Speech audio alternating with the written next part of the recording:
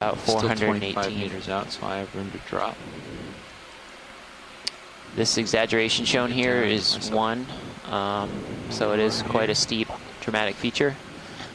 And I'll go ahead and turn on the slope map.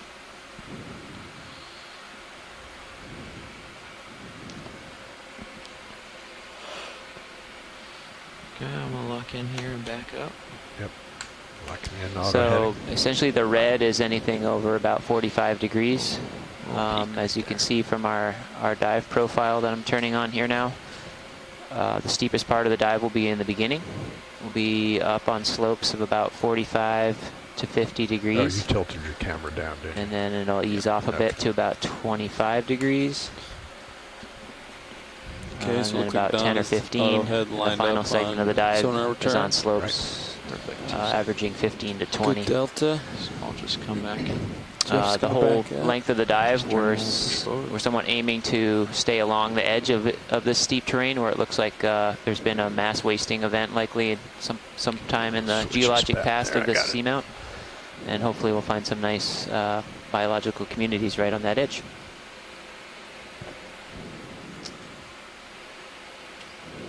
And I'll turn on the backscatter so people can see what that shows. There.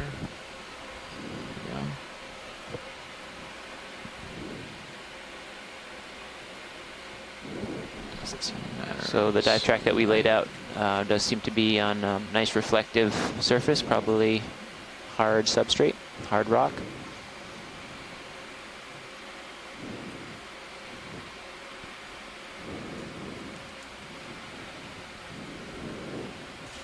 Should be really interesting. Yeah, thanks, Derek. Sure thing. Any questions, shoreside, about the dive today? Getting a return on D2 sonar, pushing out. Okay.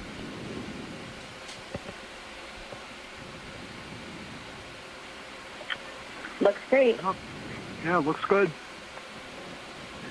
We had a very brief glimpse of the seafloor a minute ago, I think we did, and it looks like you're going to land on a lot of stuff. I think I saw some sponges and corals already, and then they swung off with it for a moment. Yeah, we're really excited about this dive. It gives us an opportunity to progress over a bit of shallower terrain than on the previous dives within Pippa. We're going to be on the lookout for all things fishy. Definitely as well as some less mobile critters like the sponges and the corals. Yeah, we landed in a little valley here, huh? Definitely shout out on the shore side in a gentle voice if you see anything. And we'll keep a lookout on our Sirius view as well to zoom in on any fish that we may see. If there is a chance to look over, did you want to look over the next dive? Yeah, Roland, why don't you keep that on? Fish? It's a fish. Feed 3, actually. Fish. Also, Bruce, if you're catch a There's glimpse few of them. that. I see them in the Sirius view below you as well. If we have a chance to look over And our above, yeah. potential dive And targets above for tomorrow. Manipulator cams. I know Derek made the maps available for you all to review if you had a chance to before today's dive call. But this is another unnamed feature within the Phoenix Island protected area. There's an opportunity for us to dive at some deeper depths within this feature here, or we could do a summit dive as well. Bottom in sight. And while the pilots are getting set up, we do have bottom in sight, just so you guys know. West. But that's all right. in the meantime, maybe north of west. I don't know if anyone had a chance to look at Derek's multi-beam.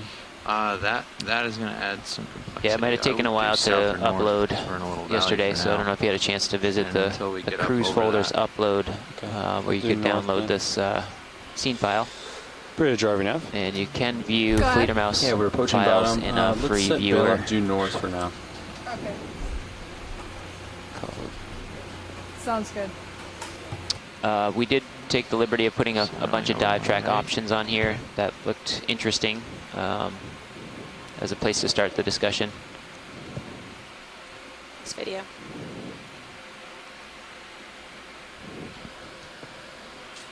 Yeah, so as Amanda mentioned, we did lay out some draft tracks of about the right length on near the summit, as well as Tether should be okay. at various depths along the slope. All of these shown are on the western side of the seamount feature. Come down. I didn't know which is the side we've been diving on, probably 20 meters. given the dominant currents in the area coming from the east. He's got it at 700. I'm at 730. So lots of options. This feature actually has a lot of interesting pinnacle features. Yeah. I'll zoom in on one of them as an example. There it is. Cool fish. But they're pretty much all over the sides of the seamount.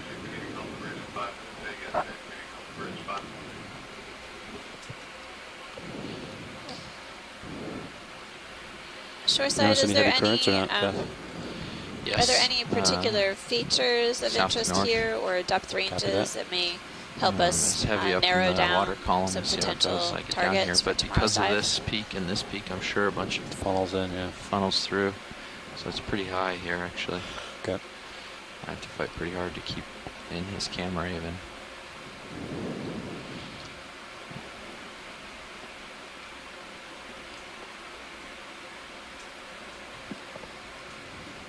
Change the gains in your sonar a little bit. Copy that. Yeah, hi, this is Tim. Drop it down the scale. Can you, again, just tell me what the depth, see that just to the right of your cursor, what's the beginning depth of that? Okay, altitude Right there, 7. yeah. I'm going to go back into auto depth. This one starts at Mid Ranger's in. 3,398 meters. It should fill the screen a little bit. And moves up to the top of this small It's a pinnacle. range of 50. Ends at about 3,082. There Yeah, Drift test. looks good. Okay. Good amount of current. Okay, thank you. Sure thing. Then a little bit higher up the slope, Yeah, you can see the there's stuff interesting flowing dive by there in tracks the water column. I'm pushing starting pretty hard around right now, yeah.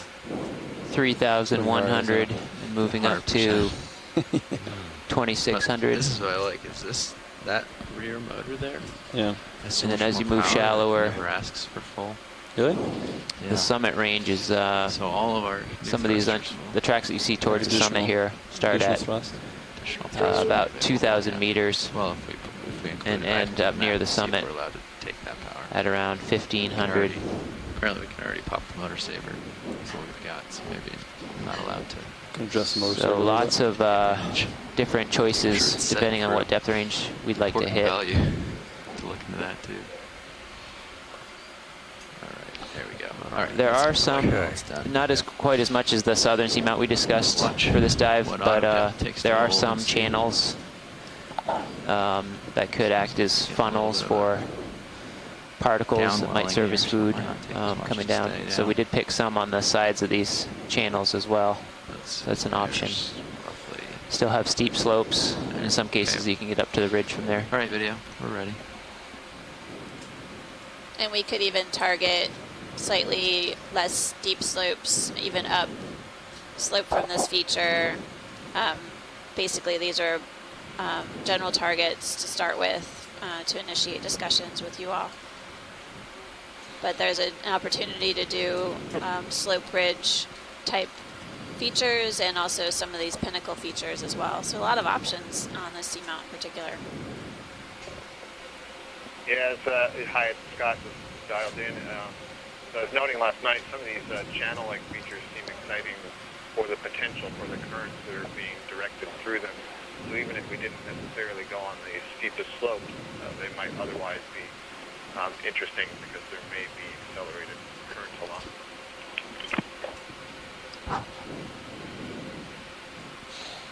It's not so bad. It takes 30% to keep on it. Yeah, but look at the And I guess tether. just one more note, in PIPA, I think the max dive, Just pulling max straight. depth that we've Yeah. been It's pretty to convenient. is around 2,100 Look at D2's.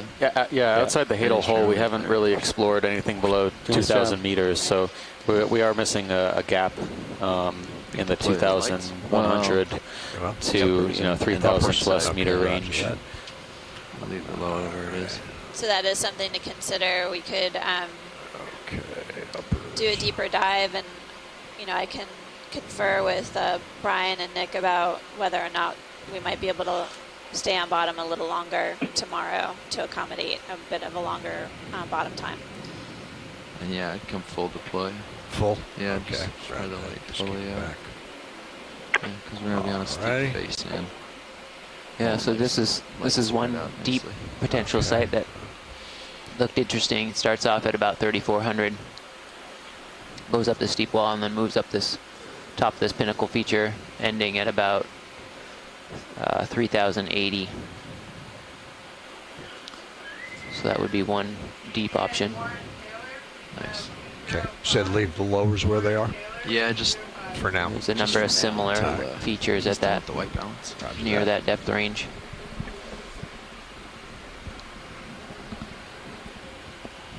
See, this one over here is a little shallower. Has a more variety in the slope gradient. Starts off at 3,074 and moves up to the top of this sort of promontory on this pinnacle. Just at the gain ending on the depth of sonar? Looks like we got harder 2,600. targets behind us. We know that's not true. That could be true. Really?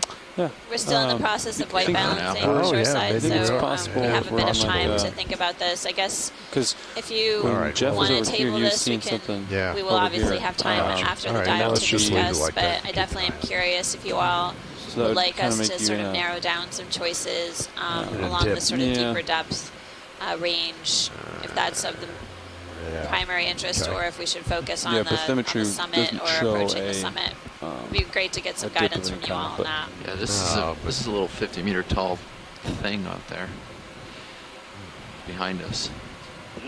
So we landed right in a That's little. kinda There's so many right in a options. little This is gully. so exciting. See a wall in front of I you. just wanted to say from my kind of a- perspective that they all look really interesting. less I think they slope, have the a lot wall to learn just here, wraps so around I it. Yeah. actually have no preference at all. So I've It's not built. a pinnacle out I there. want to do them all, but I know we can't. Videos after this here. rotate for HG2. So yeah, behind you is Okay, more of a right. slope, Randy, whereas in summed front it of you up. is a wall, That's I what would we say. all feel. Can you just remind me, maybe The I wall is didn't hear or was on too late, but maybe what is 40 the meters high, summit, depth of but the shallow slope behind you point? wasn't quite as high. On the dive or the summit of the overall seamount? You can show me like that lowest, the most yeah, shallow copy, yeah. point you have on. Okay. I see the track there that's on the right side. You can tell me that. That is 1,522. Okay, so about Yeah, behind you 1,500 too. and down to as much as See? 3,100. So that's quite a wide range of options. Right. That's right, Scott. Look at this little guy. So many choices, so little time. Fisher, Yeah, it's also worth mentioning the summit offers approaches from both the north and the south. I know, was it yesterday we sitting here dove on fighting the current with me. actually today's dive is He's probably riding your. coming from the north along a ridge very similar to this feature over here. Videos clear with HG2. This seamount does offer really rugged, steep slopes and ridge near the summit, but coming from the south. He's So fighting just it. pointing that out as an option. His own thing. I like the one that was on the opposite side of what we're viewing now, that's near the summit. Looks pretty cool. This one over here. This is your aft cam. Yeah, Yeah. Sorry, is that Amy? yeah. Okay. Things Hey, look Amy, a no lot problem. closer. That's like a mirror, right? Things look much closer than they are in that camera. Yeah. Yep. Yeah, we're as Derek little mentioned thing today, there. we're diving on Alex kind of a similar Alex adds feature camera today. closer than that, Like that stuff. And is so, really you know, far this dive track may be an opportunity to do a bit So of a it's such a wide comparison, angle. although it's at a deeper depth range. It's super Similar wide. potential terrain, but definitely a deeper depth on this seamount that Derek has in view right now. And then, yeah, it would be great on the shore side if there's some chance to have consensus at least about a depth. Keep in mind that, you know, outside of the Hadel region, you know, we don't really have any dives in the 2,400 meter plus range at all for the expedition. So if we want to get a dive in that depth, this may be our last option, because our next dive in the Tokelau region was probably going to be more on the summit or summit ridge of a seamount Ufiata or Pagisa. I think that's it there.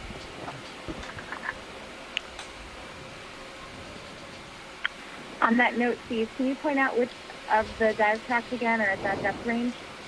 Yeah, Derek was showing them right now. They're kind of on the west side. There are these kind of ledges or false summits both the lowers back outboard off the far west side of the seamount. Pilot, are you guys all set with white balancing? Okay. Yeah, we're getting the white balance is done, and So now yeah, we're this just one is an acquiring example of a bottom deeper and getting option. ourselves settled, and we will 3,400 be ready. You can see starting we have a depth. ripping current through here from south to Ending north. at 3,100 So just getting approximately. acquainted with that a little bit and adjusting my Z-bias, and we should be ready soon. Super. Thanks so much. We also landed in some interesting terrain. I know. We're in the middle of, we're in between the main peak that you wanted to, or the main spine that you wanted to be on. One more thought And behind here. us is I a put this in the 40 or chat room, 50 too, just tall so you guys can figure spire out how to that spell it. But whichever one Sirius you is do, I'm going to keeping a close eye on and temporarily give it another So we're in a service little name. valley here, That means which the is last or the causing final, us to get some, which I think is some appropriate amplified currents. because this is Hopefully the once we last push dive out of in this PIPA, valley, it'll be a and lot because better. this will be the last seamount, right, and in PIPA border, in the PIPA border before you cross over the borderline. And so I just wanted to announce that I'm for going to you. stay high If we above you choose to there adopt so we that don't name, get which would too be close to Yeah, it. that's, because yeah, the looking at PI your sonar. We should get a move ahead and get away from that. Probably, in Okay. Let's get a move just due east real So quick. it'd be How many Sierra, but meters do you want? Maybe 10 or 15. Let's see. Do. Yeah, 15. And I for have sure. nothing else to stall with, guys. Sorry. Get you at least So I was range with listening to the face pilot. looking at here. It sounds like we're nearing Bridge, RVF. an opportunity to Yeah, ready for a move get of started. 1.5 meters, bearing I'll get that for you. 090, speed And, decimal 2. So that's I a didn't range hear of any 1.5 meters, firm bearing 090, thoughts speed one decimal way or 2. another. That's a good copy. We can delay until after the dive if you want to have some time to stew. One way or another. I'd like Okay, to watch look lead. again We're at the, gonna push Sirius ahead a little to the get it a depth little ranges that bit we've further done. from the I spire, can but hear I what am you're saying. We haven't really settled done in any here. deep, so I that just have to could keep be a up reason on this to do first this move. So if there's anything you want to look at, we can take deeper, snaps but, real quick I'm going to go back to that. as we go along. There's a image couple that I odd things in the created, sediment right earlier. here What a in front of rubbly us. bottom. Look Is at that coral? overall. Yeah, this And is then RV now, coral. bridge, see what we see move today, of 1.5 if meters, that is a bearing replica of 090, speed decimal 2 initiated. Move initiated. Good copy. feature that Thank you, Amy Rich. just like to dive on. I'd like to get some information on what we're seeing today and use that to make a decision. Sorry, watch lead. Did you Amy, I don't copy my know if last? you heard earlier what I was saying about Can the you repeat, channel. pilot? Yeah. Some of those deeper dives We're getting are Sirius along moved to catch up, some of the, well, to get away channels from the that spire, so we'll have to keep up with that a little bit, but I'm a little ahead now, and that, guessing. so we can take some zooms.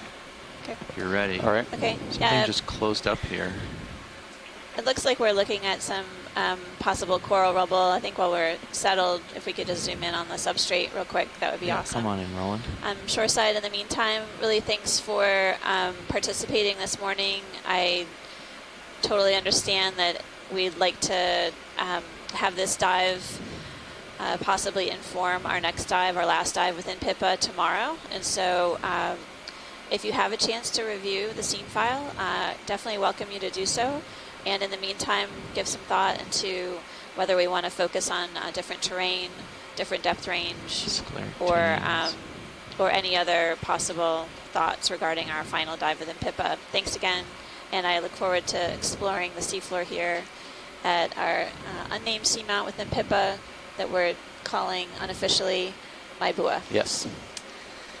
Okay, come on out. Lots of coral rubble here, so it seems kind of interesting as far as a start. Definitely looks like it's been here for a while. It's got a dark coating to it. Looks like manganese iron yeah, oxide. let's come out real quick. So it's good to take a closer look here as we move up slope. While I'm settled, There last is one a I got close to it sort of closed spire really quickly, feature so let's zoom that from we here can see in the first. Sirius sonar, so they're See basically what keeping that in is. view. And we may have a bit of up and down as we head up slope. Seen before, and it closes as soon as you get near it. What is that? Yeah. It retracts, I should say. Looks like a something very tunicate. Yeah, it does. Thank you, Derek, very much. Appreciate Thanks all. you Talk to you later getting today. all those tracks ready for us. No problem. Okay, we're seeing results from that move right away. We're getting further away from that wall behind us. That's good. Copy that. Excellent. That's good news. Sorry, Roland. Looks like we move. Oh, Thought I almost had done. a stable total.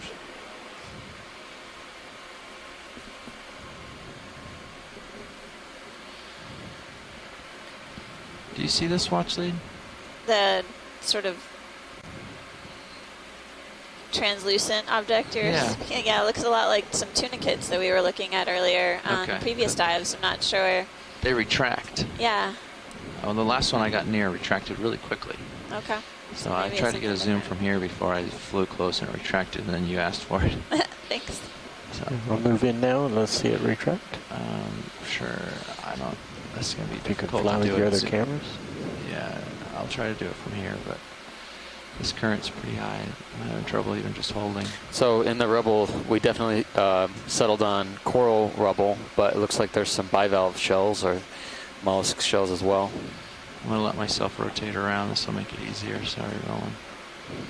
Just swinging and sidling. Picking up. There we go. Up off bottom now. Jeez Louise, this is some current. I wonder if this rubble is actually loose or if it's pretty consolidated with manganese crusting. Oh, this one's not closing for us, is it? RV nav bridge move complete. Move complete. Thank you, Bridge. Yeah, that moves complete, pilot. Copy that. Six Sirius has moved. Yeah, almost done moving. Yeah.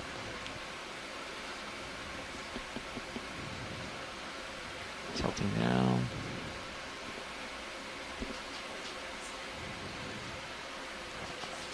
About to be able to see down into the hole. That'd be cool.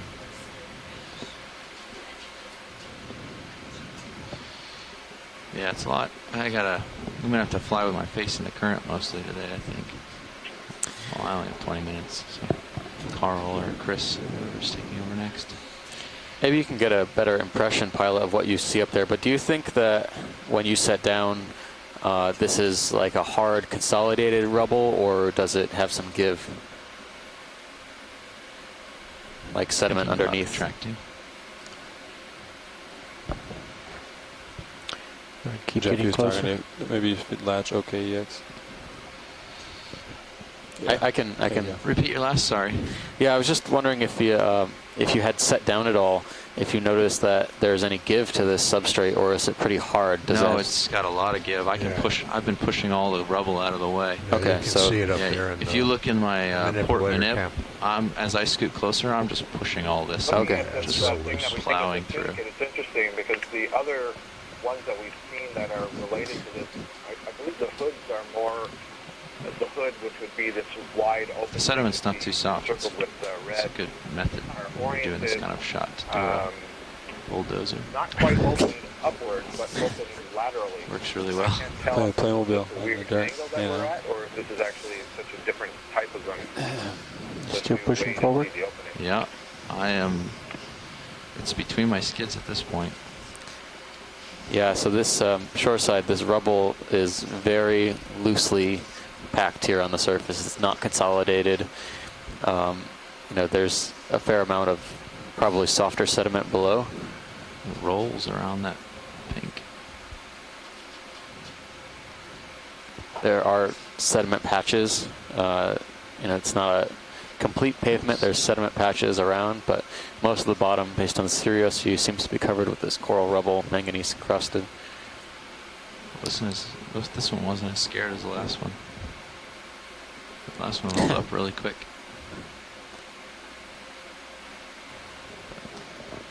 What? Cool. Okay. I'm good with come this. on out. Are you good? And I'll just back up and Okay, show great. you where I dragged my foot, and you can see, or where I dragged my toe. You can see it. Yeah, it just falls into place. And there's the sediment underneath like that. Yeah, so you can see in the bottom left-hand corner of the main camera, it does look like sediment underneath with pretty, Say again? good couple inches of just pushed. coral rubble on top. I was just speaking to the shore side. Sorry, pilots, if I... No, you're good. Come on in. Over there. It looks like... Whipping around in the Looks like carbonate sediments. Sand, yeah. Yep.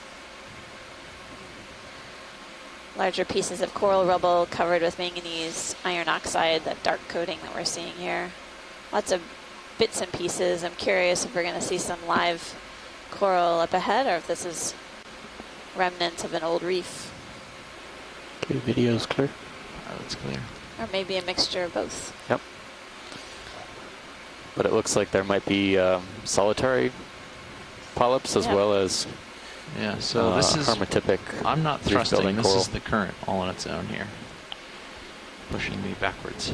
Okay. That was a a good very flow in there. delay on the iris. Did you give the ROV a little extra gas this morning? Push against the current. Yeah. We filled it up with 97. Our typical I 89. had taken my hands Turbo off the iris boosters. control about 5 seconds before that ramped up like that. These sponges on the seafloor here. Is that a fish in the distance, or no? I think it's just coral. The white? Yeah. Yeah, I think it's just rubble. Okay. But we're heading that way, so we'll find out soon. The Sirius cam, you can see basically stretched out all around us is this coral rubble, creating kind of a mottled texture color on the seafloor, interspersed with sort of finer sediments, this sandy material. It's everywhere. These are some large sponges coming into view. Might be a good sponge dive. Well, I don't. This actually lower right hand corner is. Oh no, it's another tunicate. Sorry. Carry on. I was confused by the red. The red lipstick on the tunicate. Yeah. There's some intact coral there. Looks fresh. There's another one of those tunicates. Yeah, there's 100 of the little tunicates all around. We should probably zoom on one of these sponges if you're able to. Yeah, of course. Roland's going to want the one you can see into, isn't it? Yeah. Figured maybe it's a home for things. Tilting down.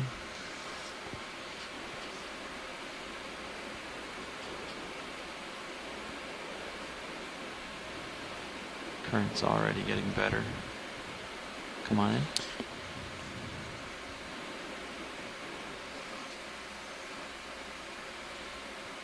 I'm not even sure what group of sponges belongs to, if it's a demo sponge or if it's a glass sponge.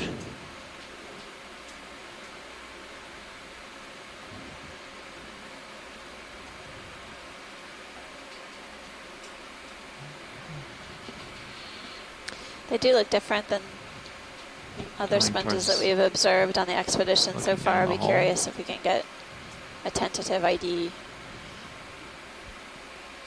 As we take a look into the sponge, we're also trying to identify any possible associates. Sometimes we see polychaetes or shrimp. Dropping back Gas down. shrimp. There's a little gas, yeah.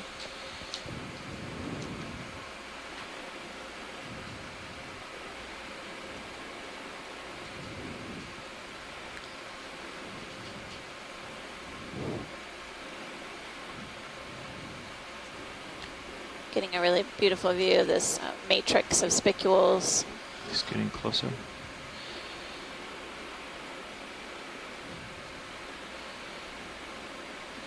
Doesn't Ready look to for be a anyone whole home. Maybe we should scan the outside as well. Copy. Come on out. Full specimen.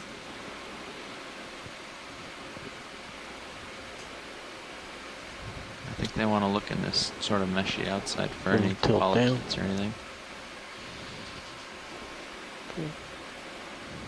Come on in. We're not doing this full.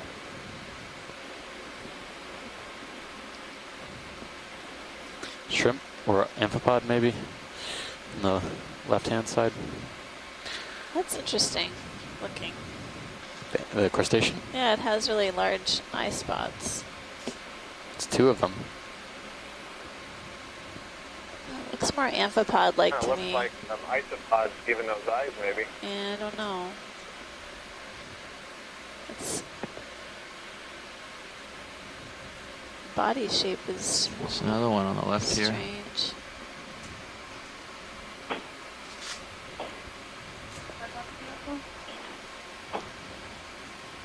Huh. So, I think that That was good. Yep. All right, now we can go for the full. Careful. I did. Sorry, everyone. I thought we had got it before. That's not true. Tim, you have an open mic. Video's clear. Pilot's clear.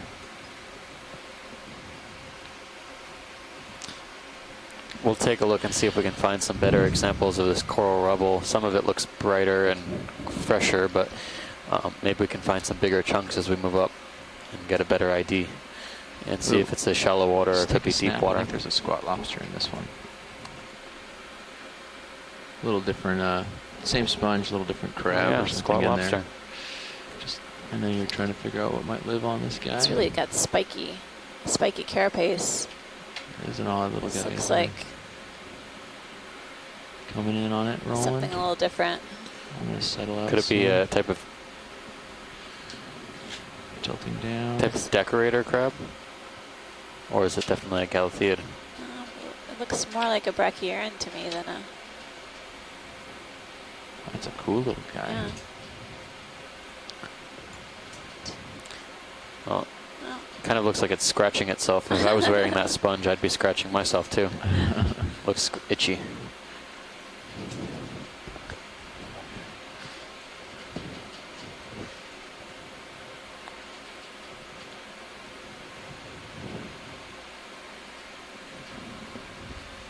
Is this max in? Yes, it is. Thanks.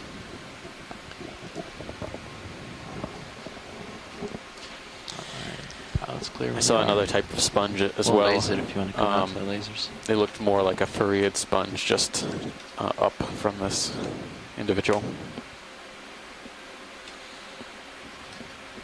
I think you turned the lasers off just now. There it is. Yeah, I there did. they are.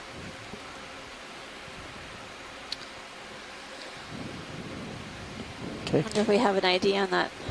I wonder if crustacean. the piece to the left could be part of its base. It looks like those wound fibers that glass sponge usually have. You need a closer look, or should I move on? We can move on. Okay, moving on. There's another sponge at the top of the screen that could be of some interest too. The unusual looking lettucey textured sponge. Pretty far out there, or right here? Far up, yeah. Far up. Center top. Yep, going out to it.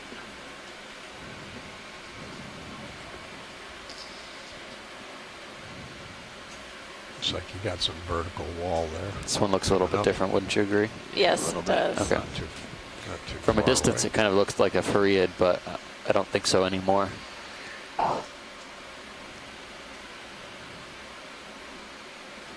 Quite the feature here, you know? Yeah. Big wall. You want me to bring in your port lower? I think it's okay for now. Okay. Soon we will want that in, yeah. It actually might just be the same sponge, but just a little bit younger, perhaps. Yeah, it doesn't seem to have the perimeter of the browner material. Maybe, maybe like you said, younger, fresher. I can try to get to, but sponge. It's rather difficult to fly with your current here. Maybe just the Snapcam pilots. We don't need to. Oh, okay. Yeah. Just getting that much closer made it a little bit easier to figure out what we had here.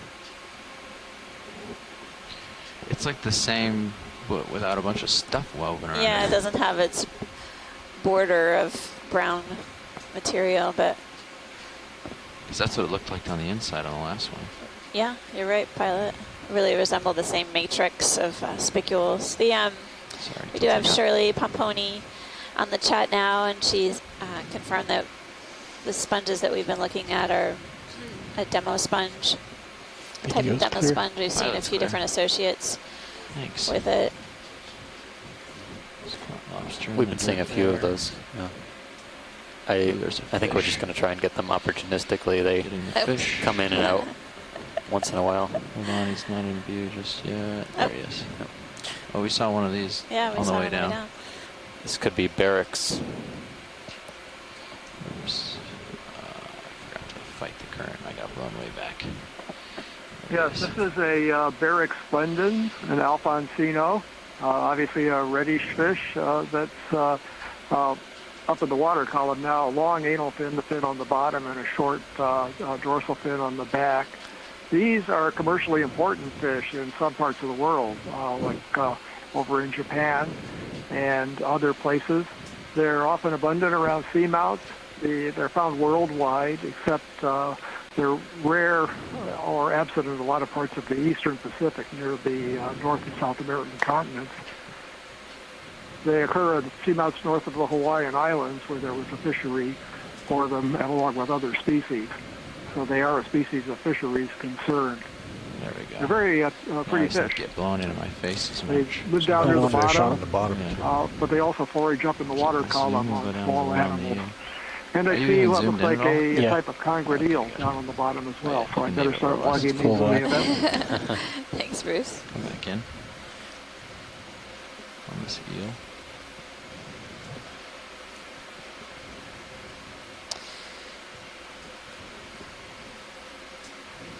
This eel looks familiar to me. I'm wondering if we saw this on our dives at Howland Baker. It's got white fringe along its dorsal fin, and video. really large eyes. I'm seeing some. Yeah, I can't. This does look like a congred eel because the dorsal fin looks like it's higher than the anal fin, although they're pretty close in size. Forward. But cutthroat eels and arrow-toothed eels have the 20%. dorsal fin shorter than the anal fin. Laterally. There is a species of arrow-toothed eel called Media abyssalis that has white edges on the fins like this, but this doesn't look quite like that.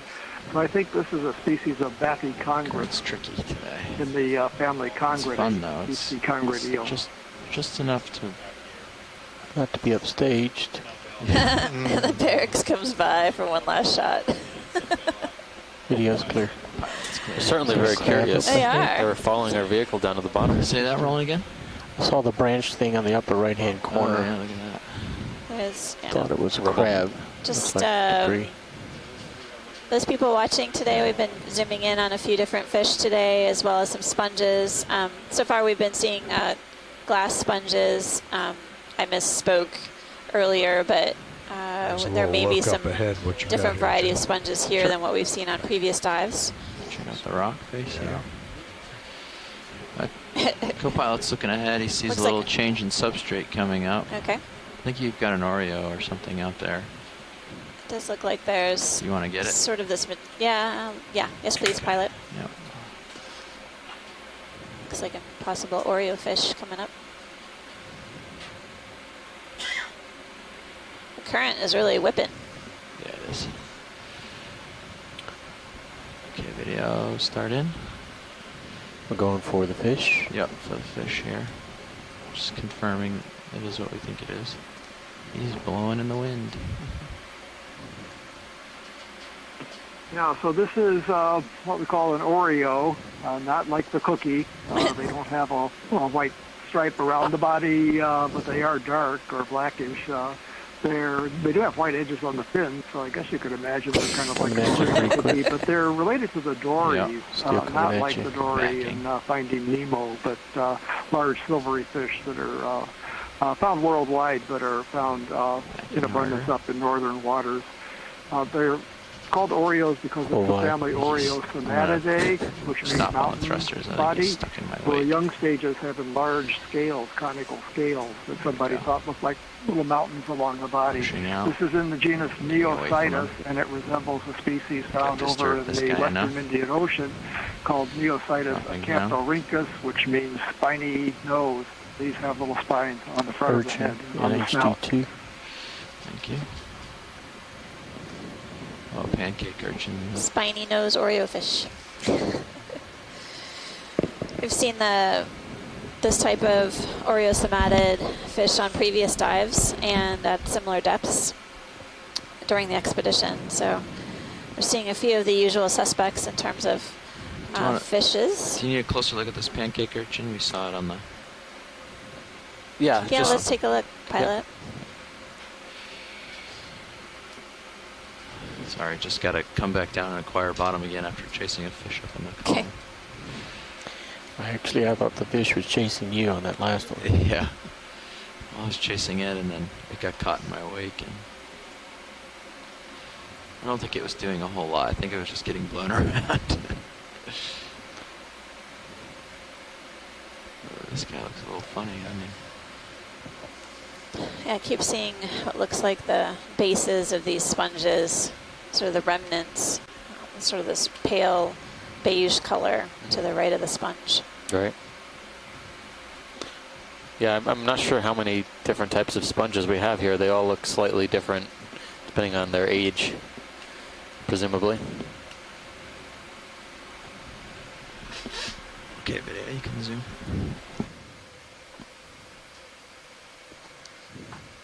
Look at that coral rubble. I know, it's huge. incredible. Thick diameter. Makes sense. We're zooming in on a sea urchin right now. I think I see something on one of the spines. Yeah. Possibly a gastropod. Not sure. Parasite, maybe. Yeah. And we're also on the lookout for any larval fish. Sometimes scientists have observed small fish associated with these sea urchins. Looks like a type of pancake urchin, though. Yep.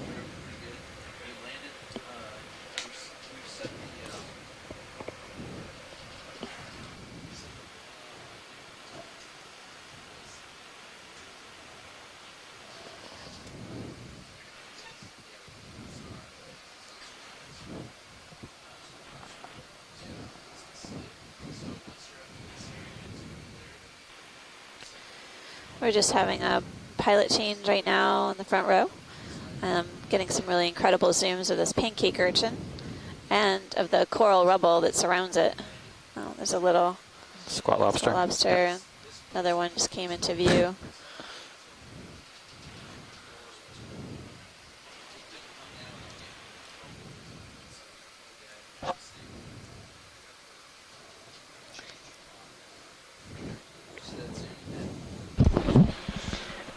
Morning, watch leads. Hello, pilot. Hey. Hey. How are you? Wide pilot. Doing well. Great. So, let's see, we've got a little bit of an interesting bottom here. Yeah. A little varied coral rubble texture here. I'll keep progressing upslope. Sure. Got uppers out. Uppers out, lowers are out as well, so. Copy.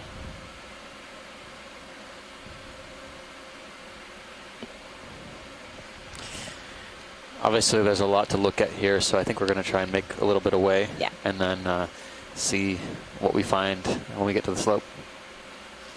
Copy that. We'll just walk through it while the ROV proceeds upslope. I'm seeing several sponges. Looks like Oreo. some of the ones we were imaging early on the dive. And yeah, they just shot that one. Yeah, Or we've gotten one a just closer like look it at the anyway. Oreo. So. Seeing a few different kinds of fish on the dive so far. We thinking east for a move? Is that a wall of crinoids? It looks like this wall is covered with crinoids. Wow. Incredible. Got partial. Look at that. Just hold there. Just to give a little bit better view. What's that behind the sponge? Can we zoom on the sort of fan shape Yeah. behind the sponge? See if we can get a good view. Kind of That- edge on that right might be now. a coral fin, but on a weird angle to us. Never seen a wall like this. No. I know, it's incredible. What wall? It's a living wall. Carpet, oh, big fish off to your port There's side. one of those shrimp Yeah. in the He's lower got left-hand corner just as a well, Yeah. in a little Like a pocket. Tuna shape. You want full wide as you go in? I don't know. Kind of looked almost jack-like to me. Ooh. But We might have some big fish in negative. store for us.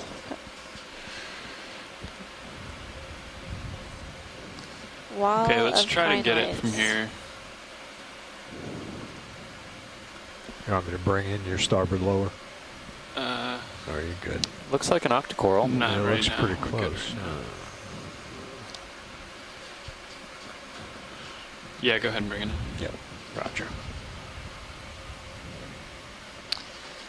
Very dense polyps. Okay, it's in. Copy. Darkish looking Looks skeleton. like there's a swelling at the upper part of the screen, lower part of the colony. I don't know if that's just a bundle of polyps together. Like another one of these sea fans, maybe a whole Exonian or something. Possible flexnoids. Yep. Video's clear. Copy. Did you want to take a closer look at something on this? I think this is fine, pilot. Yeah. It's good to. It's our first live coral, I think, that we've seen on the dive so far. Yep. We'll And see. Come wide video. We'll see if we can find something in a better location. This wall It's- and current seems. Look how rugged it is. Yeah. It's just this really rough rugose surface that has loads of crinoids or Co-pilot, can you feather take my mini stars. Zeus and point it up at my brow, please? Sure.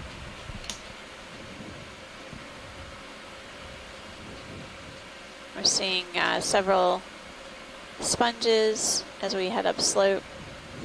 Some of them appear mostly dead, or at least covered with some dead material. Give a little broader Brown view color. before I go back in. And this slope continues to either side of us.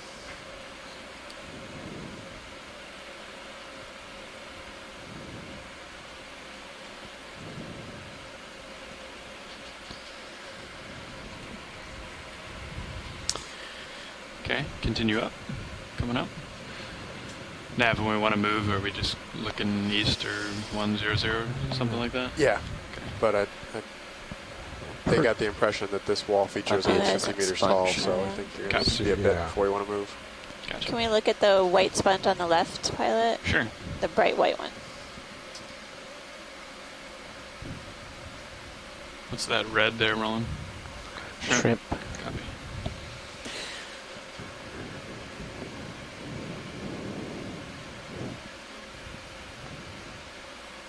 Okay, come on in. I think this is a different sponge entirely. You work zoom out. These lobes coming off the base. Looks like they almost look like they're other anchors. I can't tell if they're attached to the wall or if they're just free floating. Some of them look like they're attached. Some of them look free floating, but that's a weird looking sponge. Sort of like prop roots of a mangrove tree. I can see a polychaete in the center as well. Maybe it's a walking sponge. Good sized one. That would be new. Well, that would be a find now, No, wouldn't I it? would say I've never seen one of those before.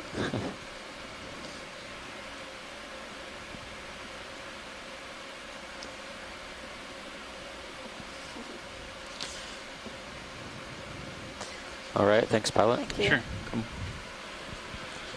on out.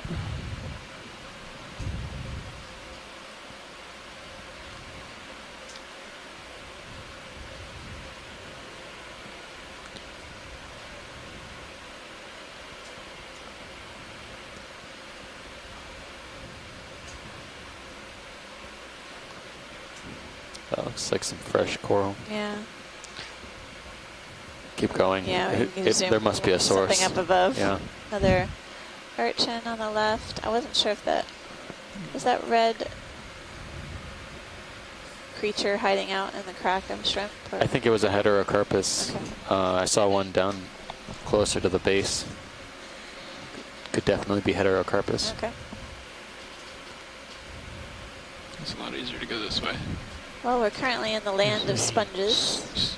Stick at the top with Crinoids. white stuff on it. There's something swimming Yeah. right Really above you there. interesting that there's so many of them. Really Repeat your dense last video. communities. I was seeing a stick in the Crinoids. upper right with some white dots. Copy. Might be barnacles, maybe Now look at the gastropods. hard fan. Yeah, pilot, on the upper right-hand corner, there's a fan, hard fan, and if you can get it on the side. Sure, coming center now? Yeah. Yeah. Yeah, we can... I have a feeling we'll see others, but it might be good to ID this earlier than later. Yeah. If we can Copy get a that. good side on it. I think we may need to snap on it. I don't know if this is alive. Okay. You want to go ahead in? Hold there. You think it's dead? There's some live tissue there. Yeah, there's some yellow. Come wide, Roland. I want to set up a little better. maybe we'll. Do you want to see if there's a better looking one? This one looks pretty degraded. Yeah, we can just take note of that pilot and we just head up. Thanks. There is definitely live tissue on that stony coral.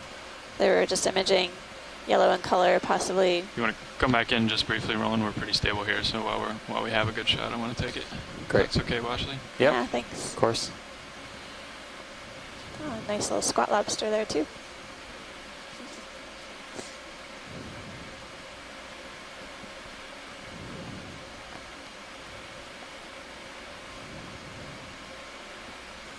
Do we think it looks like an elapsamia?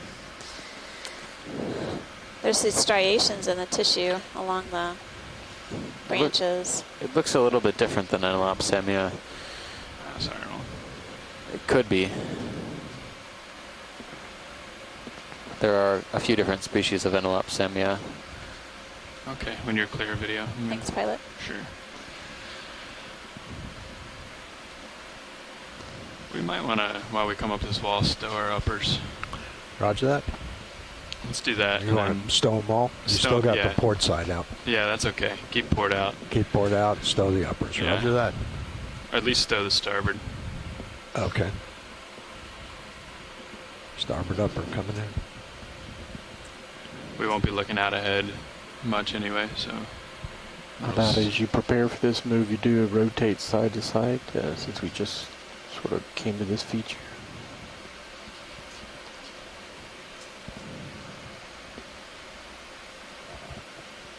Okay. And you can go ahead and stow the port upper too. Roger that. There's a starfish. Yeah, I think that might be Enelopsamia. The colony was a little degraded. Can we take a zoom on the sea star? Sure. Sea stars there. Looks like some of these sponges have really long stalks attaching them to the rock face. Take a second look, or first look at the sea star here. So the only thing you got out is the port lower. Copy that. That sounds good. Thank you. Okay, video. Come on in.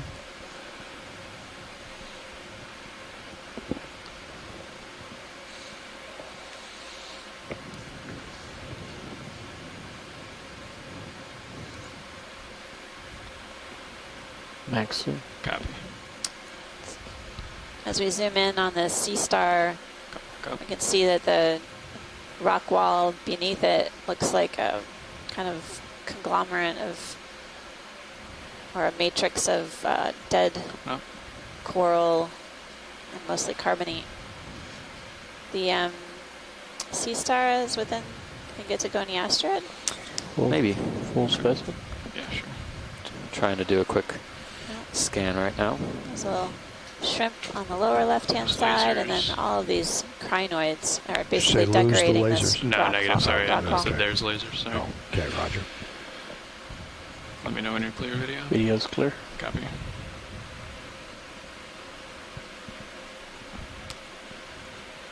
I think on this wall we'd lose light if I went in and touched the wall and zoomed in, right, Roland? Correct. Yeah. Even if we tilt uppers all the way down, usually. Did that, it'd have harsh shadows. Copy.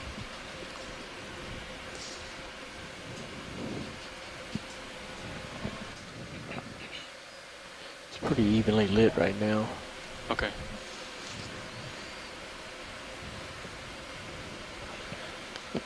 It'll be interesting when the scientists review the video. We're definitely seeing a wide variety of sponges on the dive so far. A few different types as we crawl up this wall. Looks like a different type of urchin on the coming up on the right. You want to do a snap there? Maybe. Yeah. Chris Ma here. Hey, Chris. Hi, Chris. Hi, Steve and Amanda. How are you doing? What a fascinating wall you have there. It's really incredible. Yeah, it's go a ahead. crinoid city. Hold there. Oh, yeah. Don't forget to image one so Chuck can look at the close-ups. Oh, yeah. Sure. So your sea star is interesting because this is one we haven't seen before. This is something called Sudarcaster. Typically, I associate these with soft bottoms, those sort of sea stars that dig themselves into sediments. At least that's what we'd always thought based on the ones that were collected with nets. Pilot, on the left-hand side, there was a Seeing them out fish in in the open the like this sponge kind of perched. was kind of a surprise. So it's interesting. Anyway. So this is the first. This is the first one for the expedition, I guess, that we've seen of that type of sea star. On the left here. I haven't seen one like it yet. So interesting. Thank you. Thanks, Chris. Coming center now. Thank you. Well, actually, was the fish in center sponge behind it? Yeah, there's sort of a gray object. You just can't quite see it right where you are. Yeah, gotcha. Let's see if we can tilt down on it a little.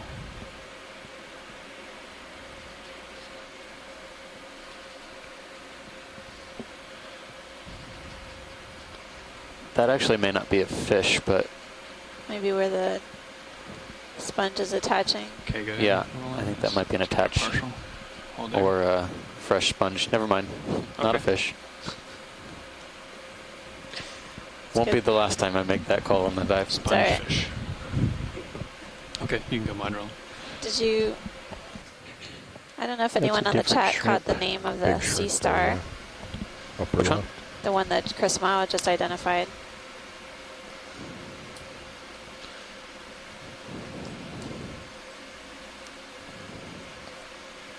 You want to do a snap? Tap that down.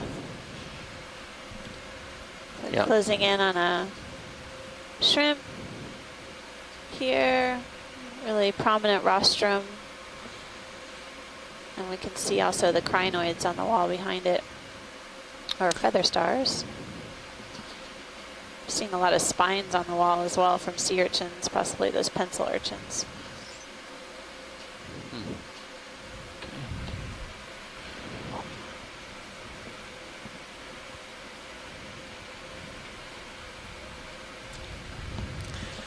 It was something like this. Full line. Copy. The tether's way out there. Yeah. So the shrimp was a heterocarpus shrimp, genus Heterocarpus. That's the same genus as some of the commercially important species in the Hawaiian Islands. Deep water shrimp species. They can't sustain fishing pressure very well, so the fishery in the Hawaiian Islands is intermittent. They'll fish the population for a year and then stop for a few years, let the population rebuild, and then fish it again. Go ahead, Nav. Heterocarpus. Let's do 5 meters, 100 degrees, 0.2 knots, please. Was where the lasers were. Left of the lasers now. Yeah, sure. It looks like rubble, but it looks like a more intact piece than we've seen so far. Copy. That is. Okay, go ahead. Video. Yeah. That dead coral rubble. Down to the center A here. large piece of it. So something promising possibly up ahead. Thanks, pilot. Sure. Thank you. Okay. Video's clear. Copy.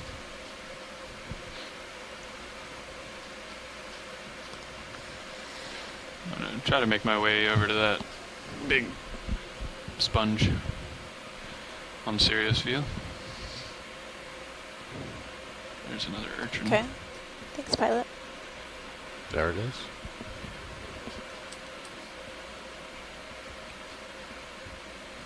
Yeah, this one looks a little different. I've seen a few of these large sponges on the dive so far. They have a long stalk that attaches it to the rock wall in front of us.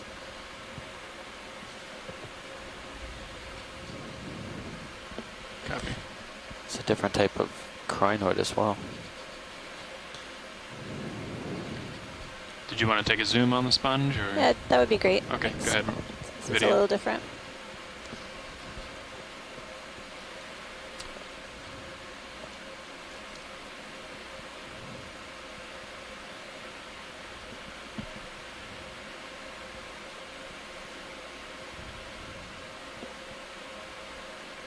Just gonna walk around a little.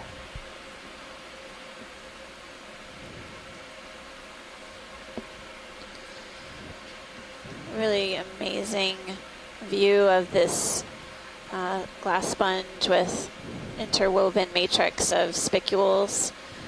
It's creating this lace-like pattern And all these different cracks and crevices, basically prime areas for associates. So we're taking a closer look to see if we see any shrimp or polychaetes or other types of associates that we've been noticing associated with the sponges.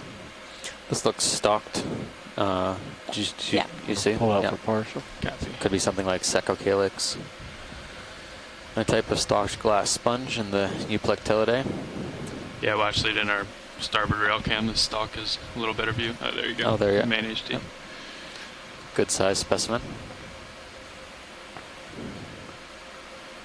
Get a side profile full specimen. Yeah.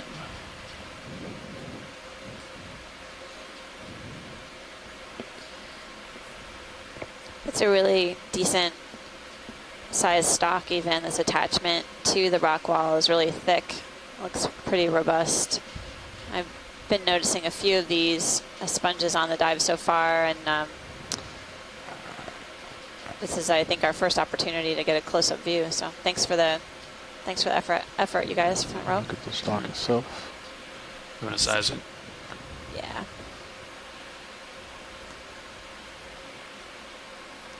As we continue up this rock wall face, I'm still seeing loads of crinoids. Clear video. Yep. And sponges. We've seen the occasional coral colony, but primarily it's a sponge and crinoid city here.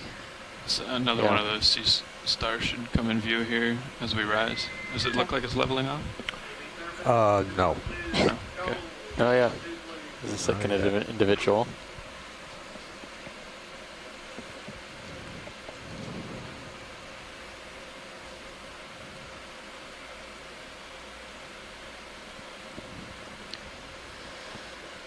Did you want another zoom or just overall specimen? No, this is fine from here. Thanks, pilot. Sure. Good sized stars. I think Chris is saying that they typically find these in the sediment or soft sediment environment, so it's kind of strange to crinoid? See them up here falling, perched. Yep. There seems to be a halo of crinoids around this sea star. Maybe. I wonder if it.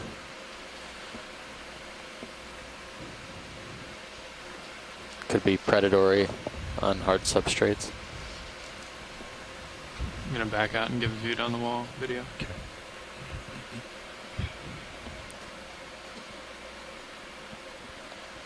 Really nice view from Sirius's camera.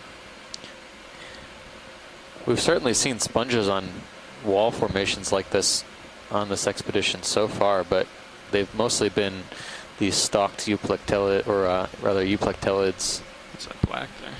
Is that black color? Go ahead, Ron. That's something. It's not a crack. It's just rock. I wasn't sure if it was exposed by something. Looks crusty.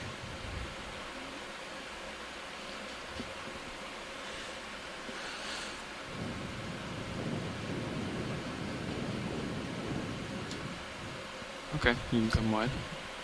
Just look new.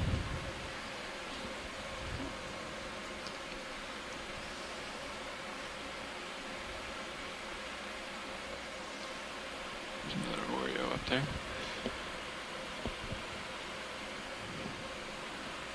Might be a long stalk of something in Sirius view over here. Dead sponge. Yeah, you got it. Yeah. It's getting a little bit steeper and craggier as we move up. So not as many sponges on this part of the wall, but still a fair amount of crinoids. These stalked sponges, possibly Secocalix or one of its relatives. In the lower, is that another Oreo? Yeah, that's an Oreo. Never mind.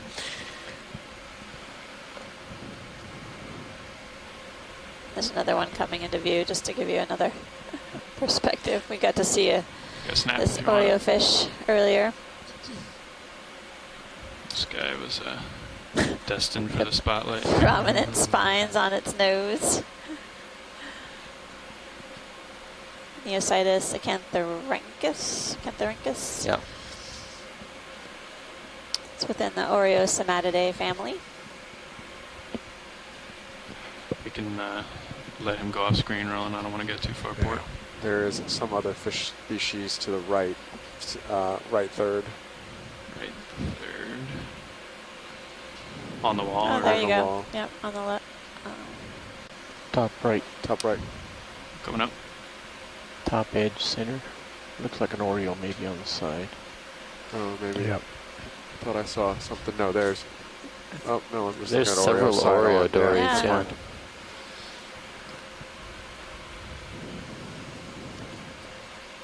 Okay, gonna find my way back here. Yeah, they seem to like these high relief areas. They're planktivores, so they're probably picking the things out that are swept past in the current. There are larger species of Oreos in more cold temperate areas down around New Zealand and up in Alaska. And in New Zealand, some of the big species are caught commercially along with or were caught, I should say, in the past commercially in the fisheries for the orange roughies, most of which have been shut down now. I think almost all except perhaps one, because the fisheries weren't sustainable. The roughies lived for a very long time, over 100 years. We don't know how long the Oreos.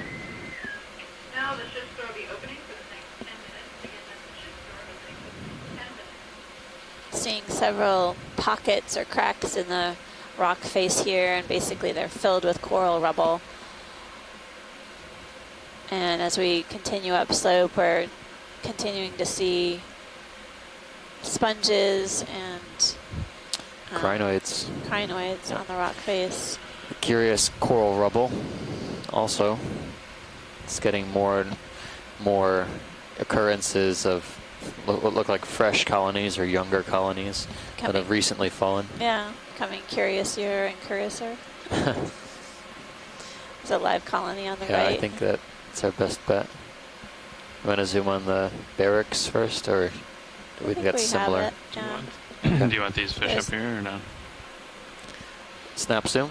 Sure, go ahead.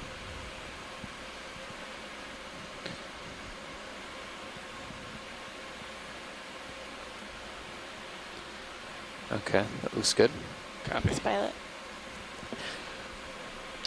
What did you want to take a look at on the The right? right-hand side, there was a yellow colony of something, or two somethings. Yellow/white? Yes. Copy.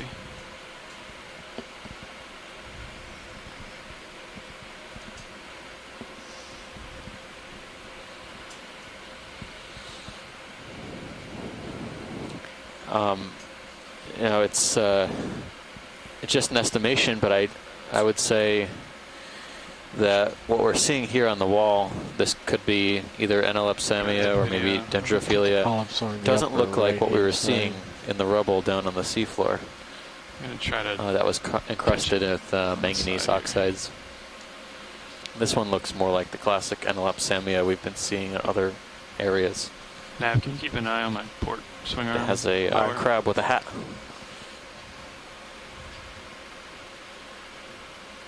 You can see that this coral that we're imaging right now is a mixture of live tissue in the yellow color. And we can see the yellow polyps prominently are facing one side of this fan type, and then dead coral tissue is a white skeleton. Are they all on the right, Roland? All the polyps? Yeah. Okay. Come wide. The or partial at least. I think they may be good with it. Oh. My co-lead was noticing also the homolid crab, as well as I saw a hermit crab. You're full wide. Copy. But it's good. Thanks for the zoom on that, pilot. You got it. Sorry for the dust up. Just feeding the locals. That's right.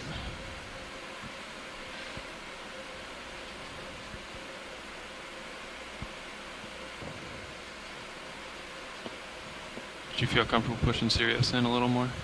We could go 5, yeah. Let's do that. Brandon Ave. 5 meters, 090 degrees, 0.2 knots, please. What's that bright yellow down there, video? I think it's a piece of the old coral. Copy. Correct, thank you.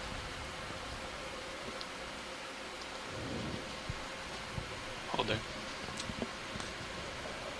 This looks like the first yellow coral we were looking at. Not quite sure. I think it's a fragment. I don't think that's actually growing in place. Come on. Thank you. It looks like it may have broken off from above. Yeah. I think a barracks fish is going to be our companion this dive. Keeps swimming in and out of view. It's going to hold our hand as we head up slope.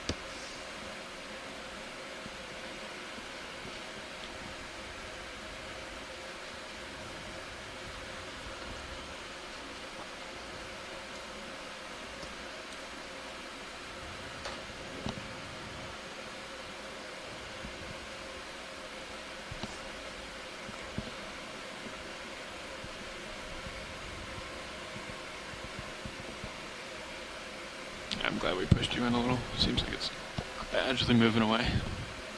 Something big in the shadows? Yeah, I think it's another... Oh. They're everywhere.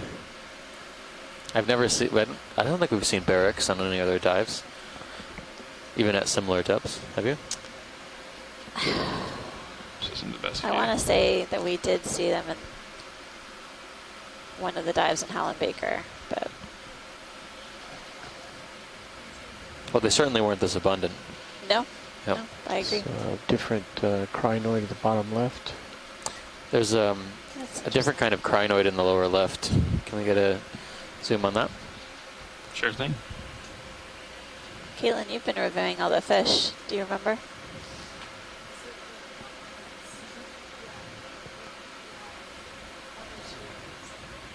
Okay. From previous dives, yeah. All right. Thanks. Okay, video. Let's try that. Come up a little for you. Zooming in on a crinoid stocked variety. Here. Has a really interesting stalk extending to the seafloor. These are the crinoids that some folks were saying looked like Susian trees.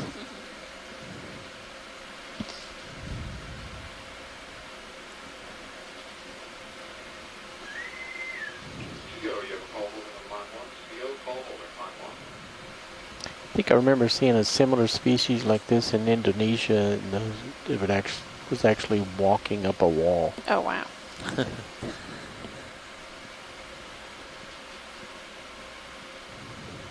Ready for more? Yeah, go ahead. You want to go center? Yeah. Okay.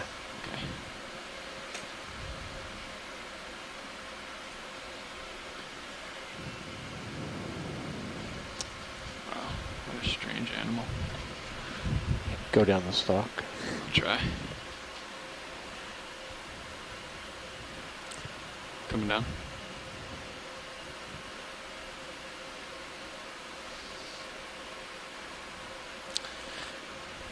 Those nodes parasites, maybe? Or they belong to the crinoid, do you think? They might just be nodes where there are appendages regrowing. Yeah, I'm wondering if because of the current here, if it's basically trying to shoot out these structures to help stabilize it on this rock wall, sort of, again, like the prop roots of a mangrove tree or a banyan tree, creating a bit more stability in this swift current regime. Okay, ready for a full specimen? Yeah, go ahead. Thank you, All Pilot. set? That was good. Sure. Got a view of a different kind of crinoid. Pilot, can you take my camera and just give it one tilt up for Roger full that. specimen?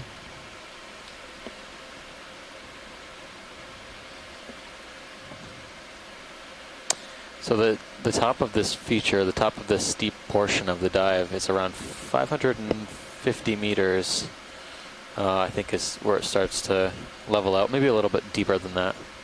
Maybe around 600 meters, or around 700 right now. Video's clear. Copy. Hello, it's Chris Ma again. Hi, Chris. Hi, Chris. Hi, Steve and Amanda. Repeat your last. Hey, so this stock coral crinoid that you're looking at, this is an isocrinid, Straight ahead. possibly in the genus Metacrinid. Lifting off. The thing that you guys are Swimming looking at on the stock, all of those projections, Yes, now. those are called cirri, and they're analogous, I think, to the ones that you would find on a cup on the cup of a feather star. they're actually normal for this organism. It's a defining characteristic. And when your pilot mentioned that they saw one of these actually moving, those are actually the structures that they use to ambulate. There's sort of this moving GIF video that's around of an isocrinid moving, and it was taken during a video where I believe it was actually escaping predation from something like a ROV claw. And that's what they can do. They can actually, unlike the other stocked crinoids, which are sometimes cemented, like those hyocrinids or the phrenocrinids that you guys collected for us the other day, these can actually move on their own. And so that's kind of weird on its own, because watching a stocked crinoid move is just surreal and kind of freaky. So, but yeah, the things that you're seeing are kind of normal, and it's definitely taking advantage of the water current in that area. In the Atlantic, you can see these just everywhere, and when you're seeing dozens to hundreds of these stocked crinoids like that, they can be very surreal. Also, I have a request from Chuck Messing, if you could drop some lasers between some of the density of feather stars you're seeing, it would be appreciated, so you can sort of get an estimate for how many feather stars are present in the aggregation that you guys are observing off of this really high. It's a high current area, right? So yeah, super high currents. Help him. Just giving an overall view. I'm sorry? Yeah. So I was just letting you finish. Yes. Oh, I'm sorry.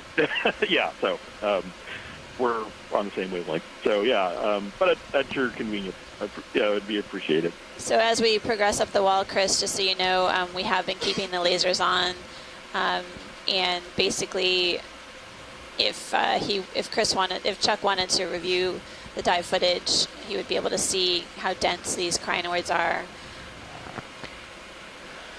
Splendid. White okay. thing No, that's above lasers between something the rock. that Looks like an enemy. Is often difficult hanging off the bottom of it. to see sometimes. So that's fine. Okay. I'm sure it'll be I guess snap. more than adequate later on. Okay.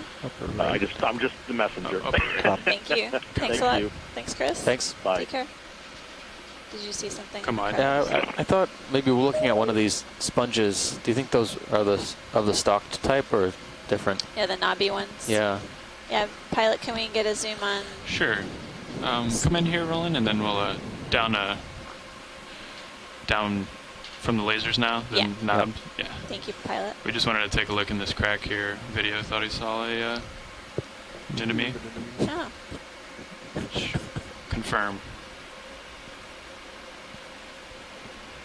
Is that one of those anemones that occurs in a tube, or is this?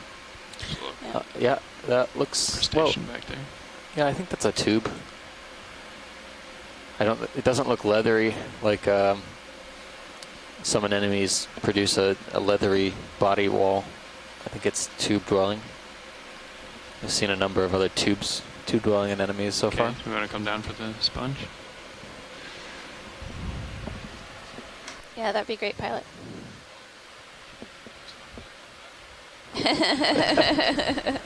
Nice. Coming down. We do work with a great team out here of videographers, pilots, navigators, and the ship's crew. Make sure we can get these images to you all at home. Okay, let's come on in. I'm gonna walk around it. Ooh. This is a different sponge for really sure. Different.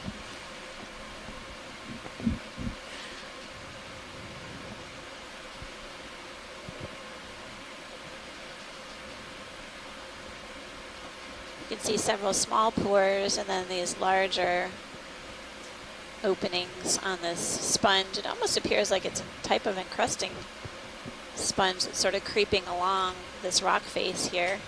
Polychaete inside as well. Yeah, just barely see it through the oscula. Yeah, you can peek through the hole and see a little worm, a polychaete annelid.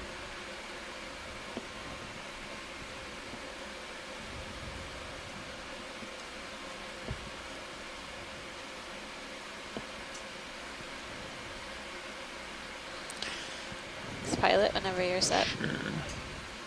Sponge-rich dive for sure.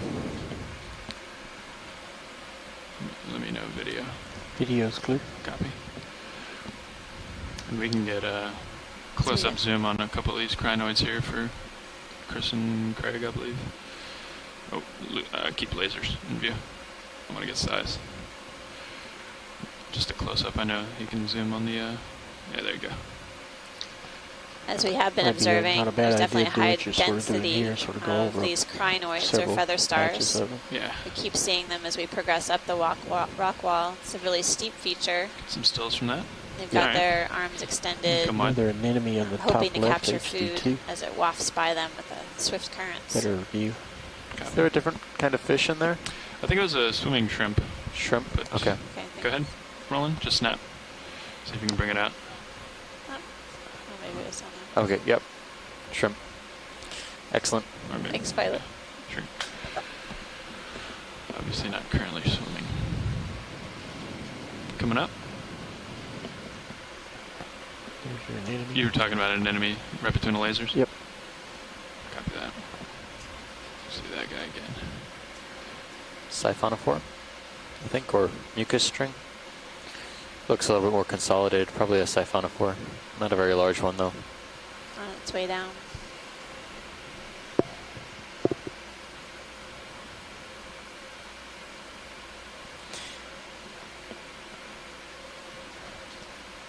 Shoreside, do you think there's any indication here of what the underlying substrate could be? Different color crinoid. If you have any comments, you can write us in the chat. That one or the one on the coral?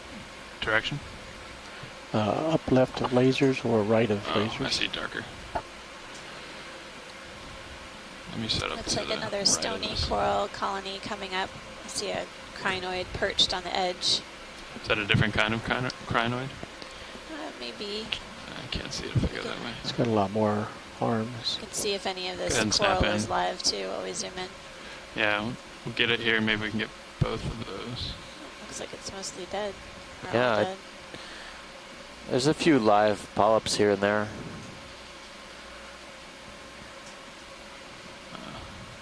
It's a bizarre purple crinoid. Dark or purple, dark blue body, yellow cirri. Okay, give it a little more. It's still a little unstable. Yeah.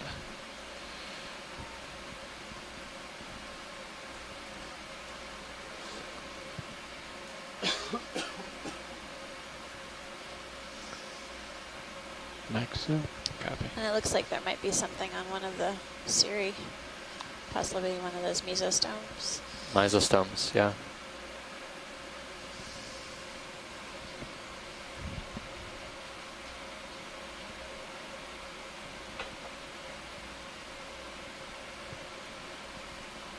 Okay, video's clear.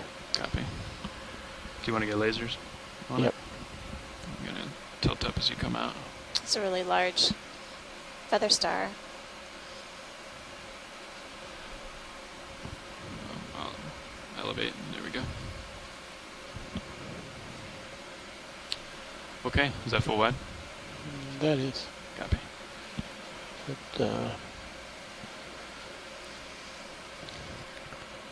oh, something pink there. Yeah. Ah. Looks like a different type of coral colony than we've seen. That's a good angle too. Copy.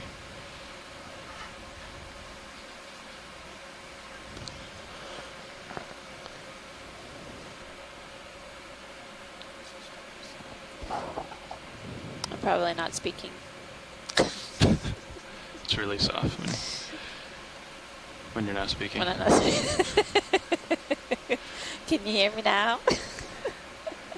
I can hear you much better now.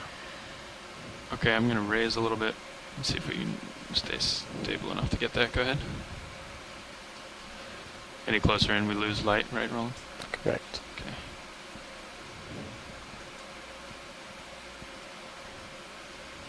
I'd say that looks like a corallid.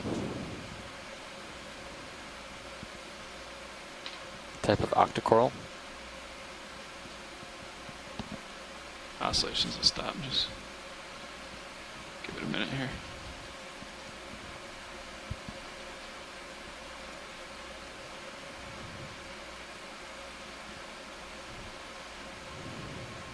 there's a big something in Sirius view. Okay, come on back in. Oh, sorry.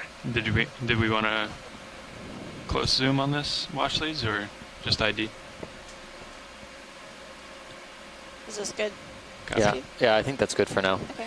It's as good as we're gonna get. You clear video? Yes. Okay.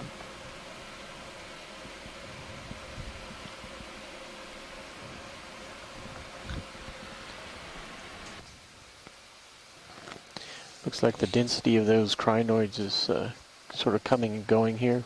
Okay. A little bit less in this area. So that's our first precious coral sighting of the dive so far within the family Carondelet.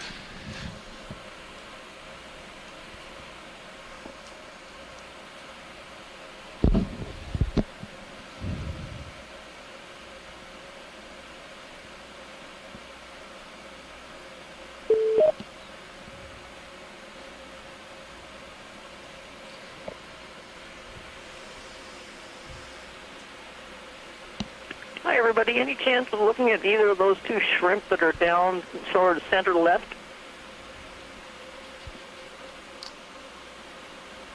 I think on the delay they were back this way, right? Yeah. Yeah, Mary, can you describe them a little bit more? Because I think you're on a bit of a delay. Yeah, they're pale. They have long appendages sticking out front of the stripe. They're good size. There you go. We did get a right close-up there, of this earlier, I think. Okay. But we can come back in. We're going to take a quick look at this one here, Mary, and maybe we can...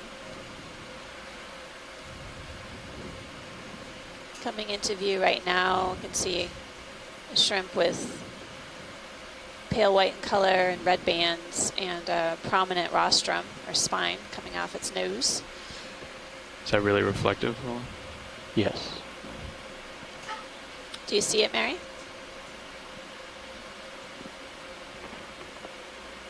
Not yet. Oh, there's one by the sponge. Okay, we're zooming in on a shrimp right now. Yeah. Thanks. Oh, great.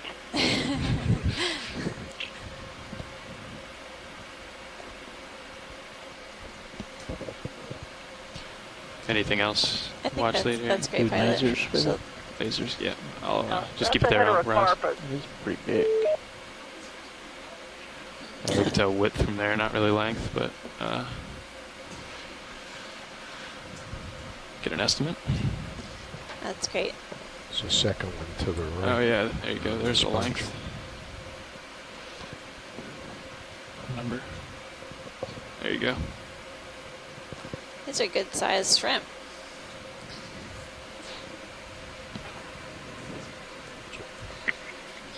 Hi, Amanda. Hi, Steve. Can you hear me? Yes. Yeah. This is Randy calling from Boston University, and I have a 90-person marine biology class who would like to say hello to you guys in Kiribati. Would that be okay in a Kiribati language? Please, that would be awesome.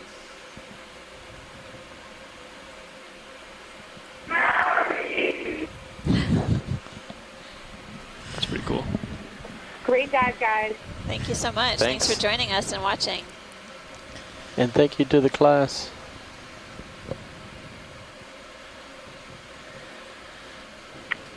Bye, guys. Bye, Randy. On the left-hand side, there might have been a yellow colony as well as something else. I think the yellow colony is one we've seen before, but they might both be in Lapsemia. Copy that. We'll get a snap. Yeah, I think a snap. Yeah. In that general area. Okay, go ahead, video. Hold there.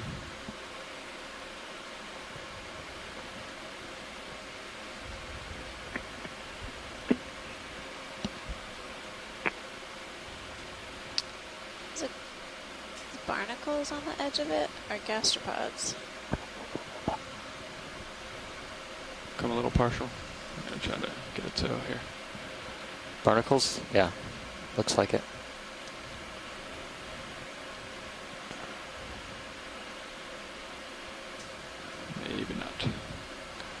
Okay, come back in.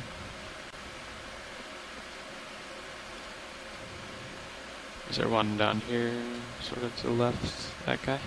Oh no, that's just a. Up to the top left. Copy. Yeah, both of these do look like Enelopsamia now, although this one is pretty well calcified.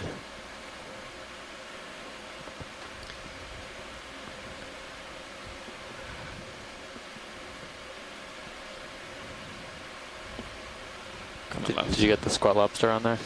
Yeah, and there was, I just wanted to see if we could take a closer look at the larger colony above. Sure. There's some barnacles. Yep. Video's clear. Copy. And just come partial. The one to the top left? Yeah, the large white. Yeah. Hold there. And so we can basically just scan this. It's creating this sort of concave structure, another live stony coral here. Very, very dense polyps. Yeah, is this the white variety of the Enelopsamia? So maybe a different species than the yellow? Free to zoom, Roland. Yeah, it could be. You know, it's clear from our other dives, and in general, Enelopsamia, as it gets older, it does sometimes lose a lot of its yellow pigmentation. Coming up a little.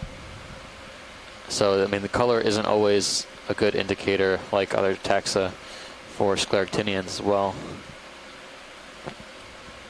Multiple species are known to have different color morphs or different color parts of the polyp, parts of the skeleton. So it's good to get some IDs, close-up imagery for morphological ID as well.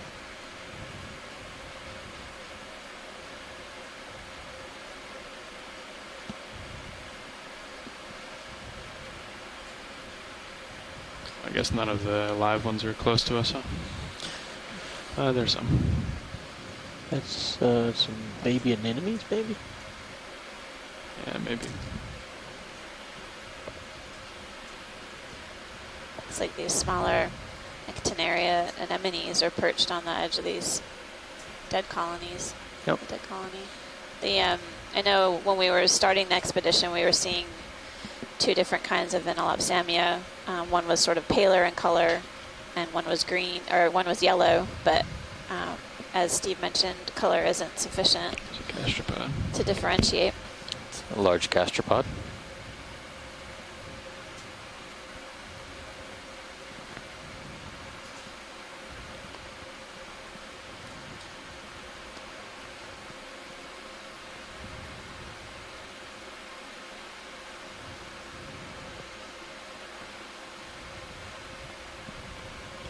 Yeah, we'll keep coming up until the end, and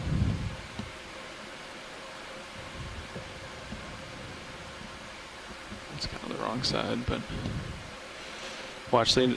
Do we want to take a closer look at anything here? Or? I think this is good, Keep pilot, actually. We can just keep moving up. Great to go. Appreciate the chance to see the associates on these two different coral colonies. Coming up, Roland.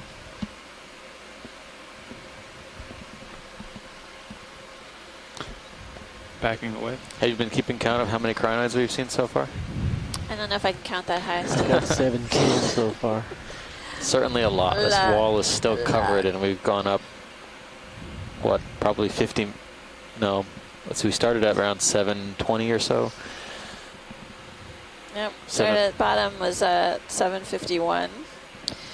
And we're at 689 right now. So I would hazard this wall is probably over 100 meters of almost uniform density of crinoids. It's pretty patchy when you get to the outcrops, but on these exposed faces, there are crinoids on every square inch. And some of them are overlapping. I can't imagine actually trying to count them all, honestly. But we'll save that for shoreside scientists to do, and look forward to hearing what their results are. They can follow up with us later on in the year. We can have Nav start a log. That's right. Nav, get started. 1, 2, 3, 4, 5, 6. So actually, just a little progress update. We've been on the bottom just about an hour and a half now. We've covered a little over 60 meters vertical distance and basically 0 degrees horizontal distance. Thanks for the update. Can we zoom on the center of the degrees. lasers there? A bushy colony of something. Sure. Just want to make sure that was the fish we've seen. And go ahead and snap here, Roland. Nice.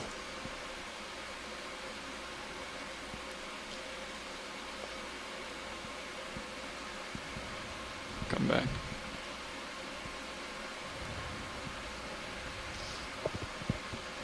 This looks like a chrysogorgid. A few notable associates in here. 2 yellow crinoids. I think they might be different species than what's on the rock face, and as well as Carondelet, some type, or squat lobster in the middle.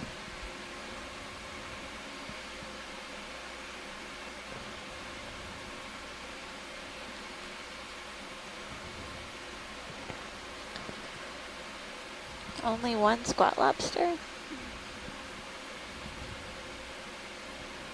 You can see the skeleton's dark in color beneath the translucent tissue of this chrysogorgid octocoral.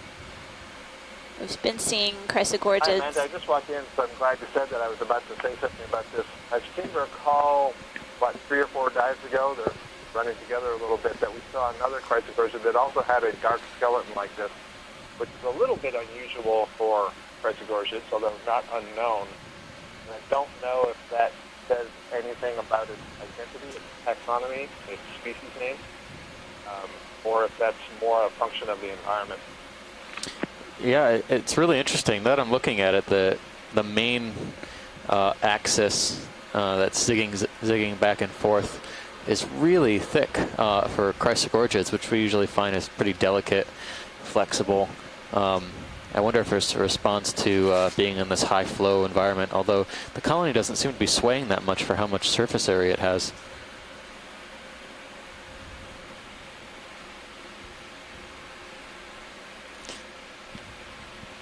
Any indication of this squat lobster, Carondelet, from Tim or anyone on shore?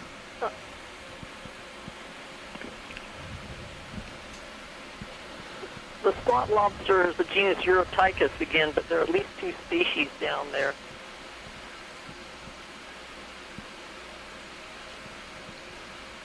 I was looking for another one coming broadside, but I don't see one. No, I think there's just one squat lobster, yeah. Well, thanks for the zoom on that. It's a beautiful colony. Oh, there's one shrimp, actually. Oh, yeah. Can we go in tight on that? Sure. So, Steve, while we're zooming in, I can tell you that the our species description for Pseudochrysogorgia says that they're characterized by skeletons that have a dark metallic luster. Yeah. I've been meaning to... I've been keeping this in the back of my head whenever we see these strange, dark chrysogorgids that have, either long stalk just one or irregular branching. But it would be a good idea, definitely before the end of this expedition, yeah, to see it over there. It's see if tight. This is Pseudochrysogorgia or something new. Okay. Is that full zoom, Roland? Yes, it is. Yeah, I agree, and I'm looking at the original paper right now and the photograph of the colony, and it sure looks familiar. Go full screen. Like this one. Sure. Nice side profile. All right, pilot, That's thanks. actually really nice, showing all the crinoids as well, so if we can get several seconds of this. Sure. Yeah, well, actually, we're just got a couple more seconds for video, and then we'll move on. You want to drop the lasers for a second? Yeah, go ahead. Lasers out. And just rotate a little bit back to the right. There comes that shrimp I wanted to get. Get the whole family here. Sponge, coral, crinoids. Come back up,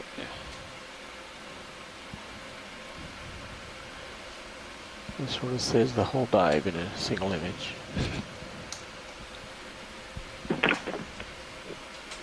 Video's clear. Copy that.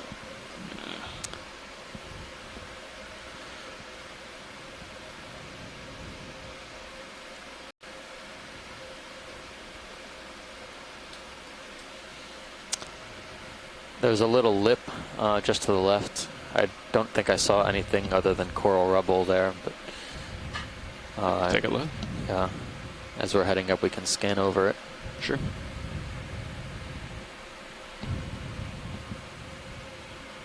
There's a lot of particulate matter.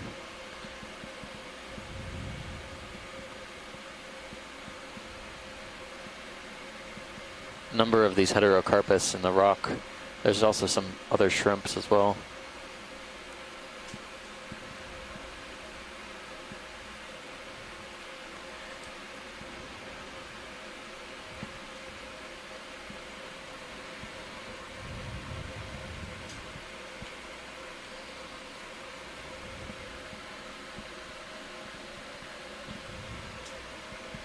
An overhang there, or just Roger. Can we turn the lasers back on? Sure. Is that to the left? Is that a white squat lobster rolling? It is. I think That I've looks seen like that. a different fan as well. You can go ahead, just do a snap for maybe an ID. I don't think I've seen that on this dive.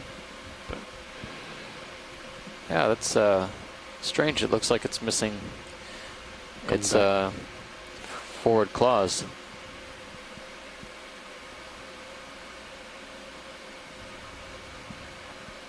yeah, it's a sad-looking squat lobster.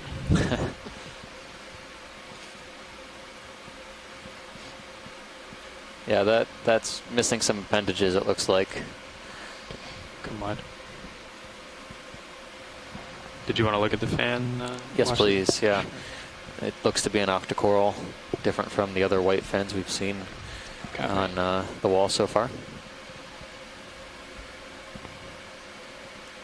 This is a good side, but the polyps are on the left, but this shows the framework. Copy. I'm going to go ahead and come in, and I'll just try to do that same thing, walk around to the left. I'm going to go tight.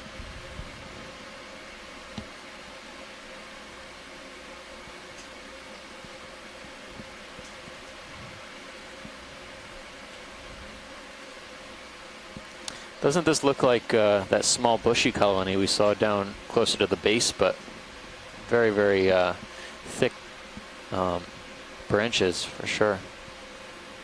There's some polyps on this side, right? I don't know, it looks more and more to me like an acanthogorgiid, but could also be a plexaurid.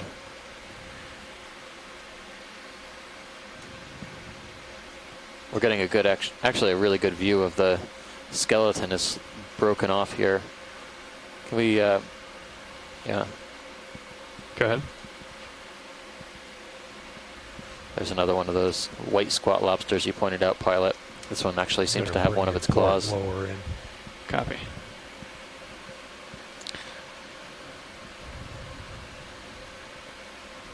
Thank you, co-pilot. You're welcome. Any better idea, shoreside, about the coral here? Left. What's that? Left, Funny, I was there's just going to another. ask you, I was in the room, did anyone offer to guess on this yet? Well, I think we have acanthogorgiid, or acanthogorgia, coming back, and a plexaurid, which is usually the two options we come to. Yeah, as I was walking up, I actually thought it was a coralliid, or sort of corallium of some type. But then, as I got closer, and you guys got closer, maybe get a close up on more one of those likely polyps. just because of the length of those polyps relative to the thickness of the skeleton. But equivocating a bit. This is good imagery. Go full specimen? Sure. Watch leader, is there any particular spot that would help you with an ID, or? No, I don't think we're going to get any more out of this, so Copy. we can move on. Slight tilt down.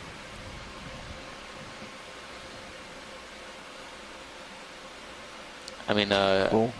so many good candidate organisms for collection on this It dive. is We're going to cool. have to see what we find when we get to a more flat location or a crest. See what we have here. Make a collection of a sponge or so. We're messing with me. But I'm also not noticing as many sponges, those large catches your prop wash and blows it back ball-shaped down. sponges with the large oscula, exactly, as we were seeing down deep. Okay, we'll just rise, try to get it. Also a very large urchin and fan. You might have an O. Maybe not. Never mind. That's alright, I'd rather be cautious, thanks. Is that a fish? Yeah, I think that's a... Yeah, that was might be a type of scorpainid. Oh, I thought you said urchin. No. Above that is a large urchin, a large copy coral or sponge. Okay, come on in.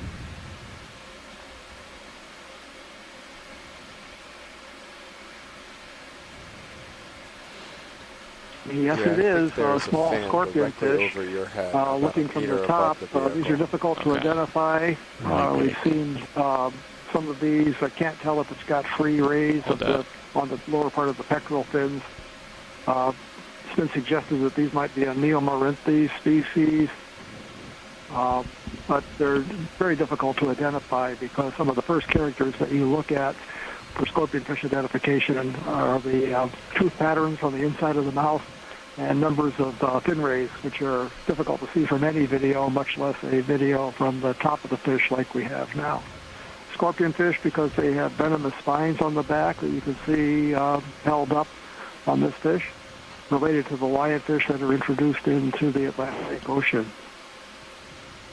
It looks like there might be thickened free rays on the lower part of the pectoral fin of this individual, and that can help with the identification. Okay. Great. Come on, Roland. Thanks, pilot. Okay, nav. Yeah, you got two big fans. Yeah. Let's try to ease up there.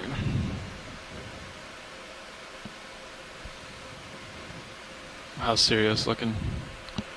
It's one heck of a large sideroid. Another 5 in if you want. Yeah, let's do that. If you're okay with that now.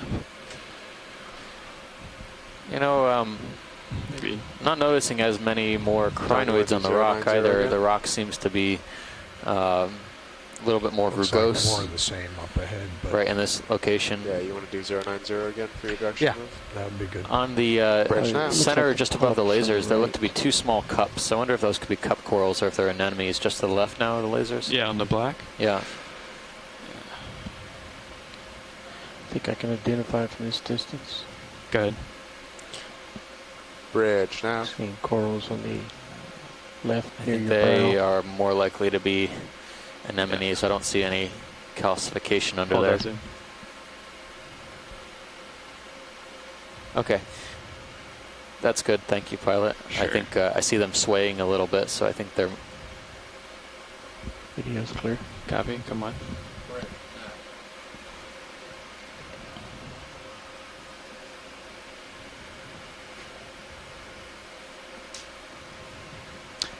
Absolutely massive colony of Analepsamia. Several of them in this area. If you think that's large, wait until we show you what's just up ahead. The sponge? Yeah, something big and white. Big sponge. Can we zoom on the crustacean on top? Sure. Actually, on the right-hand side. Oh no, sorry. The sponge is the target. I thought I saw a different fish, but it was just a similar Oreo dory. Are you talking the major sponge or the little white one? The big sponge. Okay, you can fill frame. Kind of on the top-ish part, so we can see the crustacean as well. Copy. Looks like some type of squat lobster, possibly Eumynida.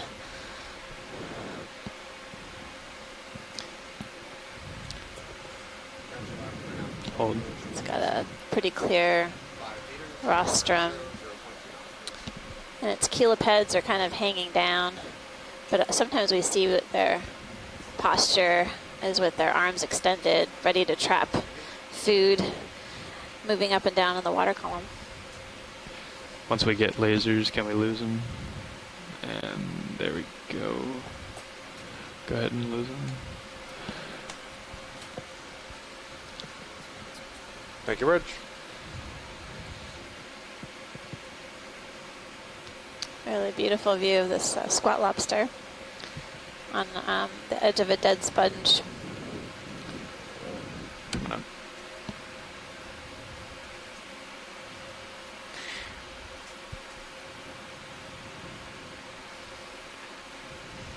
Keep waiting to see these Yamunida squat lobsters try to capture something for us so we can get some live action footage of them eating. But this one is basically perched on the edge of the sponge, possibly waiting for food to come by.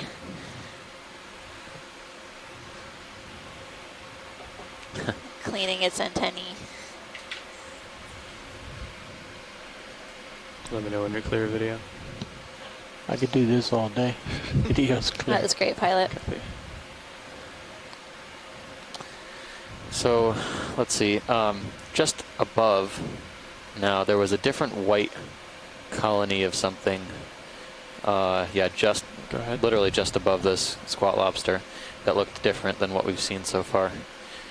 And I think this might be a different type of octocoral, even though it's coming out of a base of a scleractinian. This might be our first primnode of the dive.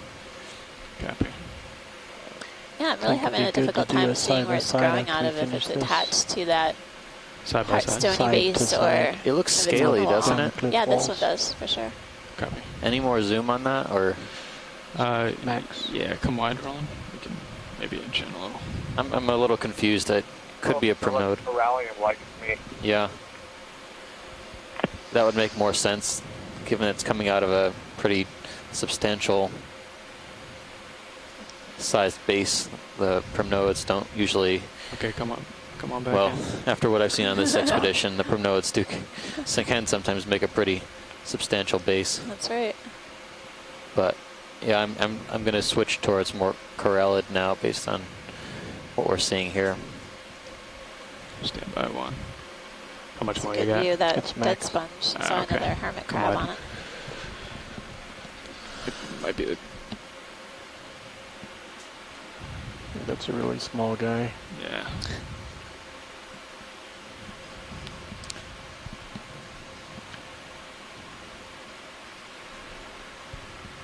But it looks different from the corallids we've seen so far. Give it one more go. I know that's down there, kind of out of the light. I've only seen the pink variety on this dive. Is that all you've seen so far? Yeah. I think so. Okay. And again, color is not always an indicator, but it's good to just get a close-up for confirmation on these things.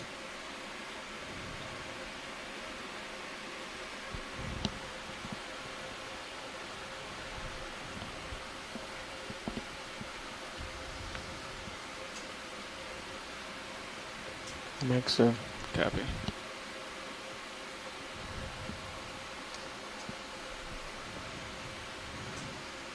It's very small. It's okay, pilot, if it's not going to work for you. We'll keep our eyes out for any other colonies up ahead. Do you want your sonar range down a little bit? You're out at 50 meters. Yes, please. That should be at like 20. There's our first, or my first since I sat down eel. Is this of interest, Watchley? Snap zoom? Copy. Good. I think we've seen one of its compadres earlier. Roger. Snap the Brankton? I think it might be one of the congers. The dorsal fin is longer, extends closer to the head. I'm seeing prominent nostrils on this one too. Yeah, despite what I said earlier about the length of the fins, I'm not sure that this is a conger. I think this might be one of the arrow-tooth eels. Oh, neat. Difficult to say because we're looking at it from the top for the most part. One more. But those prominent nostrils and the general shape of the head, suggest to me more of an arrow-tooth eel, subfamily Iliopinae in the family Synaphobranchidae. And there are several genera. One of them, Dysoma, has a number of different species. I see a couple of them in this vicinity, along with another one of the Neocytus. I think the eel in the little canyon area to the center is the same thing, but I'm not sure. It's a side by side, side so to side. I'm confusing things a little bit with the characters I'm giving, but my guess is that that's an arrow tooth eel. Thanks. Pilot got it right. Yeah.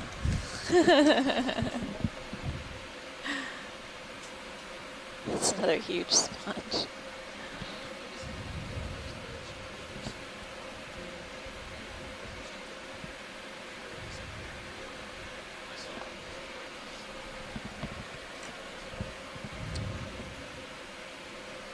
Oh, there's a fan coming into view. I don't think we've seen. So not this one, but the other. Okay. Okay. What do we have here?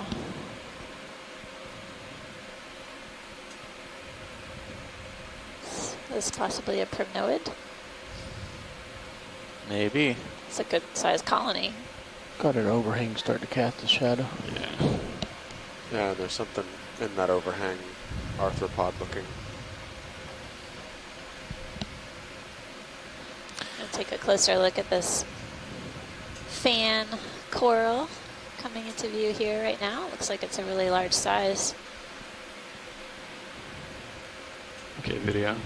Start to Reminds come me in. of Just hold there. Calyptrophora in some ways, just the way it's Try growing. to get it from this but side, and then I'll come around the other. Might be a little tricky with that overhang. Closing in on this coral, looks like it's likely a primnoid octocoral. It has a really large crinoid attached to one of the branches, the lower left.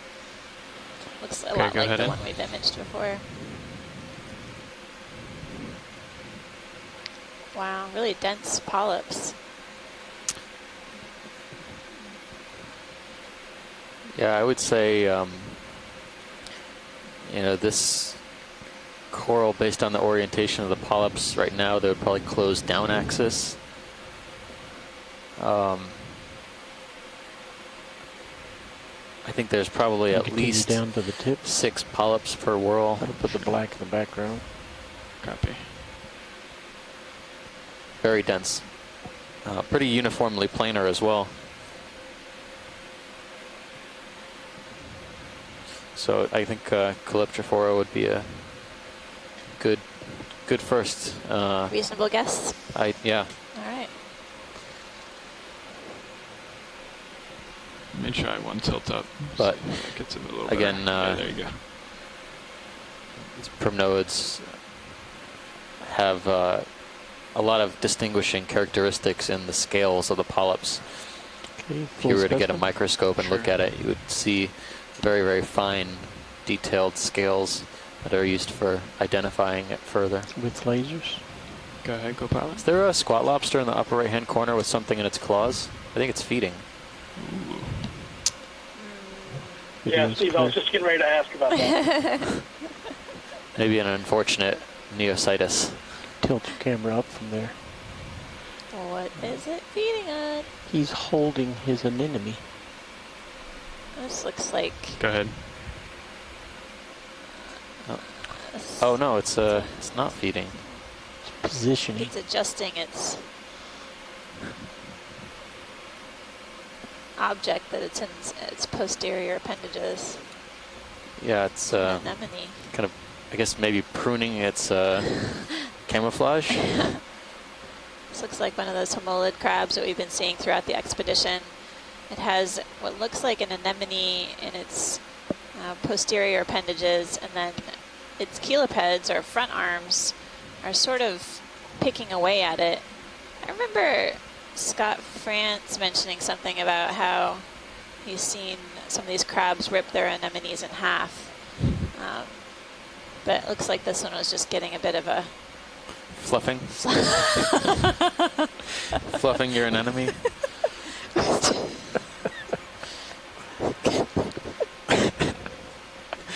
It's important to look good. That was good. Yeah. I always have to look your best in the deep sea. You never know when you're going to be on camera. That's what it looks like. Are we on Sunfade right now? We're not getting any response. The jokes are so bad. Nope, People are we're leaving. still broadcasting. Could it be scraping particles as food off of the anemone? That would be my guess, Tim. Yeah, it looked just like it hold was that. cleaning and possibly eating. It's a good guess. Right. It's an interesting spot for coral back in there. Yeah, it's definitely a different stage of the symbiosis that we haven't seen yet. You know, usually they carry passively whatever they're carrying in their rearmost appendages. Yeah, it's interesting. We've seen them with Okay, empty-handed, if you will, without anything in these rear legs. And this time we actually got to see them in action, possibly cleaning and eating food off of the anemone. Could it be feeding its anemone?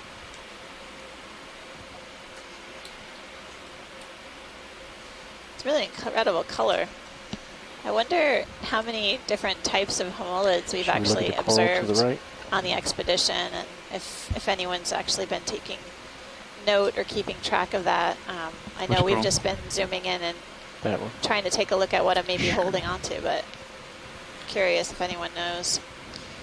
This one looks spinier than the others we've seen, and also has dark margins on the claw tips. Thanks, Pilot. Appreciate the A second few look. cup corals here. That's any way to get a closer view of this underhang or overhang? Yeah, where cup corals? The hole. Sure. Maybe some of these cup corals are alive. Hold that zoom. Yeah, I think the ones just above the lasers are alive. Copy that.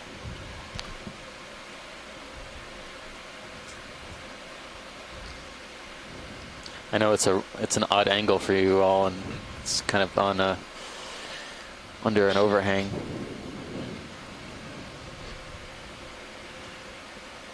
Okay, come on in.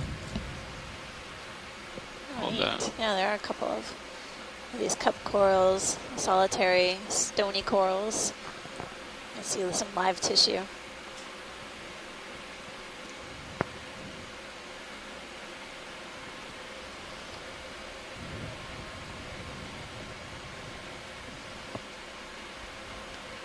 Partial. This is good, actually. You can see the polyps are retracted, so you can really see the features of the cup coral that could be used for distinguishing it to certainly the family, probably even the genus. Those plates are calyces, is that right? These little white, what look like discs protruding out from the cup itself. Yeah. And often they're obscured, as Steve mentioned, by polyps, so this is a really incredible view of those features that are important for identifying. Even though they look connected, I think they're solitary. They're just connected to each other, settling on each other. Okay, well, thanks, Pilot. Sure, come on. I feel like that looks a lot like Javania to me, but I don't know what cup coral varieties we see in this part of the world. I think it's very difficult. There's a new fish. A great diversity to appreciate. There's a sideroid urchin that was uncomfortably close to that sea fan as well. I wonder if that could be predation.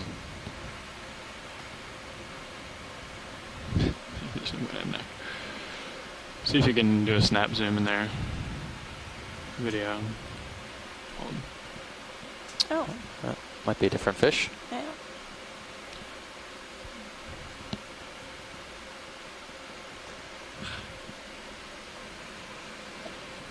We're not getting a clear look, but from its behavior, I'd be willing to bet that this is a codling in the family Moridae. Oh, if the camera can just pop up a little bit, got a distinct caudal fin. I see that.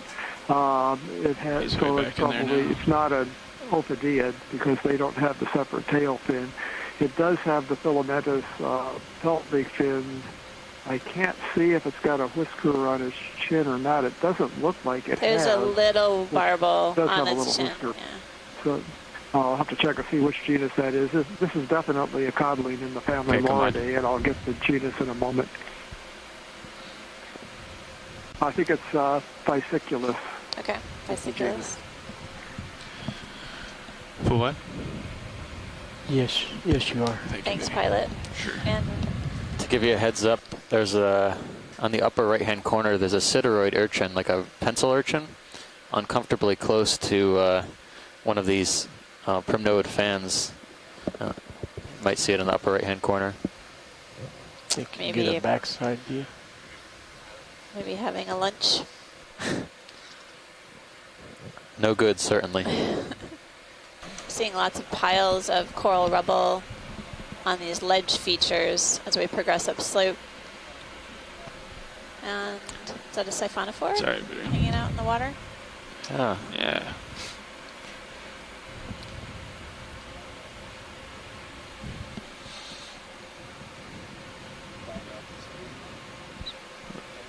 Sorry, wrong.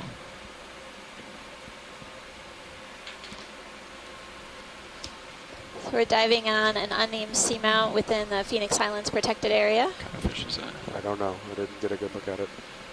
And we're closing in on a view of a Oreo. sideroid or pencil urchin hanging out on a coral, possibly feeding on it, but we'll take a closer look.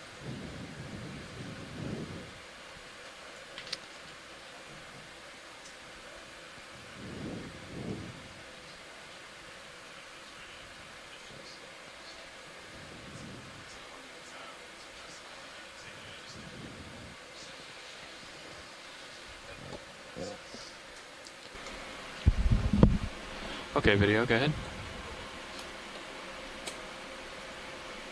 I think it's fine. Is this feeding on? Possibly, pilot. Yeah, I see some bare tips. Do you remember we would see the sideroids at another site further north kind of grazing the tips of some of the primnoids by kind of standing up as best as they could, nibbling off the tips, and then leaving the remainder of the colony. This is a kind of pencil urchin or sideroid urchin, and I'm seeing some barnacles attached to the urchin itself, and what looks like hydroids.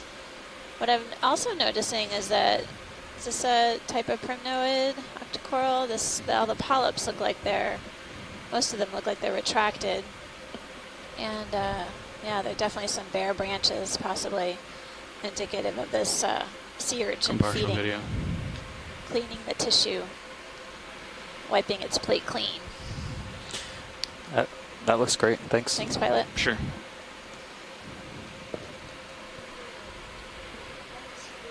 Video's clear. Copy. Oh.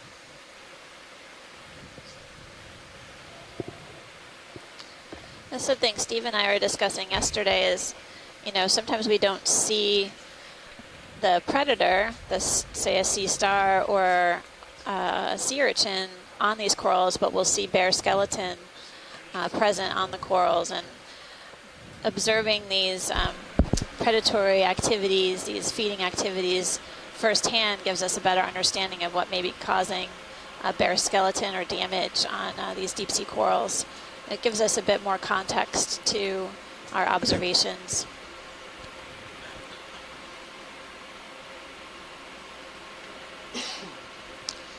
Hey, pilot. Hi. How you doing? Good.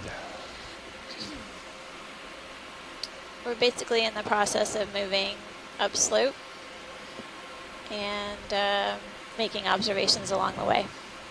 All right. I think that's the same type of sponge. Any interest in this fish? Well, we've Have seen we it seen it? before, All right. but thank you. I'm not sure we've seen the fish on the right in the hole, though. Fish on the right. Oh, that's well Oh, hidden. yeah. I'll take a look at the fish on the right in the hole. Drifting pretty far back. Okay. Yeah, the current's a little crazy. I'm trying to get settled in here. Let's start to come in on that fish. I'll try to do better. I wonder what kind of primnoid that was feeding on.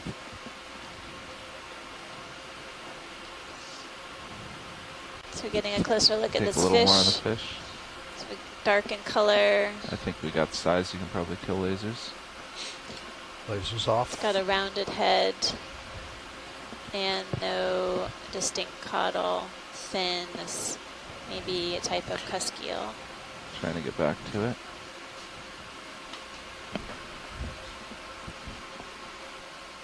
You know, this is an interesting one. I think you're right. It's a Cuskeal.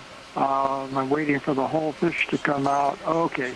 It fooled me for a second. You can see that this has that disjunct lateral line that starts behind the gill cover. At the top of the gill cover goes along until about the middle of the body stops, and then it picks up again after a gap low on the body. It has a flap on the top of the gill cover that's separated from the rest of the gill cover. So this is one of the live-bearing brocchulas in the genus Diplocanthopoma. The head's a little bit larger and rounder than most of them that we see. I don't know if that means that this is a different species. The body looks shorter too. Got a lot more. There are a number of species in the genus, but they're really poorly known. I guess I didn't have a lot. It's one of the genera of fishes that really needs to have a taxonomic revision. I suspect that we're looking at a Diplocanthopoma species that's a different one than the ones that we usually see, or the other ones that we've seen on this expedition. Yeah, it's interesting, Bruce. It sort of took me for a loop a little bit. The head was so rounded in shape, and then the other Diplocanthopomas that we've seen, the brocchulas, as you've been remarking, had a more, I guess, flatter head, at least on the top. Just curious if we're seeing a different species. Okay. Yeah, you're exactly right on that. And the body's also shorter and deeper on this one. It doesn't look like it has a damaged tail or anything. It looks like it's intact. So I would be willing to bet that this is a different species. And I think this is different from either of the two species that we saw in the Hawaiian expedition. For all we know, we could be looking at an undescribed species here. Yeah, yes. Okay. Yeah, come on up. Thanks, Bruce. We have a number of different scientists on the shoreside helping us out today with their expertise, both on the conference line, so we can hear their voices, and also in a chat room. And really appreciate their help. That was Bruce Mundy from the Pacific Islands Fisheries Science Center. It's a NOAA center in Honolulu, Hawaii. All right, let's switch to that crab. I'll try to push in. I don't know, another crab in there? Looks like it, yep. We don't need to linger too long. We've seen one. Okay. Pretty good detail, but... Come on out. This one's pretty hidden anyways. Okay, thanks, pilot. Continuing to see scattered solitary cup corals and a few of these primnoid fans, type of octocoral. Beautiful ledge overhead. This feature that we're progressing up is really craggy, super complex, lots of nooks and crannies, and it looks like there are a lot of cracks, as if you know, maybe parts of this feature could fall off at some point in time. But the large colonies of corals that we're seeing here indicate that at least some of this feature has been around for quite some time in order for the corals to grow to be such a large size. There might be another sideroid urchin there preying upon that Scleractinian colony. I guess they're indiscriminate. It's a very ancient group of urchins. So this is kind of reminiscent of very early marine environments. Right. Getting a view of the past in many ways by descending to these deep sea habitats. We should look at the distinction between those two colonies. Pilot, once you're ready to go, there's a yellow fan and then a browner fan that we should make sure to take a closer look at. So there's 4 in a row here. 2 are the same on the bottom. We want to look at the differences between the top 2. Okay. One looks yellower and one looks more golden. Yeah, I see that. Okay.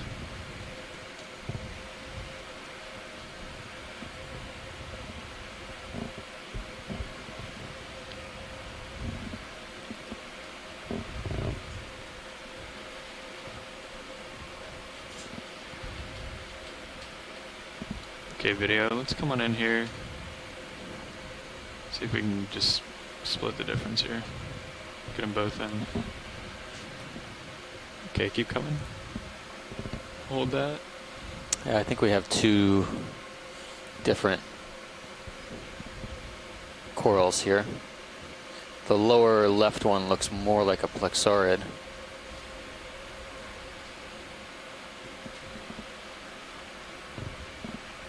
Do you have any more video? Okay, go ahead. Copy. Yeah, the yellow to the lower left has really small polyps. It seems like this is smaller than the previous colony that we were imaging that had. And the polyps seem to be restricted to more on one side. As you can see on this side we're facing, the lower left, the one side of the axis looks bare, or one side of the branches looks a little bit more bare than the one on the right, which is more round, even distribution of polyps. Get the yellow one here.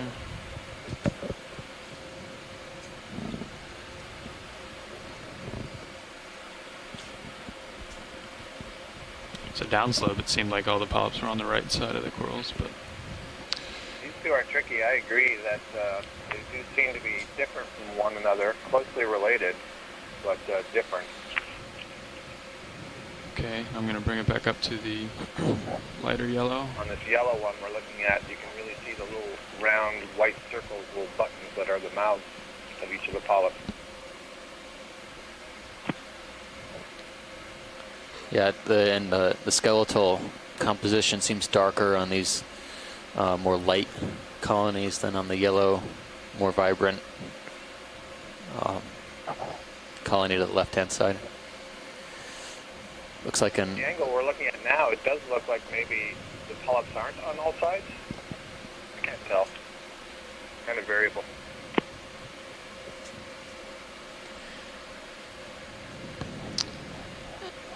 In addition to the coral polyps, we're also taking a look at any associated organisms on these coral colonies.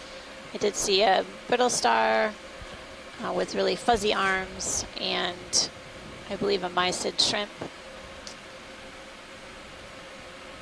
These colonies that we're imaging right now is actually, they're actually pretty large in size. Looks like there's sort of bare or polyp-free areas on the branches, but tissue's still growing, connecting everything. There's one on the light there. Thanks, pilot, whenever you're free. Sure. Video, you let me know when you're clear. Okay. Lasers are off, by the way. Okay, you want to get lasers on just real quick? And as we get lasers on, it's interesting, several colonies along this ridge feature here are essentially oriented in a similar direction, likely perpendicular to the dominant current flow here, allowing them access to food wafting past their feeding appendages or polyps.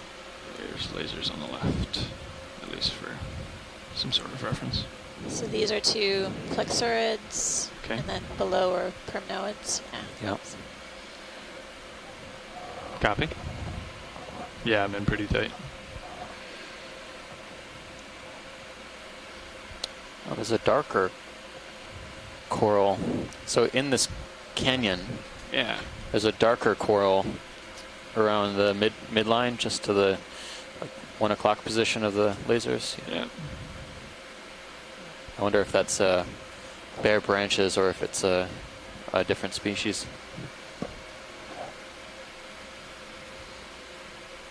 Stand by for zoom.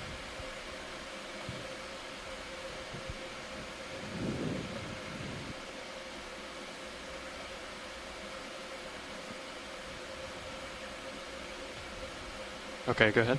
Okay, coming in. That's partial. Copy. So we're getting a close-up view. This is a really amazing skeleton. I'm not seeing any live tissue on it, but it has this beautiful, shiny, brown color to it.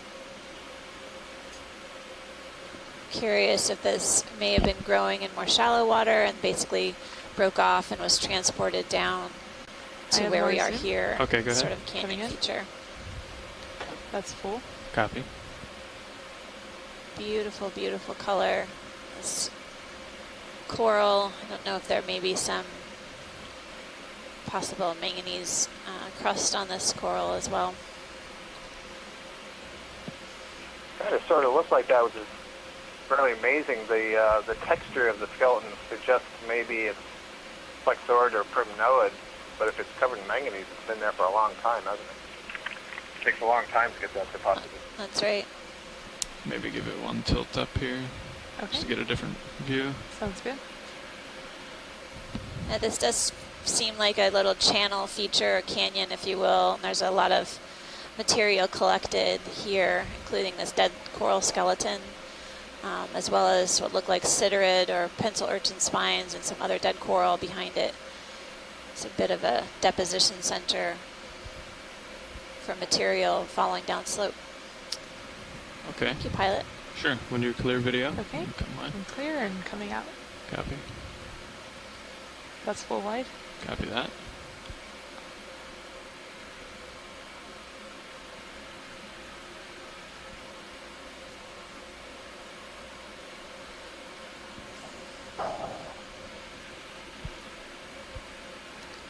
Looks like we're seeing another sea urchin, a pencil urchin on another stony coral as we head up slope. Oh, there are a couple of them here.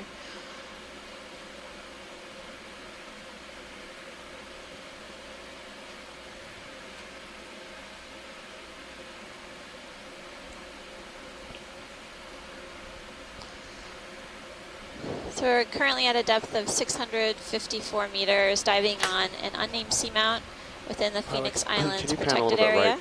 There's something unusual in rail cam. This feature that we've been diving on really has an incredible, looks like it may have had an incredible geologic history with some major steep slopes progressing all the way up to the summit. I suppose we've seen that one.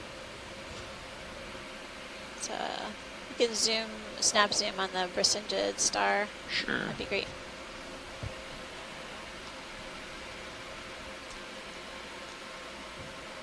Okay, go ahead. Video. Coming in. That's partial. Copy. Let's just hold that for a second. So we're getting a zoom in on this Brisingid sea star. Its arms are curved upwards, likely in an attempt to trap food.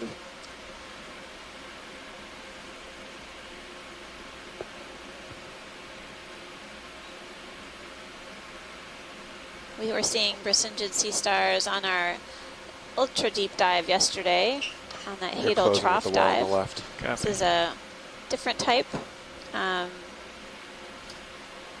with lots of arms.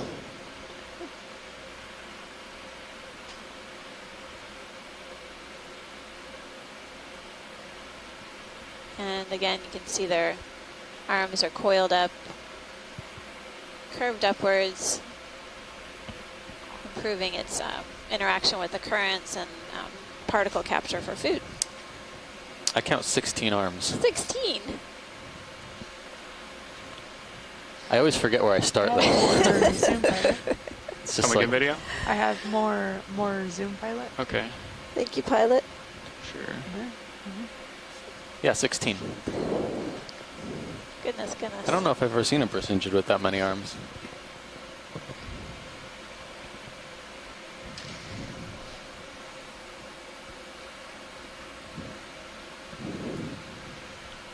Okay.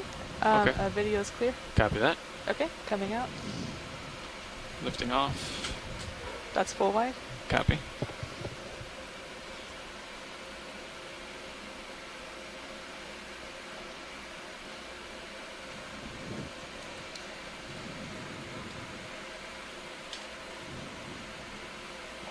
Eel-like fish just went our frame top left.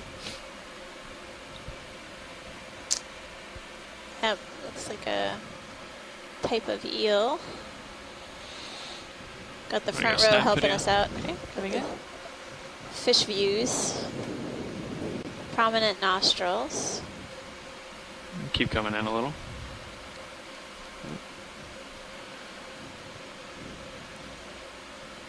I think this is another one of the arrow-tooth eels, subfamily Eleophinae, genus-like Dysoma.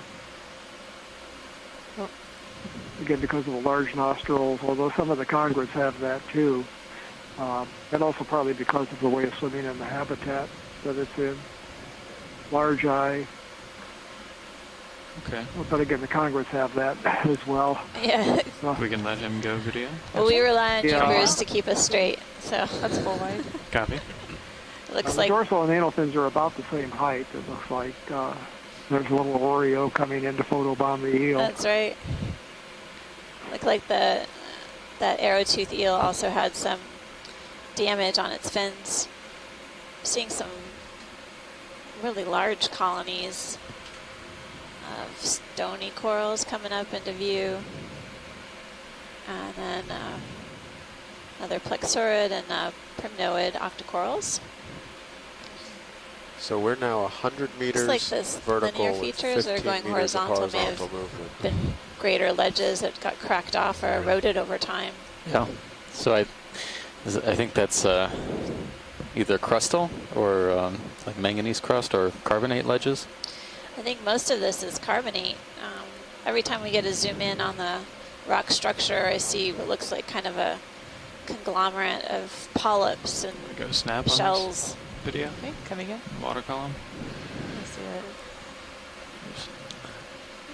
is. Siphonophore, I think. Looks like it's slightly tangled. Yeah. It's coming at us.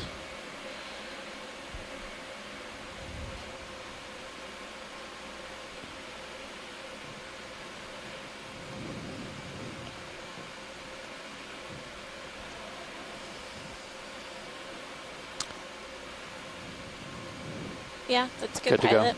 Okay. This one. Okay. Okay. Come on. Watch it Coming out. Thank you. descend away. That's full wide. Copy that.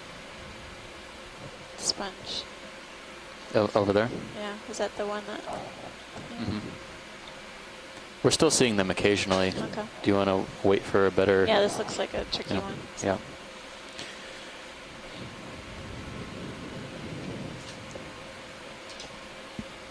Ah.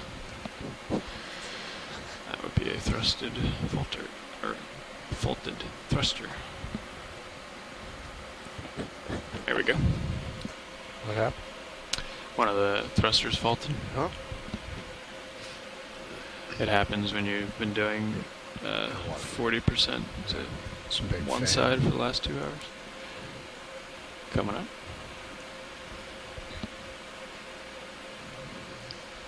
Is that what we were talking about the other day, resets? No, this is Wow. just Sometimes This you is just need to incredible. disable and re-enable. Coral colony coming into view. Beautiful fan.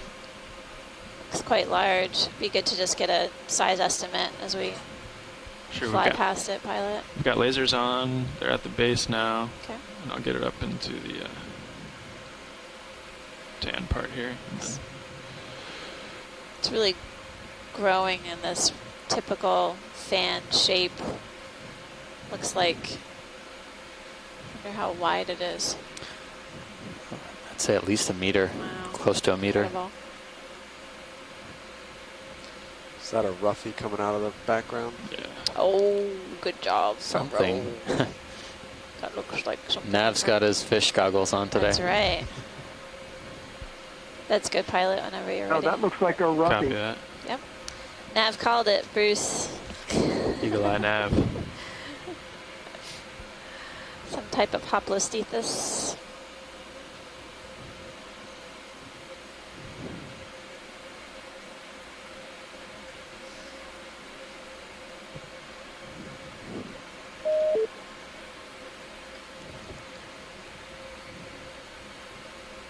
Looks a little bit different than the roughies we've seen before. Okay, come Could on just in be the video. size. Fill Okay, frame. coming in. That's a good size, too. Roughies have sort of Another fish. There's characteristic. several different species. Port manip cam on the wall. several different species in the area. This one looks like it might have dusky membranes between the spines Okay, at the beginning of the dorsal fin, but maybe not. Go ahead and kill lasers. But that one with the dusky front of the dorsal fin is Hoplosthepus crassuspinus. There's another very poorly known species in the Central Pacific, described up in the Hawaiian Islands, called Hoplosthepus feederovi. Okay, yeah, go ahead. Distinguished by the strength of the spines along the large scales on the lateral line, along the upper midline of the fish. There are some other species from the Western Pacific that could also be out here in this region, so we'll have to look at this in more detail. There's a different genus in the family, too, that we might see that has a notched dorsal fin with the spiny part a little bit notched from the soft part called Gephyrobarax, but we haven't seen any of those yet. These are called roughies now. That's actually a marketing name when they started to catch the orange roughy and sell them. The common name for this family before that was slimehead, because of the large mucus-filled pores on the head that have sensory organs. For obvious reasons, that wasn't such a good name to use for something that was going to be sold in the market, so they changed the name to roughy. He's coming at us. So. Possible damage in the tail? Try to bring him back into the light. There's a little bit of missing tissue in the tail, and then it has several there we go. gnathid isopods on its fins and part of its body. Watch your tail. Thank you, pilot. That's great. Okay. All right. Coming out. That's full wide. Oh, there he goes. Copy. Bring me back up. Yeah, thank you. Nice along the wall shot here. It's pretty uniform in this texture.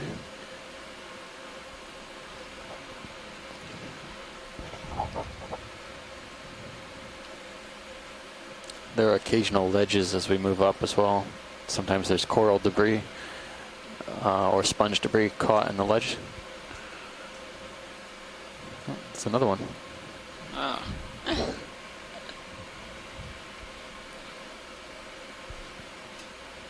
Another eel as well. 2 eels. Lots of fish. We have to keep our eyes out, see if we see any epigonids as we head up shallower.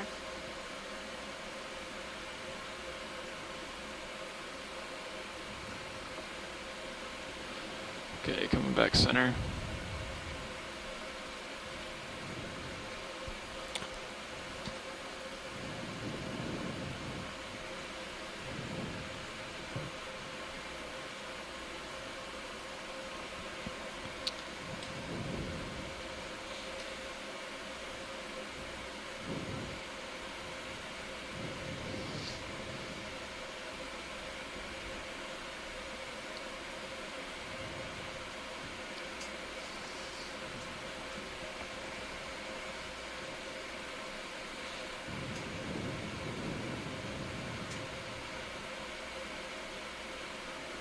You can lose the skids video, just creep in a little if you'd like.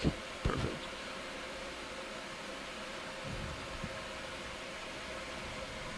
And actually I'm going to tilt up a little.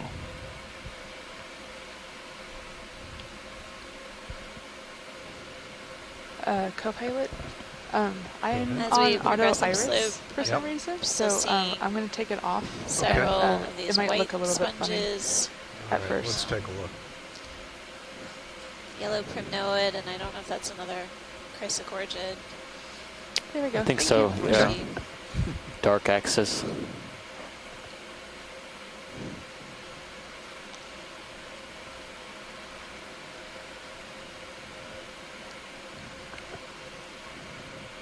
It's been nice to see the transition of corals coming up the wall. You know, we were for a while seeing a lot of rubble, which transitioned to Anolepsemia or scleractinians, and then now we're moving into octocorals. Some scleractinians still, but definitely less common. There's another roughy. Another roughy. Prominent site for roughies. Must be the cracks and crevices. Yeah, we're seeing different fish as we progress up slope as well. roughies are just starting to be observed at about 640 meters. That's when we start seeing them. Yep. I think there's something up under there. That's exactly what I was looking at. Oh, yeah.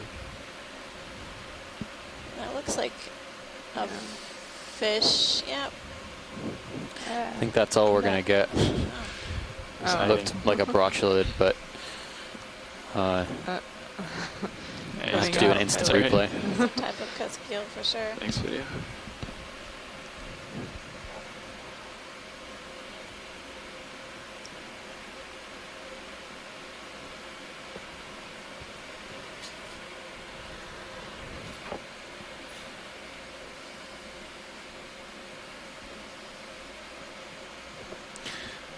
Different sponge community here.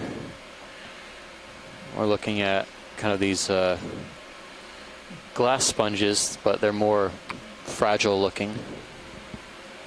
I think this might be a different species than what we were seeing down deep. Right. This plexaurid looks a little bit different than what we've seen too. It's got a house full of associates. Can we zoom on the fan? Sure. And then maybe we can get a closer up specimen view of one of these leafy sponges. Copy that.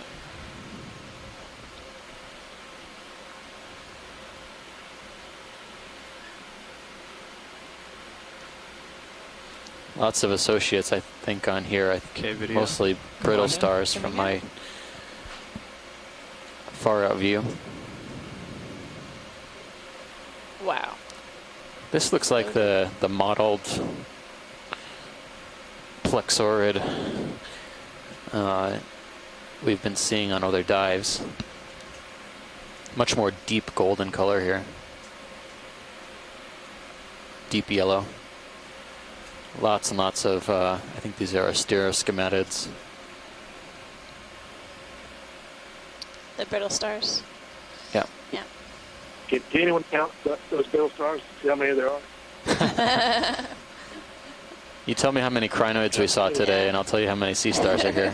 There's a nice Carondelet looking thing on the sponge too. Seeing some barnacles too. So what you can zoom a little more video if you've got it. Yep, I have it. It's coming in. We don't. I don't think we had a firm ID on this coral. You know, if we can get a good shot of the axis, maybe we can see if it's scaly or not. That might give us some indication if it could be Parasus or Parasus-like or more plexaurid. You know, your characteristic plexaurid.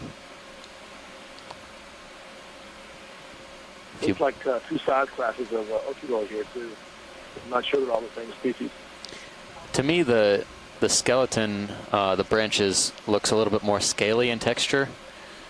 You know, we are still a bit far out, so it looks like it's more textured than what we've seen in the past.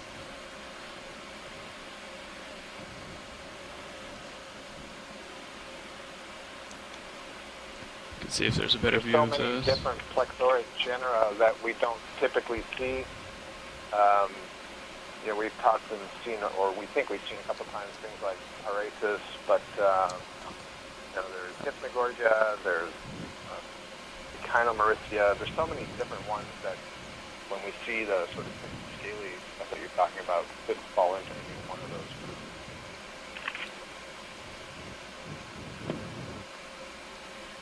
Thanks, Scott. That was Scott France from University of Louisiana Lafayette, and we just were also hearing about the brittle stars from Tim Shank from Woods Hole Oceanographic Institution. Appreciate you guys joining us today. We have a number of scientists on the shore side who have been providing us expertise. Pilot, I think this was good overview of this colony. Really incredible density of ophiuroids or brittle stars. And hold there. Let's very large. See if we can get the sponge from here. I don't know if that'll suffice, but kind of through the branches there. Okay. Coming in. Peeking through the branches, we're going to take a little look at this sponge that's been growing on the wall. This feature we started encountering within the last 100 meters or so. It's more Can I do a rock focus? The sponge basically is kind of growing close to the rock rather than creating large tubes. Seeing some crustaceans, possibly amphipods crawling along one of the edges of the sponge, as well as a crinoid or a feather star and brittle stars. Looks like there's a dead coral piece that's trapped within the sponge. Probably fell from the upslope, got stuck. Looks like, reminds me of pipes or like a trumpet. Oops, sorry, There's different holes coming out of the Let's come by. sponge. Okay, Thanks, pilot. wide? Sure. That's good. That's full wide. Copy. Oh, okay.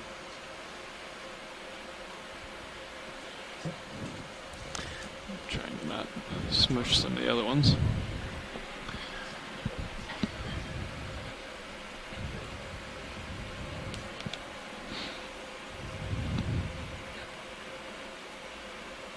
There's a sea star on the right-hand side of the lasers that we haven't seen yet this dive.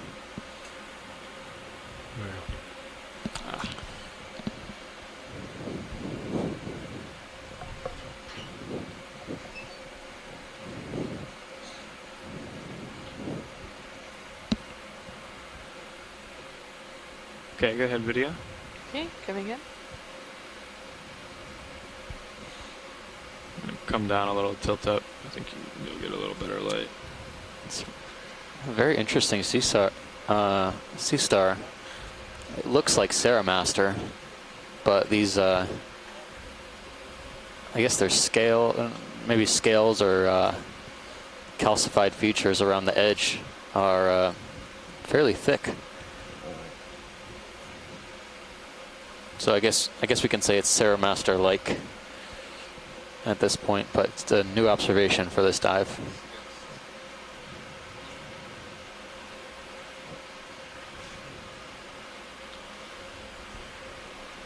Did you want to get a better zoom watch lead, or is that? I think that's a good quality zoom. You can whenever video is ready, we'll move on. Okay, I'm ready. Copy. Coming full wide. Copy that. Okay.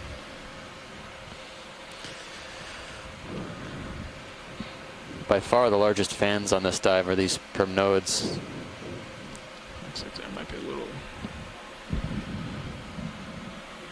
I think we had the fortune of sampling one of these earlier on in the expedition. I'll have to go back and check our records.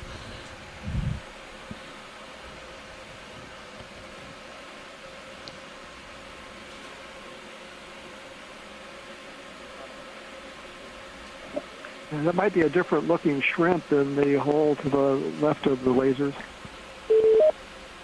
Hey, this is Chris Ma. Hi, Steve. Hey, Chris. How are you? That red thing there. Good. Sorry to chime in just as you pulled away, but I think it's going to be an the sea star that you were looking at is called Astroceramus, thank you. whose name literally means star ceramic. So the plates around the edge, you notice that sort of like the latter two plates on each arm sort of meet right at the middle on the middle line. That's usually one of the distinguishing characters for that genus. It looks very similar to, well, all goniastrids have a certain familiarity to them. So saying that they're Ceramaster-like is you're always a little safe because they're all a little Ceramaster-like. These tend to have smooth plates, however. They don't have any granules. And the other thing that might be relevant is that at least two of the species that I've seen from the Pacific are coral predators. So that one might also be getting ready to eat, or perhaps it's eating something already on around the substrate near that coral it was adjacent to. So let's say, and there are many species of Astroceramus. But I think many, if not most of them, haven't been documented yet. It's a little out of the way. From museum collections, I know there's a lot of them, but they really haven't. Could you tilt one of the uppers down? Sorting them out is something that I'm working on. It's going to be a couple of years yet. Yeah, well, I still appreciate the diversity we're seeing here. It's pretty amazing on this expedition so far. Oh, well, I'm too far. Yeah. Always impressed by what you see, and I knew when the Okeanos came to the Pacific that there would be a lot of interesting things. So, sometimes I wish, there were more of them, per dive. But of course, I'm sure everybody thinks that for their group. Okay, Roland, you direct tilt. Sure. I'll be watching as much as I can. Go full specimen. So, all right. Hopefully we'll talk again. Thanks, I'll talk Chris. to you in a little while. Thanks. Tilt down. So we're taking a peek now at one of the... We thought we saw an Anthomastus earlier in the dive, but this one is definitely pretty substantial Anthomastus, probably old. Really old, I guess. A lot of polyps on this one mushroom coral. If they were to all retract their polyps, you would kind of see the namesake. It kind of looks like a mushroom cap, but it's a type of octocoral. Shoot straight into the center. Looks like polyps extended. It's probably a good 20 centimeters across. Maybe about half that for the mushroom portion. Can't see any associates, at least on the polyps. Sometimes we've seen in the past what look like polychaetes or some worm-like creature on the actual one of the 8 polyps on each tentacle. But this one seems to be pretty clean. Now, on the left-hand side of the Fabulous image, view. on the left-hand side of the image, you can see what looks like maybe a polyp that has been completely retracted. Oh, yeah, I think that might be one, or one that's starting to form. Yeah, so it looks like there are a couple of polyps in here that have retracted. Okay, video's clear. Copy. Yeah. Made a lift off. That's right, Tim. We also have seen ophiuroids on the polyps, kind of strangely sitting on the polyp right on the top of the oral disc, with their arms extending out over the side of the polyp. And you can restow that swing arm out. What is that curve thing on the... Which one? Whichever one you tilted down. Oh, okay. Thank you. Sorry. Yeah, not stow. Sorry, tilt. What was that video? That curved thing up ahead sort of looks like a tube, worm tube or something. Looks like a sponge. Ah, that's what it is, a sponge. 2 eels, one on the surface, one under the rock. On the far right-hand pane side of the pane, there's something else that might be branching out there that we haven't seen yet.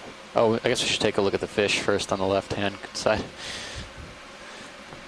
In the crack? Yeah. Okay.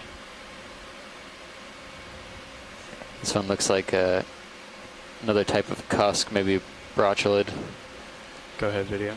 Well, we have a nice aspect on it right now.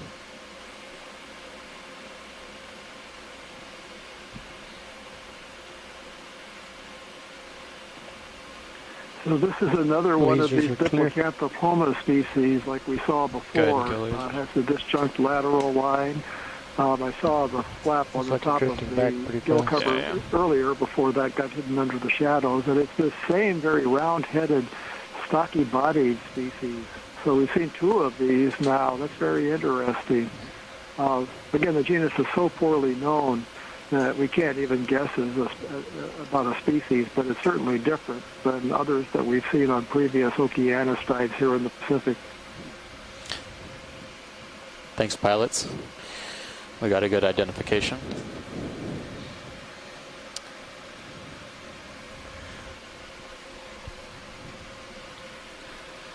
Okay, come on, video. I was hoping he'd touch that crab. Yeah, me too.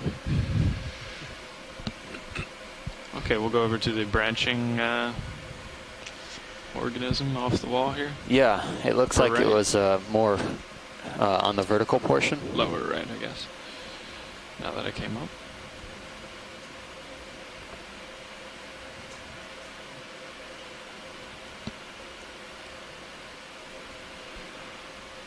It was this here, wasn't it? Yes. Yeah, the one that the lasers are coming up to right now. Copy. Just looked a little different.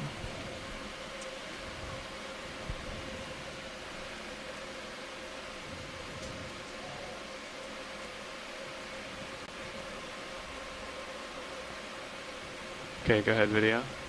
Just fill frame for now. Yeah, there you go.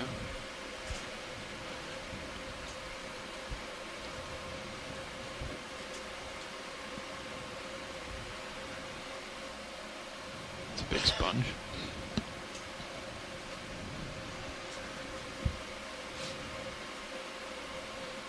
Okay, go ahead, in. So from a distance, we can tell it's a bamboo coral. You can see the nodes and internodes, nodes being the dark proteinaceous portion. It looks like it's a nodal brancher. In fact, sometimes two nodes, or two branches arise from each node.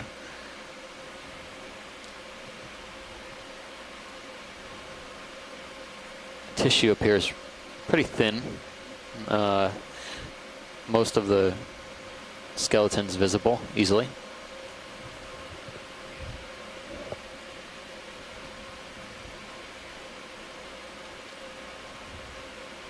I don't see any closed polyps, but I do see sclerites in a number of the polyps. They look to be pretty long, oriented vertically within the polyp, up and down polyp. Go full screen again. Go ahead. Look for any associates.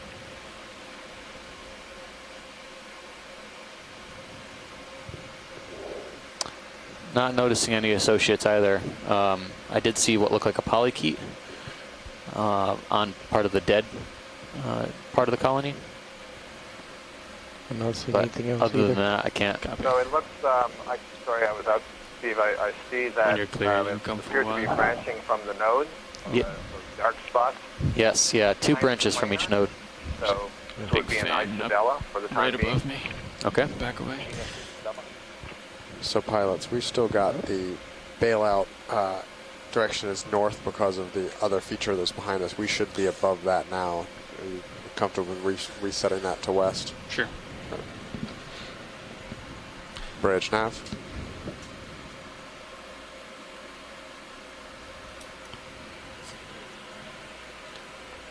We believe we've moved above the target that was to our west, so we'd like to change the bailout direction to 270, I think that's a please. reflection. Thank you. The whole way up, that's been there. Our depth is around 620 meters.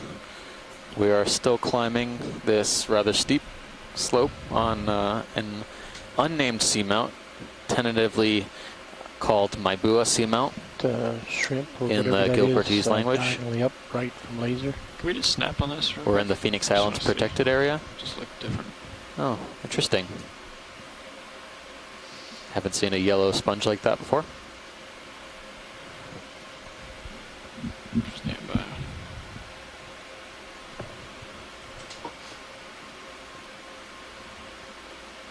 That might be a demo sponge.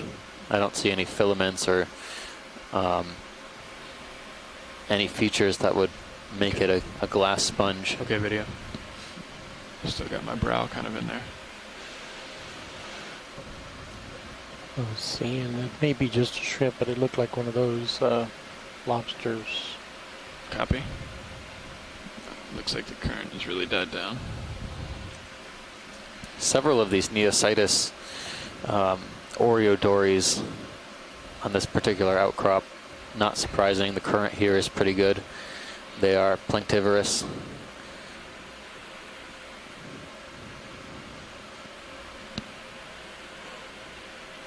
So would you make the bailout now? 270. 270. This has been with us the whole time. Yeah. I don't think that was Looks like a closed up mushroom aspired. coral. Yeah, Or at least a couple of them. At one point. Is that a It'd be good to get a two-shot on these. Yeah, that Copy. I definitely agree. That's shallow water that the extender might not go all the way out, then you start picking up stuff on the vehicle. Is that right? that, and I have to wonder if that's a reflection, some kind of echo off the wall. It's been mirror image distance to the wall the whole time. Exactly. So I'm wondering if there was nothing out there and they were just watching the echo. That's what I thought to begin with, but here. Jeff and Nav. It's a good comparison of an open colony versus a closed colony here. Anthomastus. Yeah, I gotta keep Nav busy today.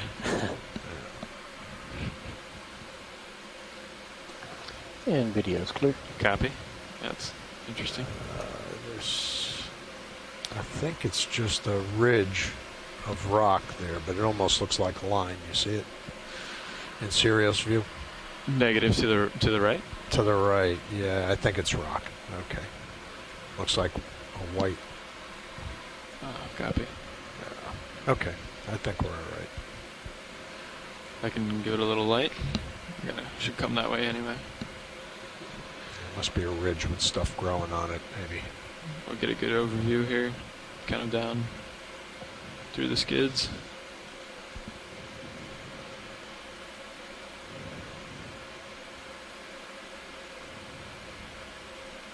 There's another roughie. Yeah, I see that. And just coming on screen now, there was a roughie in one of the other cameras. Go ahead, Roland. And getting a better look. Again, I think this is the 5th or 6th individual we've seen. I think he's got his eye on you. Lasers are clear. This one also has a similar bit of damage in the upper portion of the caudal fin. A couple potential parasites as well. Lighter spots on the body. We don't have to do too much of a macro, Roland. We got one earlier. Yep. Yep. Thanks, guys. Sure. Whenever you're clear. This one has the fin spread a little bit more too. It looks like it has faint dusky areas on the front part of the dorsal fin. I suppose it could be Hoplostethus crassus finis, but I'm not sure. There are other possibilities.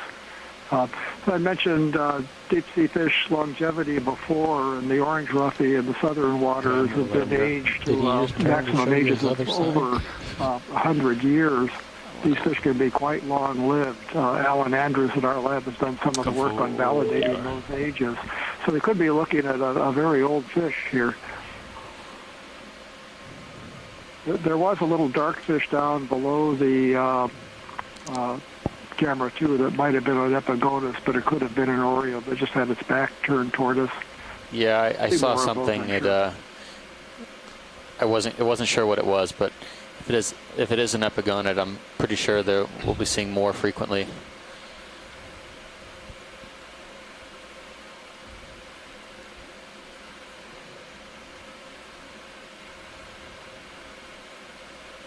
You're in a little canyon-y thing. I think you're going to lateral into... You've got some wall coming on your right. Copy.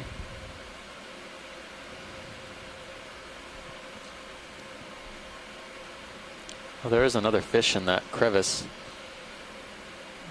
I think that might be a codling.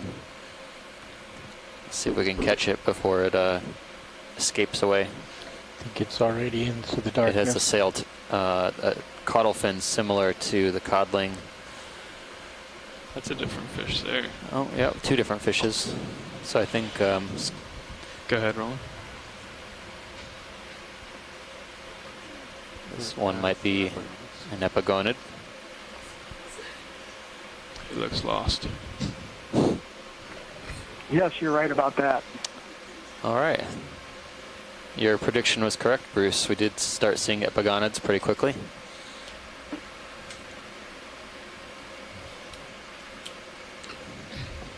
Are you centering? Trying to. I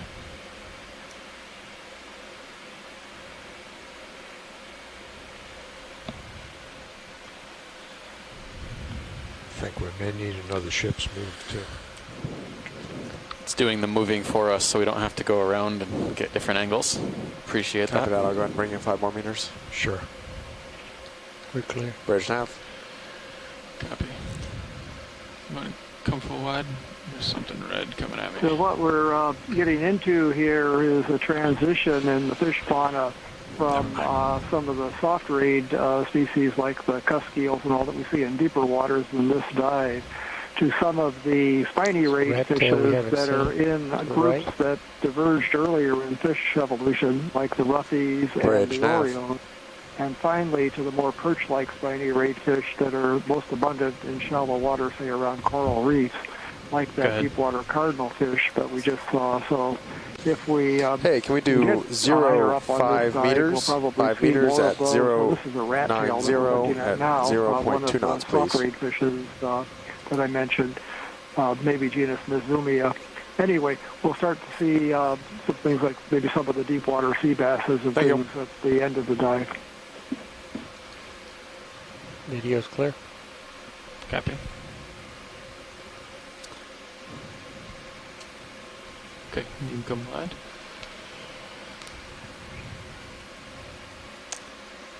Great. Great imagery. That's another fish to add to our account. Rat tail.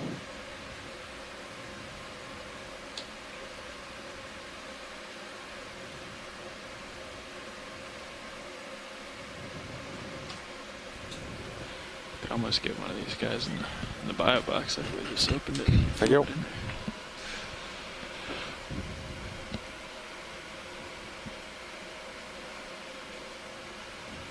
Looks like we might actually be finding the top. Yep. For sure.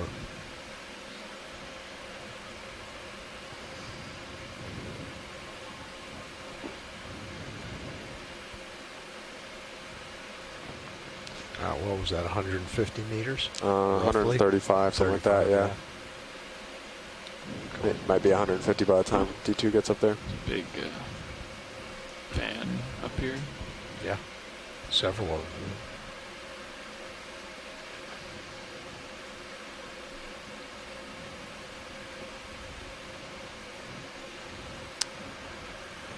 Can we, let's see, what do we want to look at here? Maybe do a snap zoom on the white stony coral. Copy that. As we come up around the bend here. You said something upper left, Roland? The top left of that coral has something growing off of it, maybe hydroids or something. Go ahead and give it a snap from here. This still looks like an Elapsamia. Very It's the large, second, on the right-hand side though, the second gastropod I've seen grazing. I don't know if it's grazing, but it's definitely associated with this Go to the right. type of colony of Elapsamia.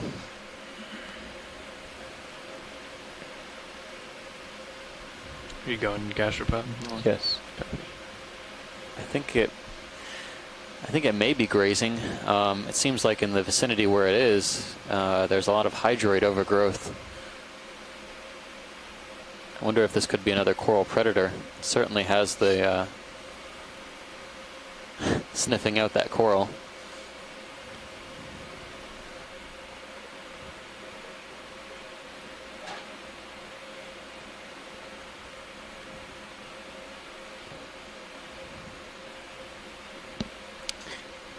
Is this a familiar gastropod to anyone on shoreside with respect to stony corals or corals in general? Then continue to pan around. Thank you. Sure.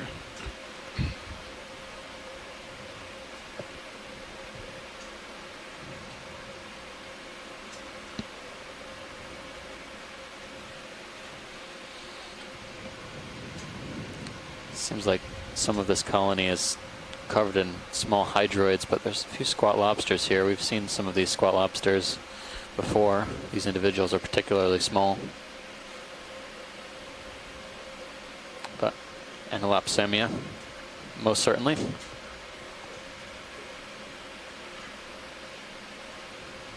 Thanks, pilot. That looks good.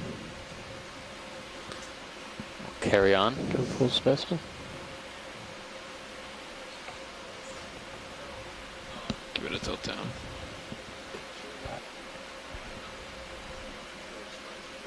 It's a beefy base.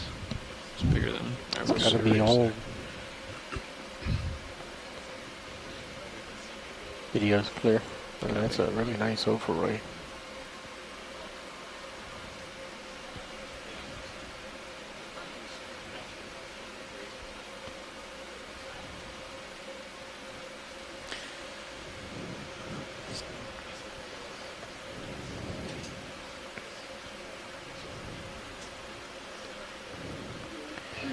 Looks like a nice coral haven up here. Yeah, I'm just gonna come to port and then come up the hill here.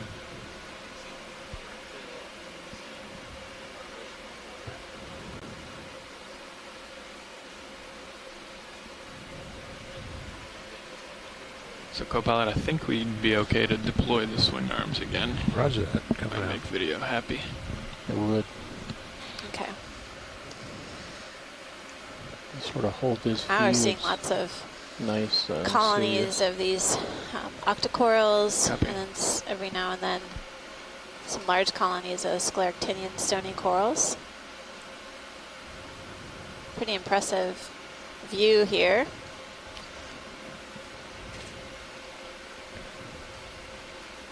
Is that a fish inside that coral on the left?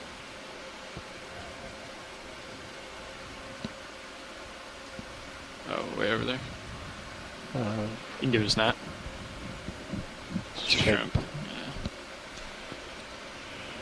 Yeah, we've been seeing a number of these heterocarpus shrimp grow quite big.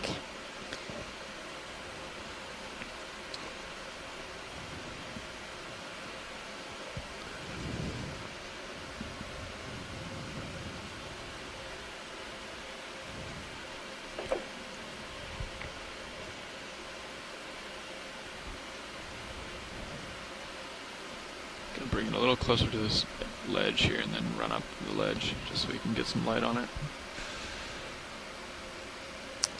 Every now and then we see these sort of pits and valleys in the rock face, and they seem to be these collection centers or depot centers for dead coral.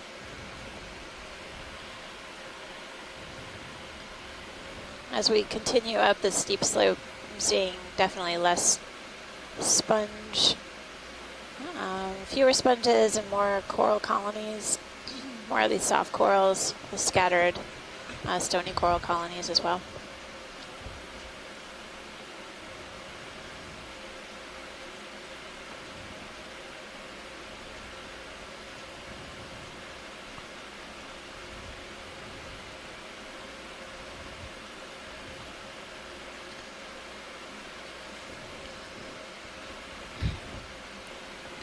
Noticed Probably another get another move in, or you want to let pencil the next urchin watch on take it? one of the I'd say we can get another one in. Okay. Our octocorals. We saw a few of these pencil urchins Maybe go early 15. Let's see what happens. 15? 15. 130? Yeah. Sounds good. Looks good to me. What do you think? Yeah. Yep. Bridge nav. Pilot, I'm going to push a video router update. 15 meters, Panels will flash. 130 degrees at 0.2 knots, please. Roger.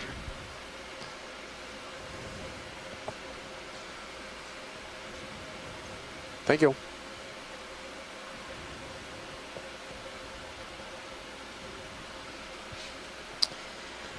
This is a very steep feature here. You can see that this rock ledge descends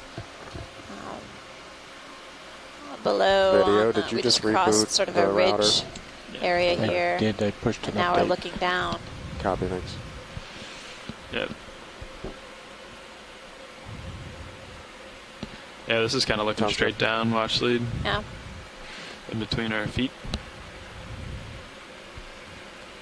So I think that, from what best I can tell, that was 145 meters vertical distance and about 15 meters horizontal distance. It looks like we, as we progress up this steep slope, we may make a bit more progress on the horizontal distance. We'll just continue moving on and make observations along the way. We'll keep our eyes peeled for additional fish as well.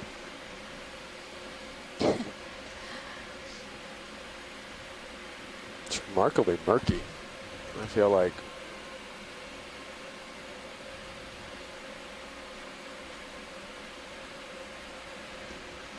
It definitely looks like the rock face has been excavated on the right side. So we progress over this rock feature. It's like it just fell away. And on the multi-beam bathymetry, we were noticing that this feature that we're progressing upslope here, potentially was an area of a mass wasting event, massive landslide. It just cracked away. Watch lead, I've got to wait a little minute, or a little bit, just to get the ship over closer to us. How much so lateral do you have? What do you mean, over Oh, you're this fully, way? okay, Yeah, fully that way. you're close, it's closer. You can go Yeah, left, okay. we can come back and We could probably add 5 to that move. investigate over here, though. Aye. Bridge nav. Can we add an additional 5 meters to that move? Thank you.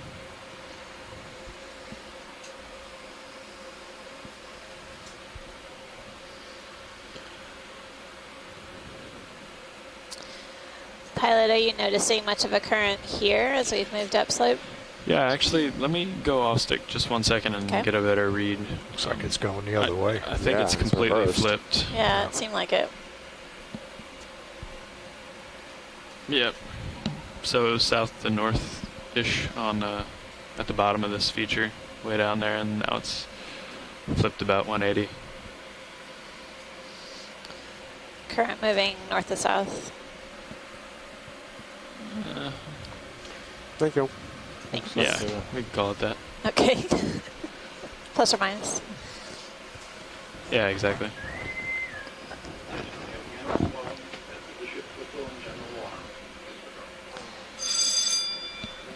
Video switching out. Seems like we're seeing several large colonies of these primnoid octocorals.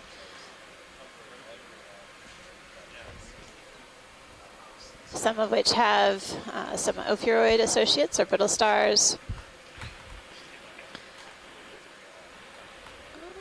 And every now and then I'm seeing some small colonies of the stony corals, likely Analapsamia. We're at a depth of 593 meters.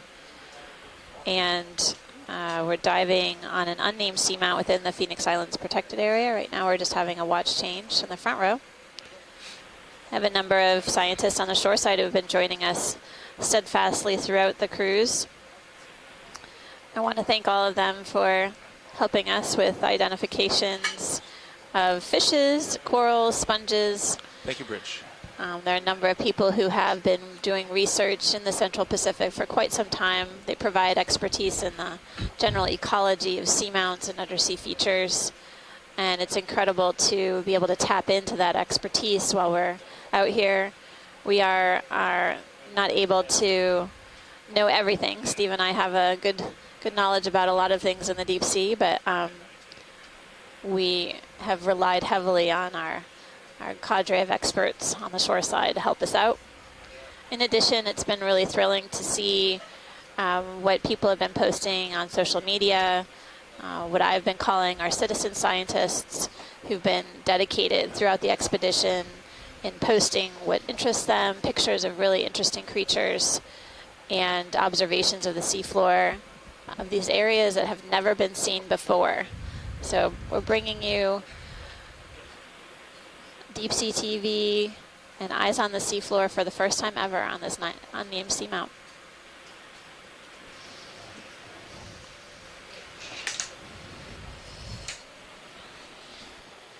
There was a different fish that swam by at the bottom of the screen. It's now below the view of the camera. It was a beardfish, a Polymyxia species. It's one we haven't seen before on this dive. Yeah, I'll try and get a closer view. That we just got the pilot in his seat, and we'll try and see if we can. It was to the left, pilot, just below our skids. It may have already scooted away, but if it's hanging out, we'll see if we can find it. Copy that. Thank you. So actually, while I'm looking for that, I just wanted to verify we're kind of going up along the ridge, but we don't necessarily have to keep the very sharp corner in view, do we? No, not necessarily. We're basically making progress up the ridge. It's great. Yeah. All right. Yeah, it looks interesting enough away from the sharp edge. Yeah. Okay. Well, I backed up a little. It was moving fairly quickly. Oh, yeah. So it's probably gone. Oh, you got him? That looks like one of the Oreos. Okay, well, we're moving along. Let me know what you like This was an zooms oval on. silvery fish with whiskers on the chin, and it was moving along at a pretty good clip, so I think it's gone. But it was a beardfish, Polymyxia, another one of the spiny reed fish Nav, that, how long was that move?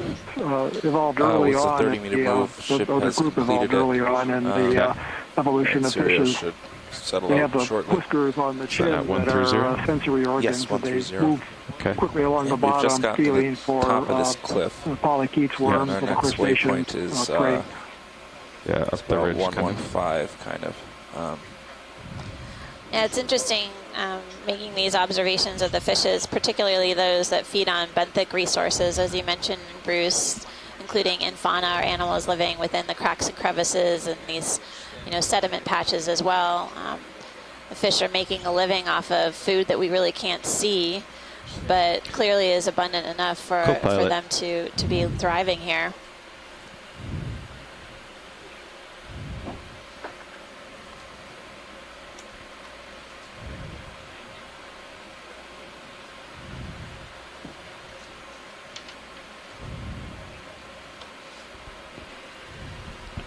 Hello, pilot.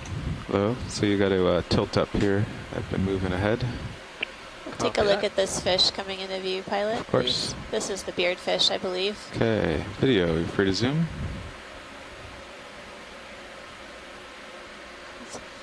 It's coming right at us.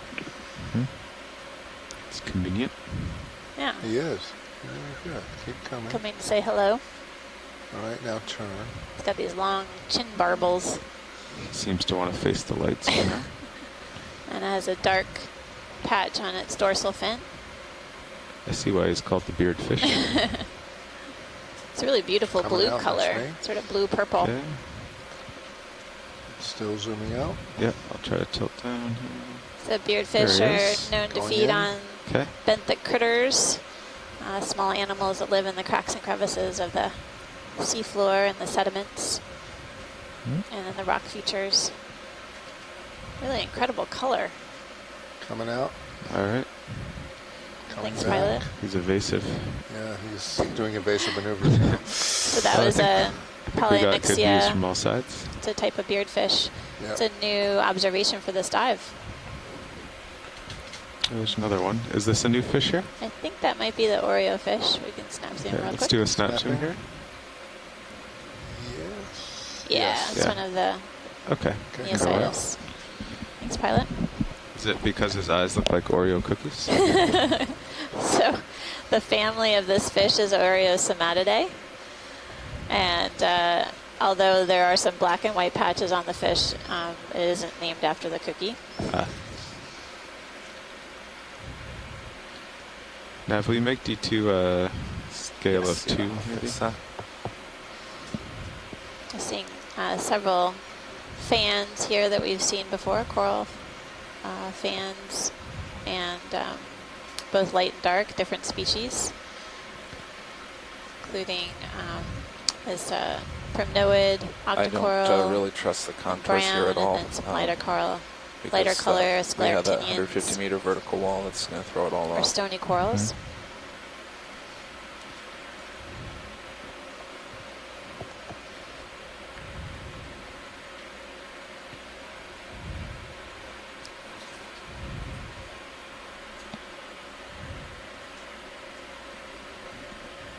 How's the surface current doing? Is it still not on the bow? I thought it was on the bow.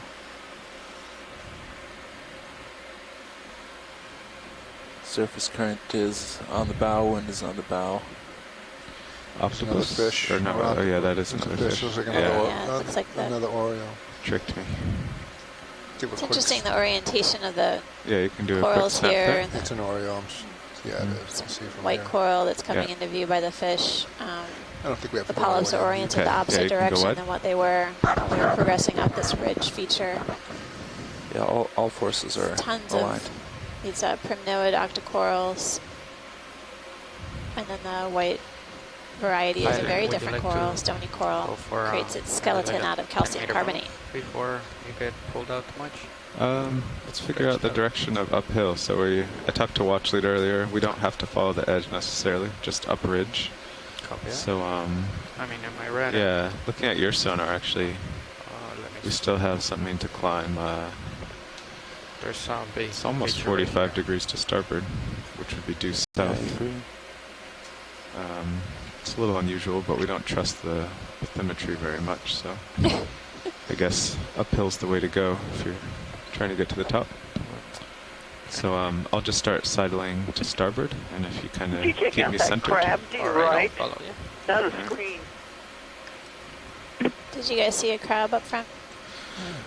All right. Looking. No, I'm stopped here. Okay. It would be very surprising to me if south were uphill. Oh, I see a little red. Yeah.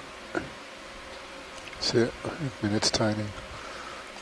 Okay. You can go in video. Going in. Can get a lot closer, but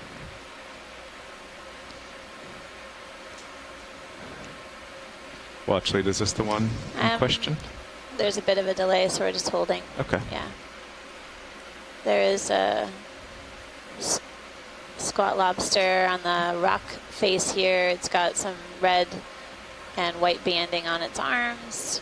Coming back up for your video. I'm really far Mary, away. is that the one you were talking about?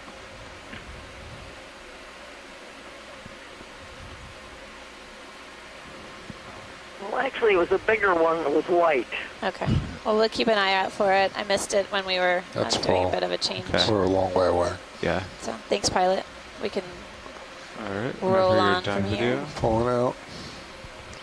Okay, we'll continue to find the uphill direction.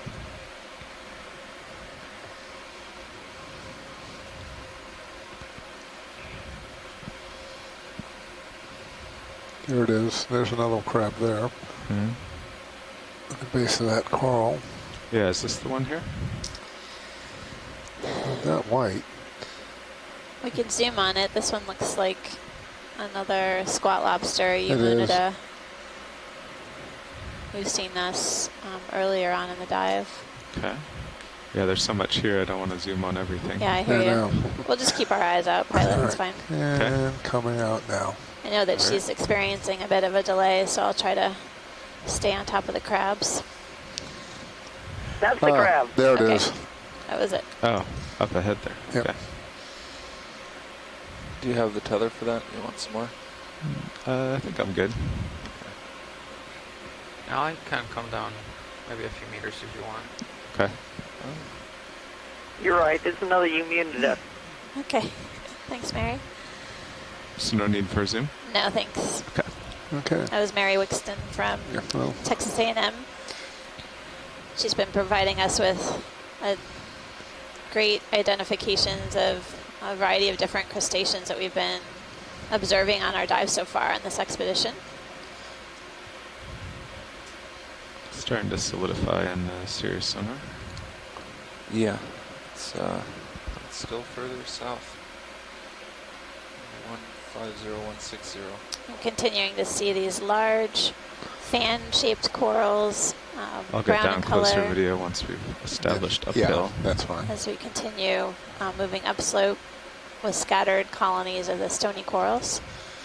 And lots of pits Safety and valleys first, in this picture rock second. feature here. Yeah, that this is basically are the edge. I areas guess. where dead corals, All right. rubble has been concentrating. Co-pilot, if you want to My center heading me up is here. 155 probably.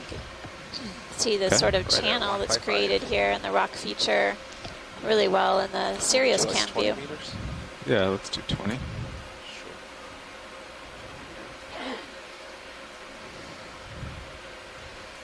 Ready for that now? No, Yeah. actually it's more like 160. Okay.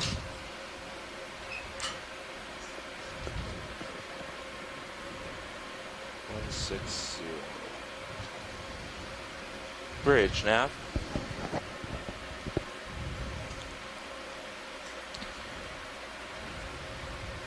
We'd like a ship move, please. 20 meters, bearing 160, 0.2 knots.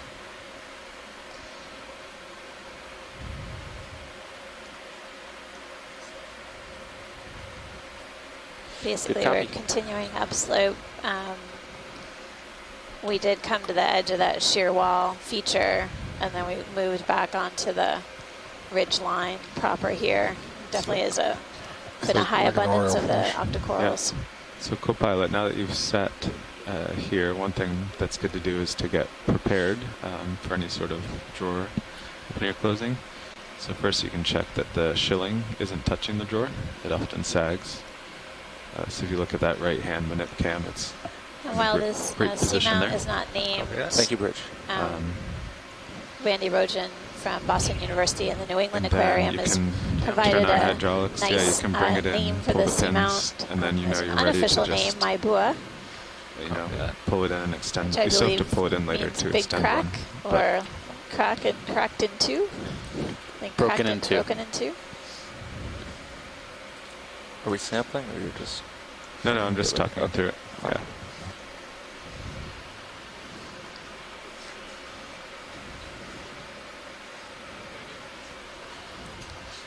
I was wondering what I had missed. Okay, drawer retracted. Both pins A lot of retracted coral rubble. and extended, so Yes, we should be we've ready. definitely for been any noticing that sampling. in these different pits. Have we zoomed on any of these types of sponges on the right-hand side? Pilot, can we zoom in on the circle white Yeah. object? Looks like a little cup. I'll get a skid in video. I'll stand by.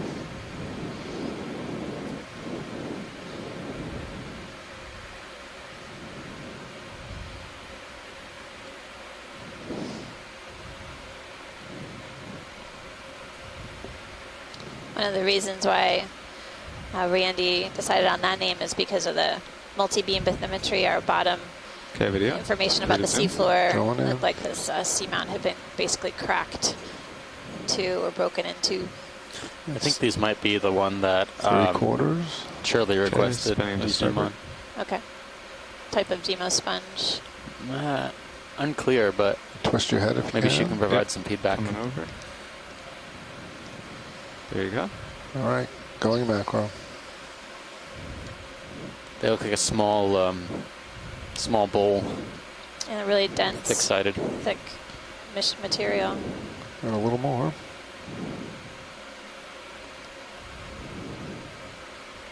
Yeah.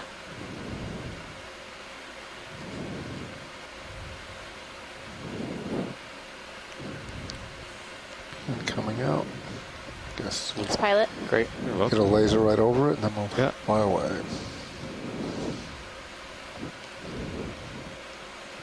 So co-pilot, before the tether gets too close to your camera, you can start hauling up as you approach me. And it's full wide. Copy that.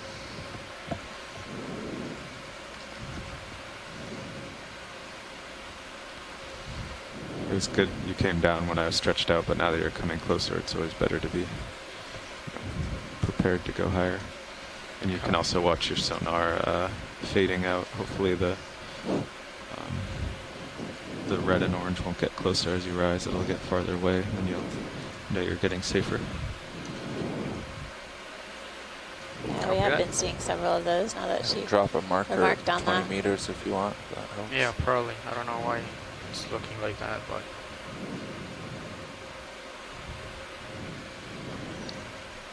That's about 20 meters. thank you. So far, scleractinians, we've only seen maybe 1 or 2 species of Anelopsemia. Let's sidle over to starboard. Or possibly Dendrophilia. I think we're still a little bit skeptical about one of the deeper specimens we came across, but everything up here appears to be the white morph or the older Anelopsemia. Wow, look at that primnode in the upper right-hand corner. It's enormous. Yeah, there's some very large colonies here of octocorals. Major fan shapes with lots. Some of them have a few associates. Others, at least at this view, seem like may not be as dense, but.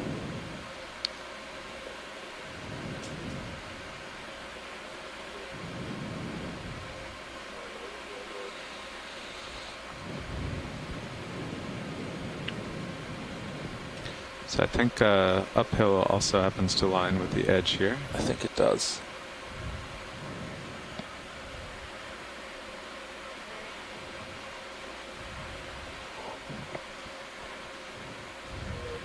And the edge of the cliff is also the highest point in the other direction. So, I'm trying to figure out where we are. relative to the ridge. The bathymetry is all, it's not our data, I believe, and it's, how many meters off are we? More than 50. Yeah, it's 50 meters vertically. So 75 meters off. It's, I think it's just due to the cliff that wasn't really picked up by the multi-beam, so. Do you think this is the ridge then, or the spine of this? I think this is the top of where it slumped off, just to our starboard. Derek was showing me the really zoomed out view. Yeah. Okay. So I think we are. So this all shot. collapsed, and this ridge is something like that. And we've kind of been zigzagging a little bit to look at the less steep area and then coming over to the edge of this feature. Yeah, we didn't intend to follow the edge. It just is also the uphill direction. Right. Yep, we've been progressing up slope. Continuing to see large colonies of the primnoid octocorals as well as some scattered scleractinian stony corals. And basically making way as they make the ship move, so.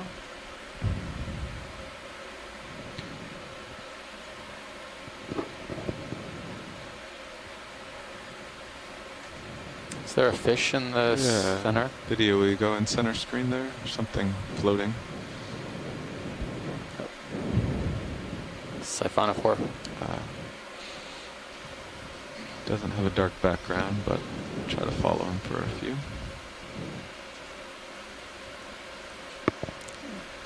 Well, I think it's a if he keeps this siphonophore. up, he's going to go over the edge, and it's going to get very dark. True. It's interesting, I'm only seeing one kind. There it comes. Looks like it's really similar all the way down. Wait for it. Going in. You know, that looks like a chain of salp Yeah. instead of siphonophore. Yeah. It's the other option for sure. There's something else floating to the lower right-hand corner of it, and could barely make it out. I don't know if this is broken up a little bit. Maybe, yeah. Okay, just another few seconds till I go off Sirius screen. Could be a salp chain. Pelagic kind of How do you want tunicate. to end the video? Thanks, pilot. Just zoom out. Okay. As we look downhill, we can see several of these colonies of soft corals or primnoids, and a few more sponges. It's a really craggy, rough surface with a steep feature.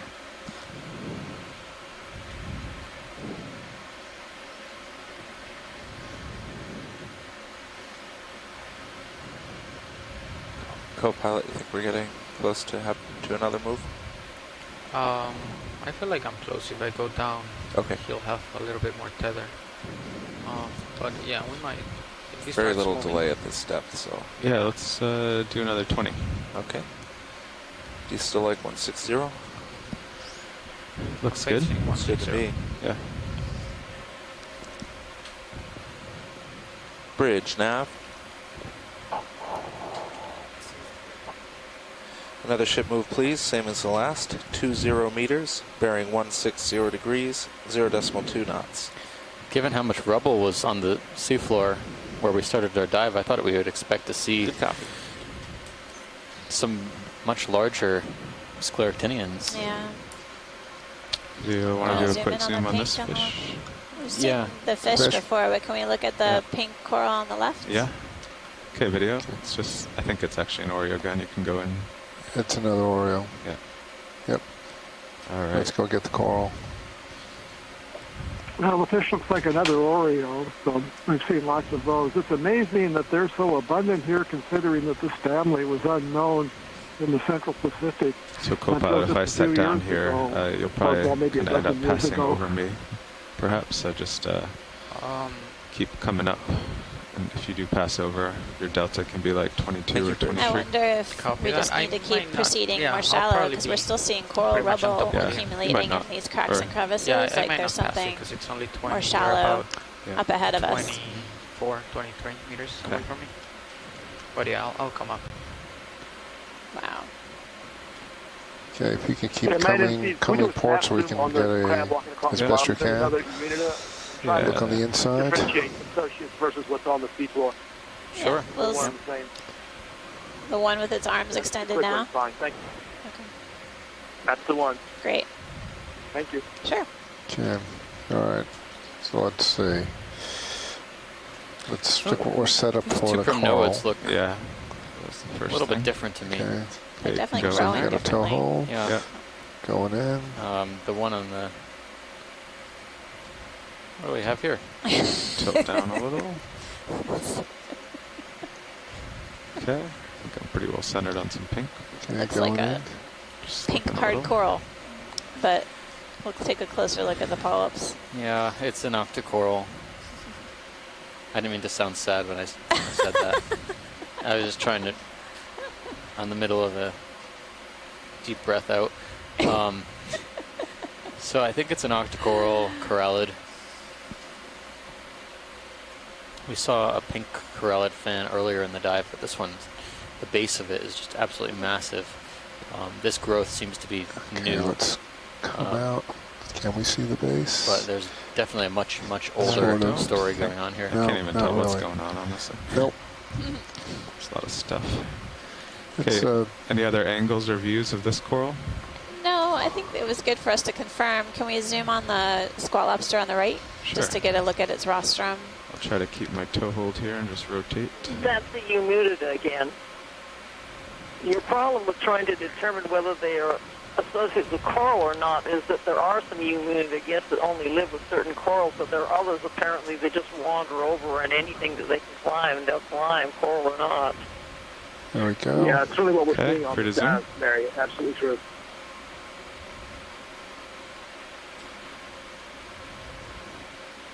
On other dives, we certainly have seen more fidelity. Co-pilot, our lasers on.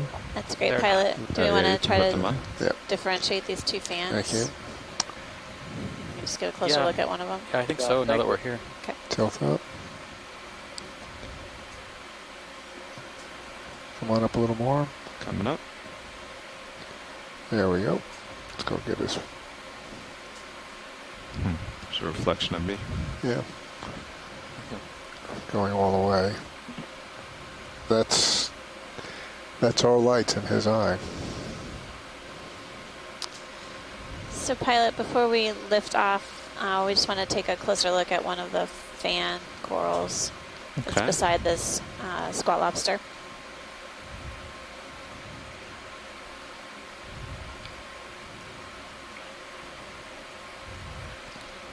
Which one? The one that's in frame now, on the right. Okay. That makes it easy. Are you ready, video? I'm ready. Spin to starboard. Thank you, Bridge. Let's see. You got the polyps from right here. Yep. Go The ahead. short antennae are used to pick up chemicals Okay. from the water, and the mouth parts down below can be used to collect food particles or else to clean the animal's appendages.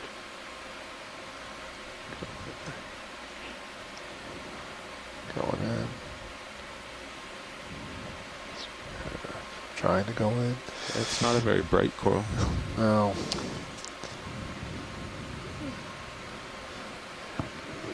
We need to throw some Slightly more different growth from light the on others it. we've been seeing. We're already extended. I don't know if I could make it differentiate That's getting better. the two as being different species, but the growth is definitely different. Just keep coming that way, Carl. Okay. In terms of the colony morphology. Just to be safe, you know, I think it's just different enough to record it as something else. Something different. Yeah. It's more, the branches are more kind of freeform whips at the end rather than this I think we get nice the base if it Yeah, comes it's up out. down. candelabra-like morphology. Wow. It's in the shadows. And I Yeah. don't think we can. It's I like don't we're know if seeing to spend the time. arms of maybe We'd have to brittle use the lower stars swing arms with to their get that discs wet. buried within the rock Lower in face, might help. extended from the rock itself. I think. It's interesting, all these I little think it's- squiggles I mean, coming out they of the have their rock. ID. Okay. All Thanks, right. pilot. All right. That was great. Thanks for the second All look. right, let's get the laser on the base and then Get out of here. I also think it had Should fewer be about polyps per settled down whirl. in cereal. It was down to like 4 or 5. Okay. Like it was less dense. Yeah. The one in the front had. Or if we can. The one in front had about 6 polyps per whirl, making it look a little bit more bushy. Okay. You're full wide.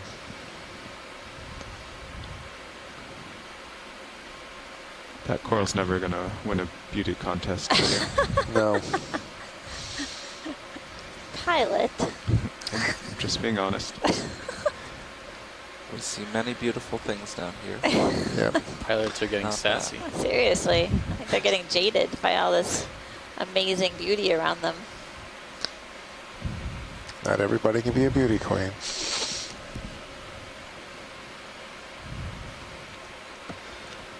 I think it's pretty impressive that we're seeing so many of these large octocoral primnoids. I think, you know, it gives us some indication that this area is pretty stable over at least the period of time that these corals have been growing, which could be, you know, several decades. They could be a few hundred years old. We don't know. But based on the sizes of the bases and just the extensive nature of the colonies, these corals have been around for quite some time. There's some, on the right-hand side, pilots, as we move upwards, there's something right in the middle of this fan. I think it's a shrimp. Shrimp? Yeah, it's pretty big. It's a big shrimp. Should I Carl, you're just now underneath, laser just underneath it. There you go. See that there? Well, I'll pass over it. We'll do a floating zoom there. There's a big urchin on top of that. Yeah, we just noticed that when you came over. A big one. one. The urchin is on the highest point of that coral. Yeah, the pencil urchin's pretty prominent. Now there's 2 shrimp here. And another urchin. So this dive has definitely been an interesting dive in terms of contrast. We started off in a what I would call a sponge zone with lots of crinoids on the rocks, and now we're in a coral zone with imaging right now. Some These really are the large biggest shrimp I've ever seen. These are shrimp. huge. These are still heterocarpus? I'm actually going to... They look like it. They just have a little different color. I'll tilt up for you. Never seen one on a coral before. There was a little sea star on the right too. Okay, going in. The shrimp is perched on the side of the sea fan. Primnoid octocoral. Pretty good here. Think you can twist? Yeah.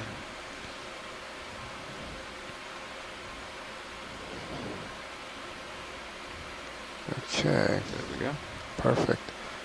Going all the way. That's macro. They are indeed heterocarpus. And by the way, there was an attempt to start a commercial fishery for them at one point in Tonga. It didn't really pan out, but you certainly could eat them if you could catch them.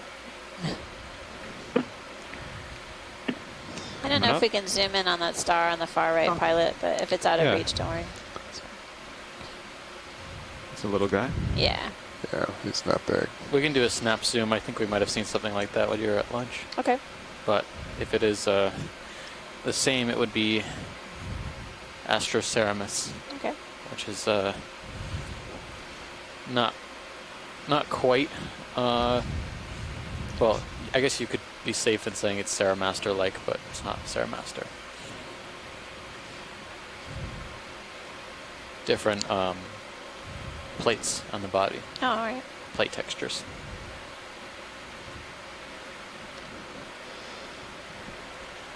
Okay, let's just do a snap zoom from here. Going in. I think it's the same. Oh, neat. Yeah. Okay.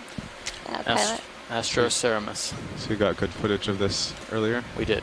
Thank you, Pilot. Okay, going out.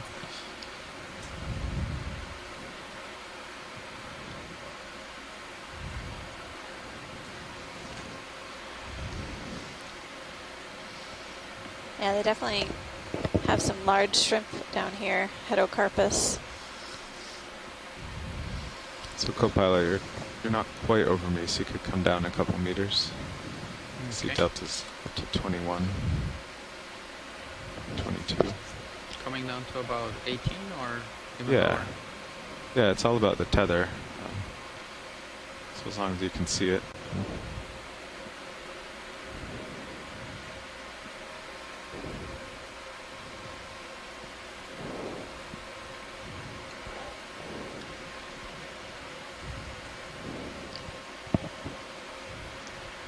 Have been seeing a number of these pencil urchins perched on different types of corals. This is another example of one that we saw earlier of a pencil urchin hanging out on a stony coral. We also saw one earlier on a primnoid octocoral. I was gonna kind of settle up on it. Yeah. Better. We could probably get it. Floating, yeah, okay. We could do a. Okay, video. Yeah, looking good.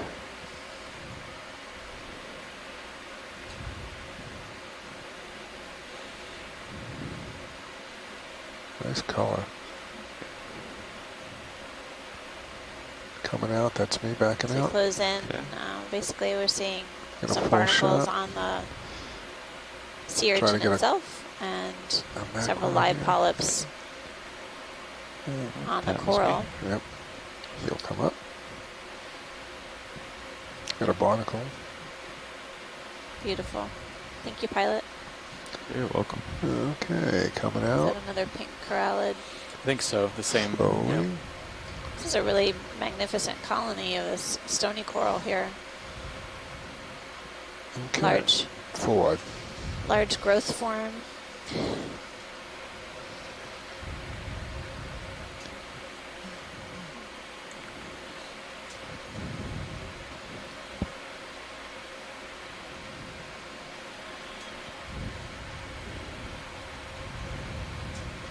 Big squat lobster.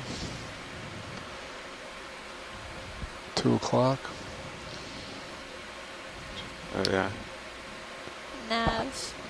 What's our off bottom time?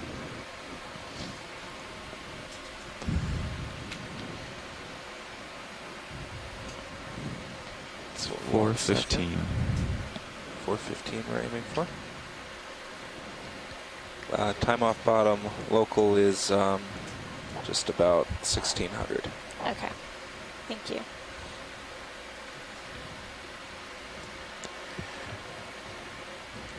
Yeah, video to watch leads. Today, sun outage will start in the neighborhood of 45 at 23:45 today. UTC. Okay. Thanks. Thanks, video.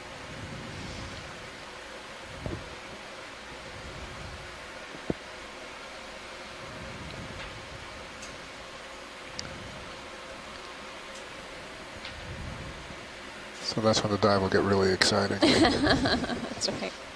We are seeing some really magnificent colonies of these primnoids. I'm just blown away by how large they are, and gives us some clue that they're obviously being supplied with sufficient food over a long time period to be able to grow this big.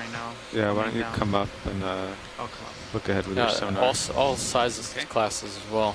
Big fans, meter high. Moderate sized fans, 20 to 30 centimeters. Haven't seen any extremely small individuals yet, but your sonar definitely looks like you're faced probably uphill. well supplied with larvae supply in this area as well. What was that, pilot? It must be a pretty robust population source. Population. That'd be fine. You could do that now. Oh, Coppola, I was just saying maybe it's solidifying like 10 degrees to starboard. Yeah. Kind of move that way. There's something in the rock. That's probably the rocks right in front of you. I don't know, like past those rocks, it'll Oh, yeah, there's some more there. Okay, we'll keep this heading. Seeing a few more of those Oreo Oreo fish. and then we can move. Okay. Pilot, right where the Oreo fish's nose is pointing, yeah. looks like there's something in the rock right up there. Colonies. Up to the upper right. Crinoid, maybe? Yep. You're right below it now at 12 o'clock. Come on up. Headed that way. I don't know what that is. It's a little different. You can take a. I'll just snap in just to see. Okay. There's also a fish in the crevice there as well. Left at 9 Curious o'clock. if these large colonies are Let's get the fish. Calyptrophora or Guess Paracalyptrophora? that's not going anywhere. Guess I don't think. Going to snap in because he's hiding. Yeah, there's a lot of shadow there. But. Looks like a codling. Have we seen this before? Interesting blue wash on the fins there. Oh, sure. Yeah, really. Yeah, he's far away. Yeah, it's got a whisker under the chin, so a Fificula species, but the blue color, maybe it's a different species. There are a number of species in this genus, too. So we won't know for sure because we can't collect specimen, but codling in the genus Fificula. Well, watch these. The blues game. He may not be as blue as you think because we are really also with, shooting through a lot of water. What look like anemones. I think that when we were zooming in, we saw what looked like the arms of brittle stars. We did. Dangling in the water, and then the disc sort of buried in the holes. Still hiding. Oh yeah. There's lots of little Tons crevices. of them. Yeah. So if you think about, we started off the dive on a crinoid wall, and now we've moved up into brittle stars. Yep. So the wallpaper has changed as we've progressed up slope, far away from essentially. Yeah, he's very far. Yep. Just watch, Lee. That fish may not have been as blue as you think because we were shooting through a lot of water, and that turns everything blue when we do that. Okay. Thank you, Bridge. I'm ready for another 20 of this heading now. Then we might be turning to port there. You can see in Sirius and my sonar. That'd be great if we did. That would start to align with the bathymetry. So you want it at 150 or still 160? I mean, in 20 naughty. Yeah, I could do his heading now, 160. 160.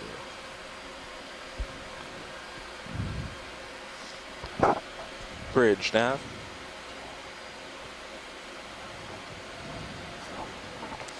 Another ship move, please. 20 meters. That's bearing another 160 indication that there's degrees, plenty of food 0.2 knots. wafting past is the presence of these Oreo fish, Oreosomatid, Mucitus, Acanthorhynchus, because they're planktivores. Yep, got another squat lobster. Looks like there's a sponge in that rock crevice to the right of the big white coral. 2 squat lobsters.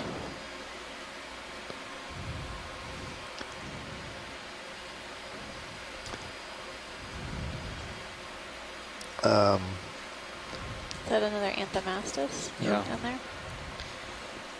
Looks like a snail, doesn't it? Yeah, that's weird. Yeah, 7 o'clock right All now. of the polyps are retracted, so yeah, it's really a closed Thank you. mushroom pool, I think. mushroom. Very good. Pilot remembers. I do.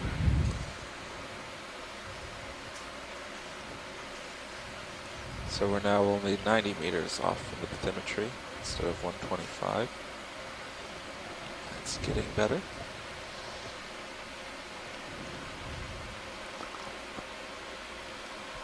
Another starfish off to the port.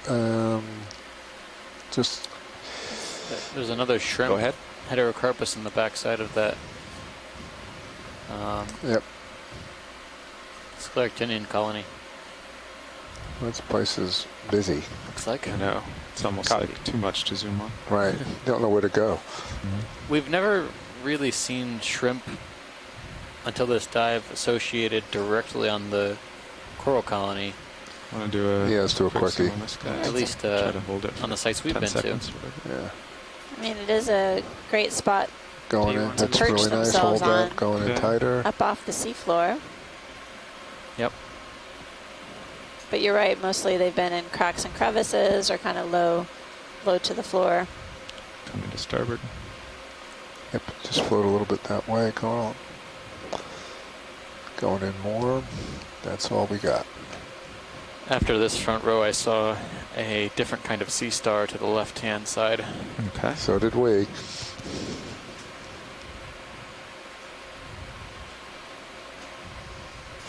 Okay, we got this coming out. All right. Lasers are on. That's good. Wait for a specimen. Sure. And let's go get the Sea Star full wide.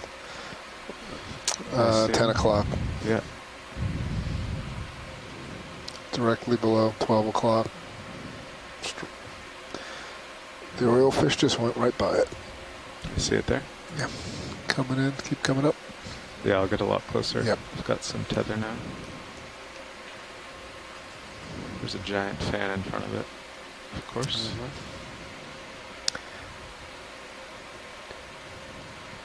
Actually, there's a weird fish on the right-hand side as well. Oh, yeah? It has a long snout. And kind of a prominent spine. I wonder if it could be a spike fish. New kind of fish. New kind of fish. Alright, you're almost, you're in a position now we can start going in, if that's okay. Yeah. Okay, I'm sorry. Didn't mean to jump the gun. Nice spot. Good job. Watch. It's cute. Watch lead. Yeah, spike Go fish for the are Sea cute. Star, fake for the fish. Well, Sea Star's not going to go anywhere in a hurry. So you're right, this is a spike fish. This looks like a genus that we see fairly often called Hollardia. They're known in the Pacific from descriptions only in the Hawaiian Islands, but we see them in a lot of the different islands that we visit, so they're much more Wants to hang out in the shadows, though. It's very similar to a species called in Hawaii, Hollardia gosselini, and it may be the same species. This one's kind of a gray color with the spots. Usually they're a pink color or a red color. That may mean that it's a different species, or may just be a behavioral change in the color of the cell. Looks a little long on this one too. These are distant relatives of the triggerfish and the filefish found in shallow water. Coming back down. There is some red in the snout, but again, because we're so far away, the colors get muted. If you come out a little wider video, I'll just try to do a quicker...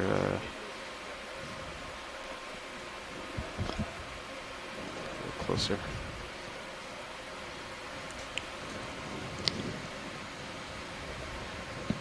Yeah, that'll help. I think this is there you go.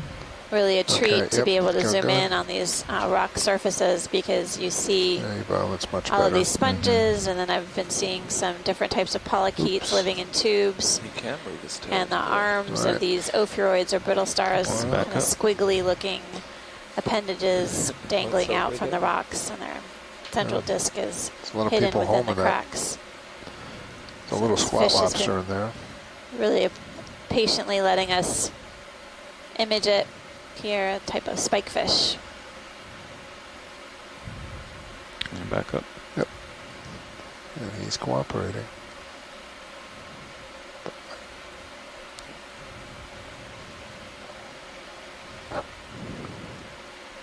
I'm full right now. That's all I have.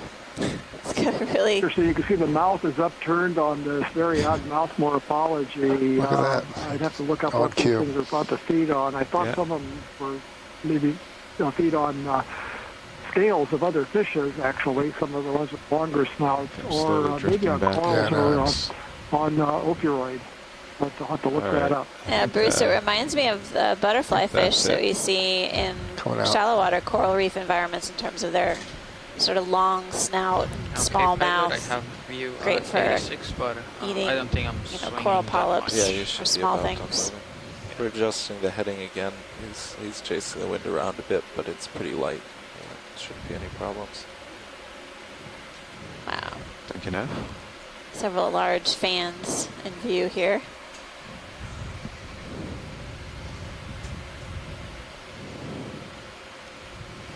And my co-lead here spotted a sea star that we're going to come in for a closer view of. Yeah, I think you keep laterally the port. It's where it's going to show up.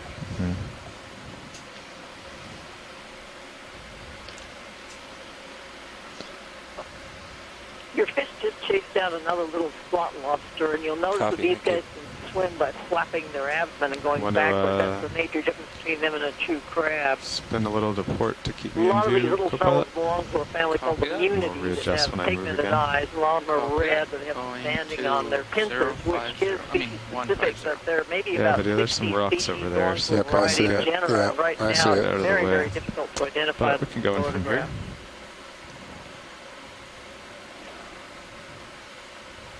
This will work. So we're zooming in on this orange sea star. Looks like there's some shimmering going on here as well. Yeah, there's a lot of water moving around. I don't know if this resembles the one that we saw early on in the dive. It's a little different. Drifting back. Try to get a little closer. That's it now, maxed. I think that's a good pilot. Let's just come up. Yeah, coming up. We have lasers on, right? Or do we? No, they're not. Okay. Camera Coming off now.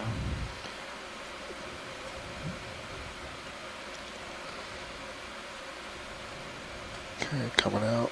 Okay, there we Just are. put them on it.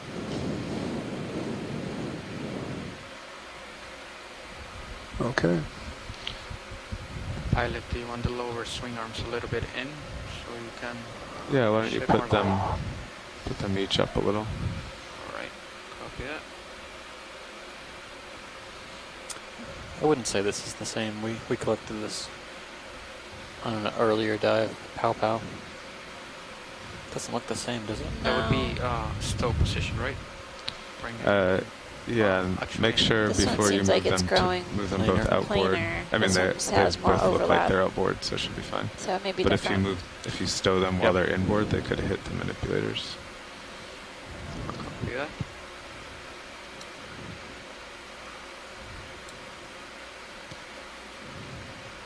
Okay, so we Just came wanted to check that. Yeah, that's good. Local high here.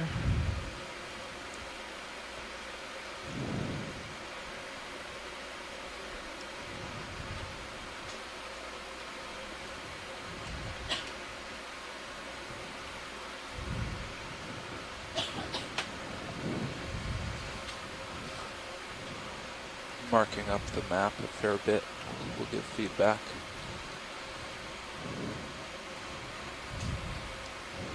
And also so we know where we were.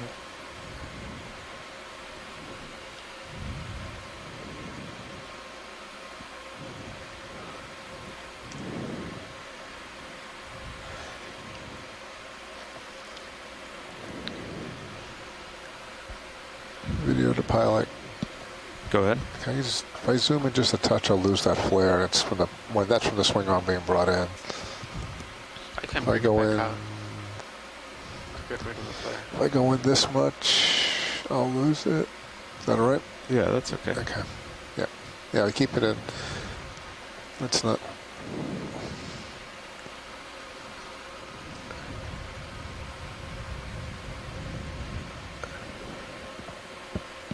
This is quite a ridge here.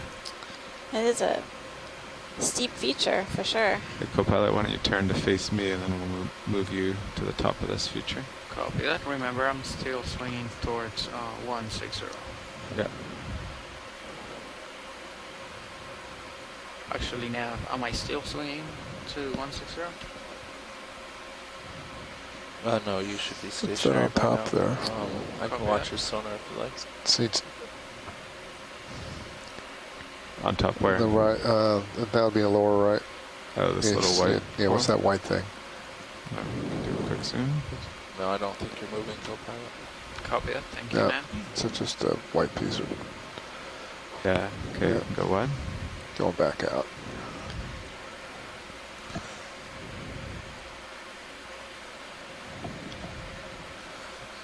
Yeah, let's move Sirius We're 20 at a meters. depth so of that almost ends up where I am 550 now. meters, climbing up an unnamed heading. seamount within Yeah. the Phoenix Okay. Islands Copy, protected area. 130. We've progressed up a pretty steep slope now up along a ridge feature and Bridge now. transition from really sponge-dominated habitat with crinoids along the wall. Another ship move, please. 20 meters, bearing 130 degrees, octocoral-dominated sea 0.2 fans with scattered colonies of stony corals. This feature that we're up here looking at right now is really steep terrain on either side. It basically drops off to either side of the ROV. You can see that really clearly in the Sirius view on stream 2.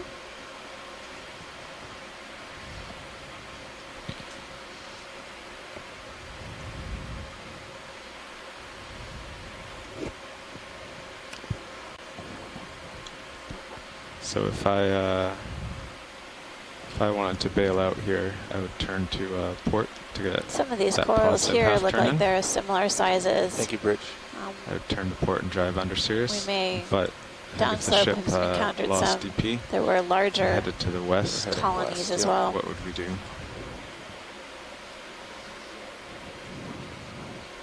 Me? Or what would everyone do? everyone. Well, the ship's gonna tow you, so I think you want to stay about where you are and rotate serials. Which way?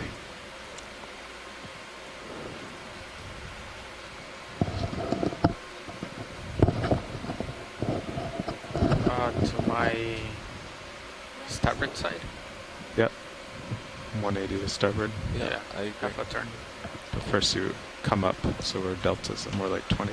Looks like a star dead ahead. Yep. So those two things you should always have in your mind. And if you're a nav, you can even draw a picture or write it down. So that if that kind of stuff happens, sure, we don't have to, we won't have 2 minutes to think about it. Yeah, could be.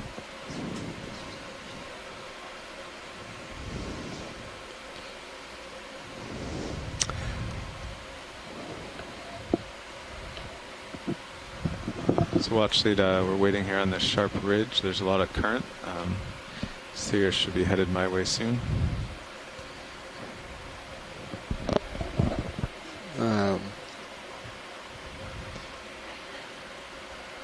Expedition coordinator's talking to watch leads right now.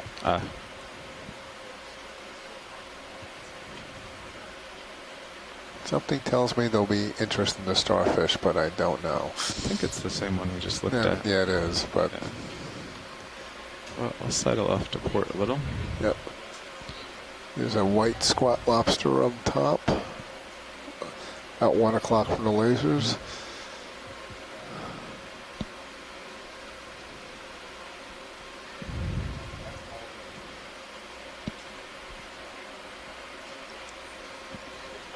Okay, pilot, I'm already moving. I mean, if you want to pull out a little bit, I can come down. Oh, you're good at 10. We don't often go below 10. There's a little hermit crab, maybe.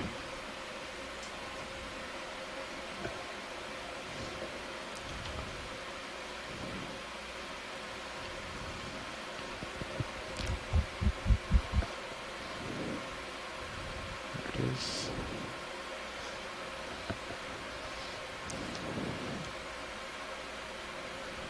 Okay, video. Let's go in on this hermit crab while I wait.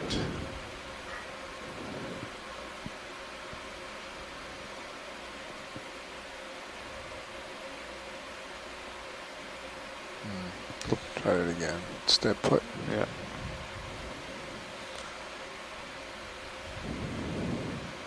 Yeah, looks like a hermit crab. Co-pilot, will you take my tilt? One within Tilt anemone down a touch. backpack. Copy that. Tilting down.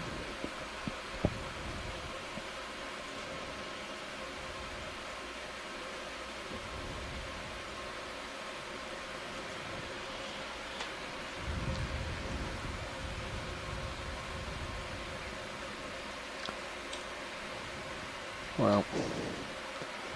It's shimmering so much I Thank you, can't Bridge. barely focus. I can't barely hold on. The cell belongs to the family Parapaguridae. They're the ones that associate with sea anemone. Originally, the crab will live in a snail shell, but then the anemone overgrows the shell and then turns itself into the shell.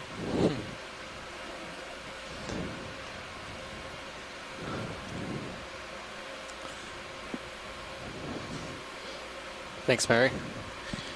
So, video whenever parapet you're clear. hermit It's crab. a little bouncy here.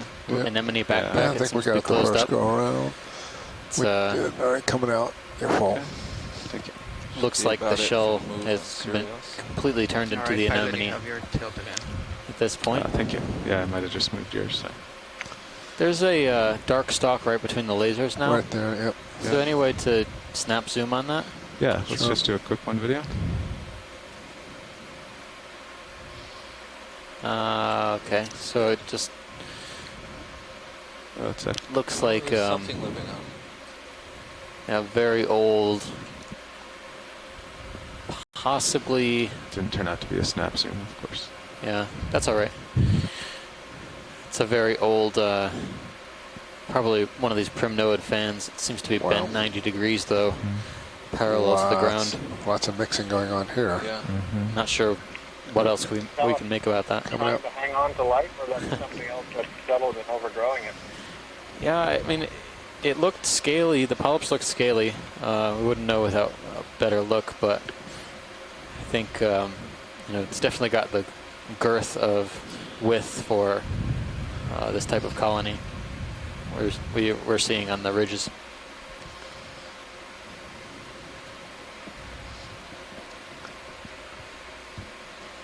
Pilot, I have you at 81. that's- Nav, do you think I'm still swinging? No, you should be about done. I'll watch your sonar. Copy that. It's interesting to see these sideroid sea urchins basically hanging out near these coral colonies. We've seen several of them basically climbing up on some of the primnoids and also on the stony corals, presumably consuming coral tissue. Copy that. Thank you. In contrast to some of the sea stars that we've seen on previous dives Coral. on corals. Yeah, we can get a really nice shot this way. Yeah. Copilot, we got lasers off. Zooming in on this primnoid octocoral here with a squat lobster on the left. And interesting, you can definitely tell there's a swift current around here. Yeah, I'm going to go. Okay. And then, is that a really old spiny ophiuroid? Yeah, that was weird. I can rotate over It's that. an interesting right? disc Okay. texture on this brittle star coming into view right now. Look how knobby it is. Yeah, it almost looks like a one of those corallids settled on top of a brittle star. Doesn't know where to go. Look at the arms. The arms texture and color are really interesting. That's not you. That's just the current. arms also have this kind of sinusoidal. Wow. I don't know, behavior, curvature. Yeah. To come up. Go up and down and up and down. You Just want wanna the get- more yeah, legs? Yeah, just more of the tips. You Really know, 'cause nice. when you have the abyss as the background, it really comes out. And the starboard. Yeah, it's okay. Keep coming. The other stars there. Coming out. You'll have to get Chris on this, but there are some ophiuroids that do have discs that Come down, tilt wobbles down. and call those as little bumps Let's get and that other spines star. like that. Hold it. Keep going. Which Let's other go to base. Let's go to base. Quite a You few had of the right idea. branches also seem to be. Lasers on. What's that? Lasers coming on. Oh, coming out. This Arctinian is a little pinkish. Fell into a little hole there.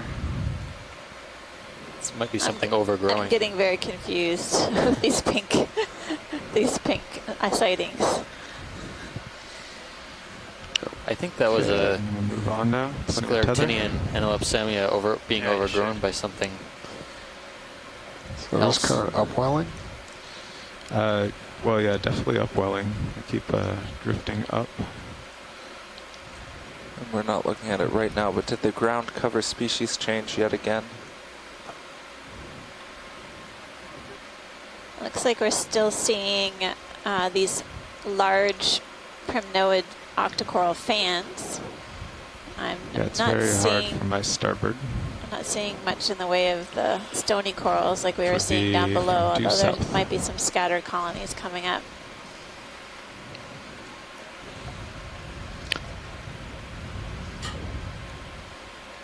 going to zoom in on main Zeus just a little bit, just to lose the flares.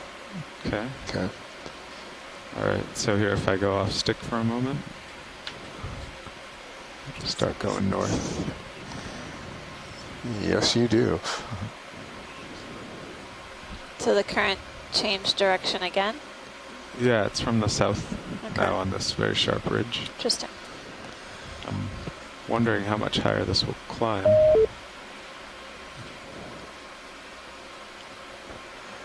Oh, we're already 100 meters above the bathymetry. This depth is indicated way over here. 130 meters away from us.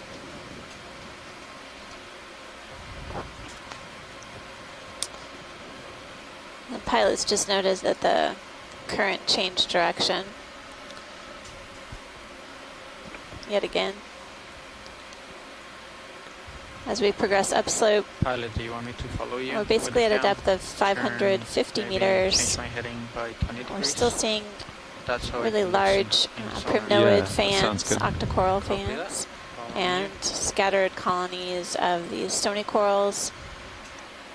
Looks like a few squat lobsters are hanging out on the rock surface.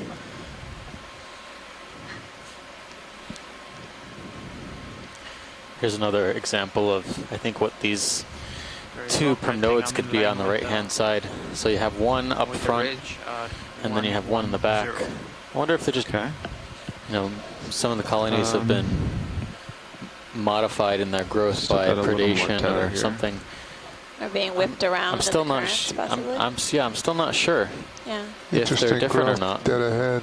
I feel like I'm just on a treadmill and seeing the same corals over and over, asking myself the same questions. That's fair. Oh, we might see something different coming up ahead.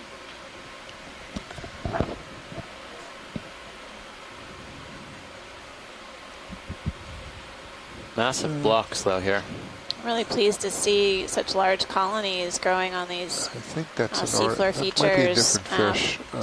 Dead ahead. No, Basically, the Oreo, corals come on. appear to be in good shape, with the exception of the occasional pencil Actually, urchin this is an trying Oreo to fish. have their lunch. It's For the right most now. part, Lasers are on it corals right now. look like they're healthy. Go in there?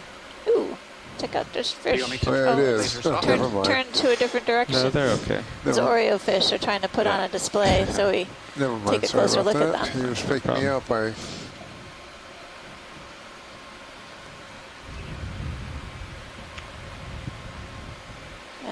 Definitely, this is the transitioned into the primnoid habitat. Should we be thinking more about another move now? Precious coral down Yeah, there. now that I'm on this block, I think we can move you to it.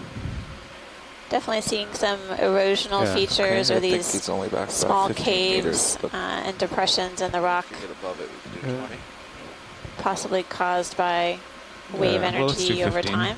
We can always There are add also more. some animals that can create these holes and cracks and crevices in Hang the out here rock, for a moment. particularly in carbonate, which is relatively easily eroded. Bridge nav. The ship move, please. 15 meters, bearing 110 degrees, 0.2 knots.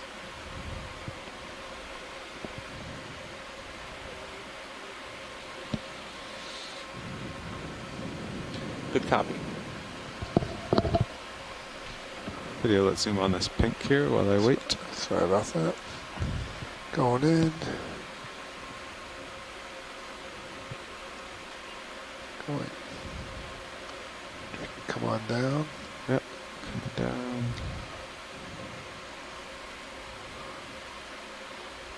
Going Curious back. if this was the original coral that was here and just died off, or if this Come coral out partial settled here. out. Coming back. Yeah, it does. Is that Toho? You know, it doesn't Trying look to. like this is a corallid skeleton underneath. It actually looks Yeah, more like Okay, that's scleractinian, pretty but good. I think it's just the current pulling the tether tight. Thank you, Bridge. Wow, it's really you know, there strung could be out there. there could Yeah. have been. It's moving closer though.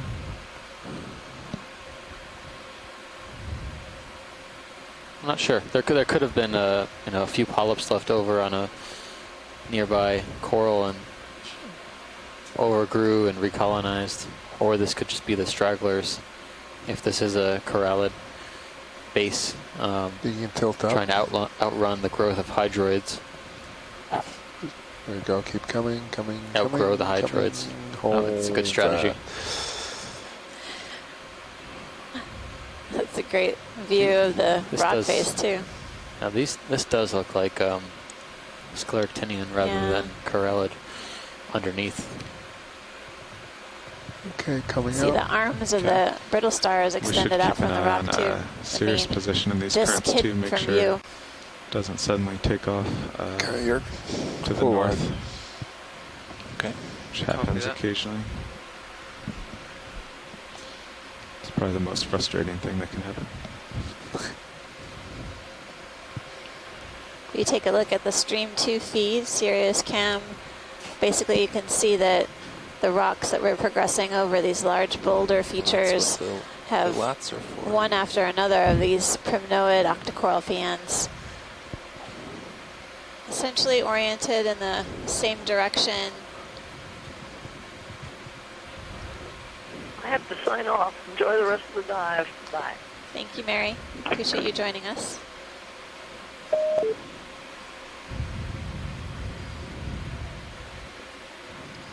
That was Mary Wixton from Texas A&M. We have a number of different scientists on the shore side who've been joining us today from a variety of different institutions across the world. Really appreciate their help as we explore and investigate this unnamed seamount within the Phoenix Islands protected area. I got more pink coral to the starboard. Yep, I see that one. It's something shiny. Dead ahead, 12 o'clock, up a third. Yeah, we zoom in on this associate. Going in. Just can't tell what it is. It's one of those. Yeah.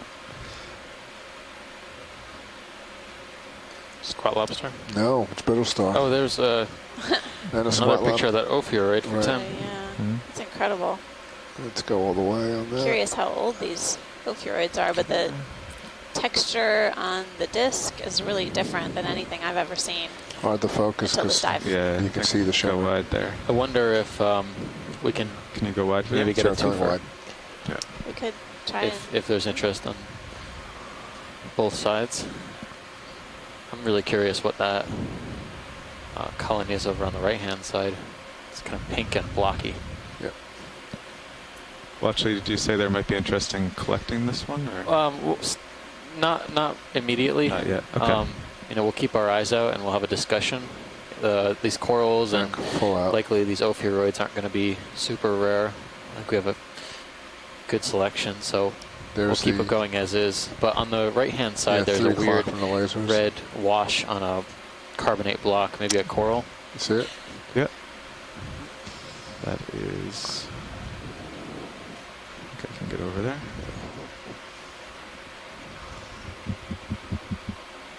Good deal.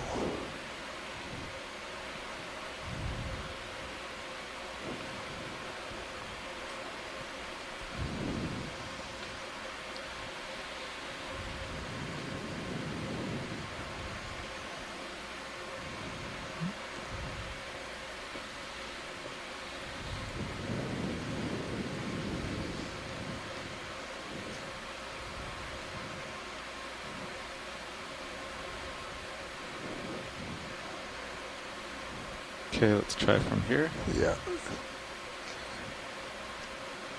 Going in. Yeah, corallid. Wow, it's a strange growth form. What's on the inside of it? Is there like some bryozoan or something? Tilting down. Those Yeah. things there. That's It skinny features. could be. I thought they were hydroids for a moment on another colony. Can't quite make out defining characteristics, but brachyurin crabs on here, squat lobsters, ophiuroids, too many to count. It's very strange growth. It's crab there. Lots of animals here. residing I in am full. both the dead Yeah, I'm pretty far, skeleton but as well as within the live pink tissue unless area. I mow down some of these big corals. No, you don't want to do that. Incredible high density of animals. Just need a doubler.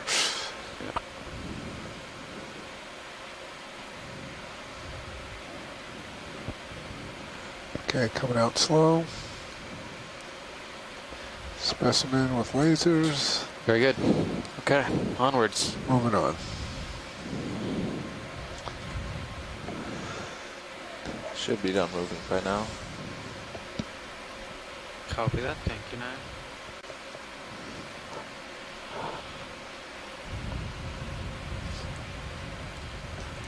Yeah, I was not expecting this knife-like ridge here. It has no resemblance to the topography.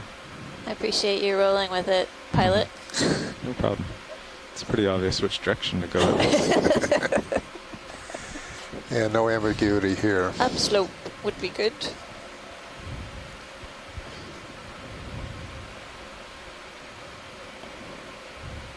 It's looking pretty symmetrical on both sides of growth, you know, the right and the left.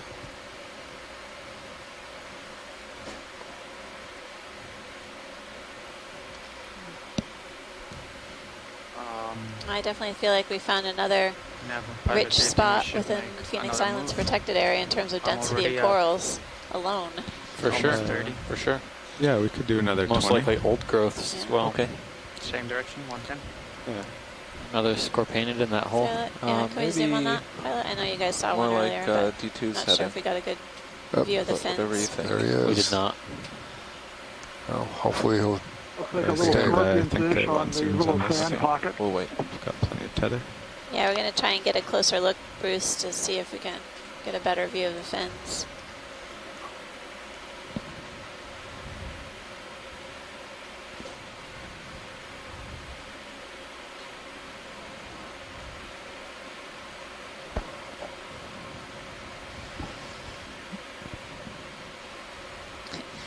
Last time I recorded this, there was a scorpainid next to a squat lobster, which is what we're seeing here. Okay, okay, video. going in.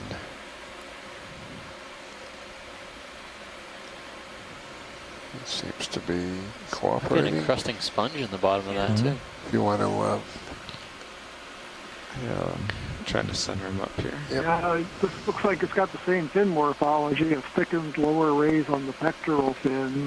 The color pattern on this one is different, I think, than the last one. I see difference in the dark spot on the spiny part of the dorsal fin and the white tips on the spiny part of the dorsal fin. And this one's more banded. So once again, we know it's a scorpion fish, but we don't know what genus. Neomorinthes possibility, but Back, co-pilot, will you take my tilts? just have to leave it as unidentified scorpion fish and hope we can work it out later. Okay, you can tilt up to center. Thank you, hold Bruce. that. Perfect. And I'm coming out. That's me. Do you need to look at the squat lobster? No, I think we can leave it Go. now. Just go back down, tilt down. Tilting down. We're good here whenever you're ready, pilot. Okay. He wants the pose for his close-up. Just get a face-on shot in a few seconds. Tilting down. Okay, It's great. behaving well for us. We must take advantage of that. It's 15 minutes coming of out. Well, this one has a fairly large head and depressed snout. It's not the genus Pontinus, the larger one that we see in slightly more shallow And water. coming wide. Something else, and I don't remember seeing You a want to scorpion lift the fish with lasers this over color and that should pattern fly away? before on any of these Probably guys. do a two for, no, put them on. Just, Sorry. yeah, just fly over them with them. There you go. I now we have would a venture size. a guess that it was about 10 centimeters, a little over when it was giving us its profile. I'm not sure if when they Pilot, you have your tilt achieve back. maturity, Thank you. if we All might right, be I'm seeing coming an up. immature juvenile fish. Coming out. Could be something that may indicate why the color is different. And you're full wide. How about That's a 20 possibility meters that at it's a 100? change in color with growth, but I would 110. suspect that it's actually a species Yeah, I'm facing, difference. Okay. yeah, Got somebody in the 115. hole That's there. serious. Yeah, 115 seems to be for both of us. Copy that. Actually, Yeah, big shrimp in the hole. Another You octocoral bring your head darted. to center me. Yeah. In the shade. All right, that would be a good one. Yeah. 100. Yep, big one. I'm curious what that big brittle star was that we were seeing. Bridge, nav. The knobby central disk. Yeah. There's more of them. Just below, seen just below the skids. Like you said. 100. What are we looking for? Oh, I'm just curious what would the ophiuroid that we've been seeing that is really unusual looking, but we're just carrying on up slope, kind of commenting on what we've been seeing so far. Good copy. Kind of been going back and forth about whether I think these are different primnodes than we've seen before or potentially sampled before. They seem to be getting more dense, more thick. They don't seem to have that nice uniform planar morphology. Go ahead, go ahead, BD. Yep. Could just be the function of where they are on the seamount. Zoom in a little bit. They're on this nice ridge, probably flush with food supply. Or you want not to? I'm okay. Okay, I'm coming like in. this, yeah.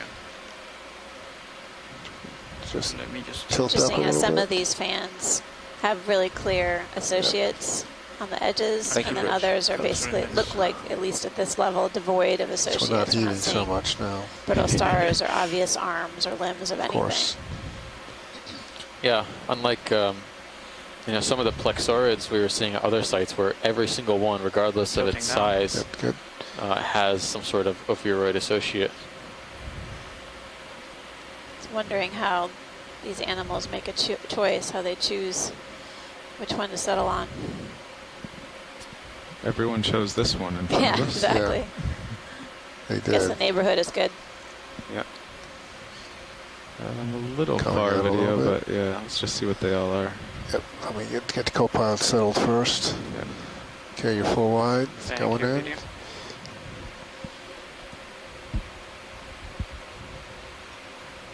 Jeez. Are they all the same ophiuroid here? Yeah, this one got a good shot of the disc on. Coiled arms. Twist for me. They look similar to the ones we were trying to see what they were before. The round central disc with stipples. Current's not making it easy. Red and pink. Really rough texture. They just seem really old looking to me too. Yeah, there's a couple of stereo. Maybe not. The legs look like stereoscomatids, but not sure. I like your word that you use to describe the arms as sinusoidal shape. I mean, it's like if someone were listening to this and couldn't see what we're seeing, you know exactly what that means, you know.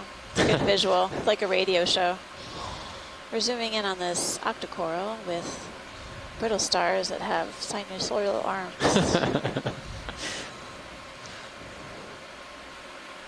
Hey, Stephen and Amanda, that sinusoidal morphology is the ends of the that's all we got. ophiuroid arm is very that's reminiscent maximum. of the basket stars. We are max. Maybe a member of that group. I guess we'll go out to lasers and We'll be looking into that very soon. But that's typical of what you might see even on some Lophilia in the Gulf of Mexico and elsewhere.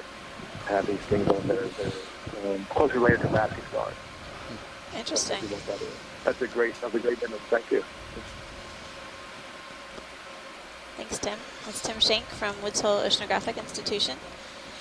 We've been zooming in on a number of different coral and sponge associates throughout the dives on this expedition. Tim is an expert on these I'm going to tilt down and show how animal associations, sharp this is. symbioses. Yeah, it's pretty sharp.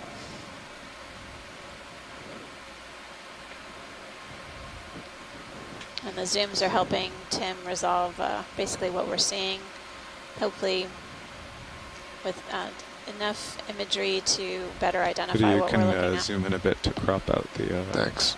Yeah, there you go. I guess the current must alternate here because it's equal. There's equal growth on both sides of this ridge. Yeah, actually, just if you look at the tether too. Yeah, it just swung 180 the other way. Just died, or lowered and started Another coming. squat the other way. lobster hanging out on Good for me for a the moment. very top of this ridge feature, poised to Amanda and Steve, this is Chris Kelly at the UHECC. Hi, Chris. Pilot, I think I'll just bring the lower. Hi, Amanda. I'm here with about 23 other people that are in a really interesting program, and we were wondering if this was a moment where they could perhaps introduce themselves and why they're here at the ECC. Is this good, or would you prefer a little bit different time? Oh, this is a great time, Chris. Time. Yep. Appreciate you all joining us. Please introduce yourselves. Yeah, hello. My name is Pratt. I'm from the Philippines. So I'm here with 20 other young leaders from Southeast Asia, 9 countries from Southeast Asia to represent the Young Southeast Asian Leaders Initiative, or YSEALI, which is a program under the U.S. Department of State. So we're really amazed of the cool things that you're doing, and we're really very happy to see this live stream video. And for me, I would just like to ask, I'm concerned about marine debris. So maybe I could ask if marine debris can also reach under up to this depth, and if human actions are still felt up to this area. Well, thanks for joining us. We're happy to have you you all watching there from the UHECC. In regards to marine debris, I'll touch on that. You know, we are in a rather remote part of the Pacific, in the Phoenix Islands protected area, and actually we've seen very little trash, surprisingly. We saw, I think, 1 green glass bottle a few days ago. I think that was in Pippa. And I think on one of our earlier dives, we saw a small bit of fishing line from probably some sort of long line fishing boat. But it's been very sparse out here. Not much debris to talk about. Okay. You know, in the Phoenix Islands protected area, at least fishing has been not allowed for over a year now. So it's been, you know, as far as I can tell, very low impact. But you know, there's still a lot left we have to look for in terms of marine debris. Lasers are on them now. Okay. Going in long. Yeah, I think Steve captured it really well. I've been pleasantly surprised that we haven't encountered any trash or much of any trash on these dives. And as we move upslope to these shallow areas where we may see more fish that are of commercial importance, we're definitely keeping note on if we're seeing any damage to corals that may have been caused by fishing activities, for example. And to date, we have yet to see that. As you can see in the view right now, we see these primnoid octocorals that have grown to be quite large in size, and there's several of them. We're not seeing what amounts to really any coral bases. So basically what we've been able to observe throughout the dives within the Phoenix Islands protected areas, healthy corals and healthy communities in general. It's been really incredible to see. How far we've come now. Okay, since the top of the wall, we've come about 130 Thank you, Amanda meters. and Steve. And Bruce, have you seen any commercially valuable fishes on the dive today? To do, follow this ridge up. Well, early in the dive, we saw fish called alfonsinos, which are barrack species. Those are fished in Japan, and they were caught by trawlers in the Hawaiian Islands.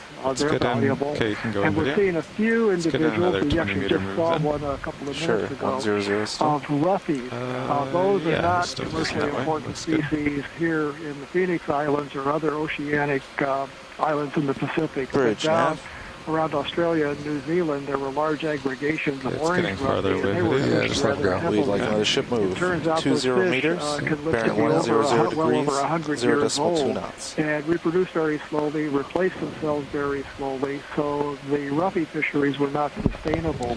The populations were knocked down, and the fisheries were closed. I think there may be one population. I would like to see our map of this. It would be crazy. For one population, but that was because it'd be good resolution down. So the deep-sea fish in general are very susceptible to overfishing. Well, they might have gotten it on the way in this morning. I think we just kind of drove up and stopped. Okay. Maybe part of it. Thank you very much, Bruce, and all for your comments. Yeah, this group is very, very interested and concerned about conservation, so this is actually a perfect day for them to come here and see this dive in the marvelous Phoenix Islands protected area. Really appreciate your time. Depth, we can certainly do. Well, thank you all for joining us. It's been an incredible dive, and we've definitely gotten some great views of the deep sea corals, sponges, and fish. Yeah, let's let him go. Like another, yeah. I thought I was going to get him in that coral. Yeah. It's a pink spikefish, it looks like. Okay. Okay, we have another ship move in here, following the ridge. Yeah, I mean, I should start to swing soon, so you can go ahead and stretch out a little bit if you want. Okay.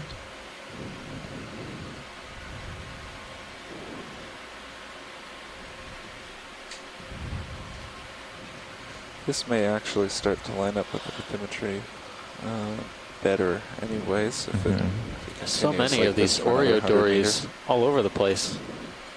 And I'm counting 5 in the frame right now. Yeah, see that one? Got a big squat lobster on top of it. 6. It's crawling out of the way.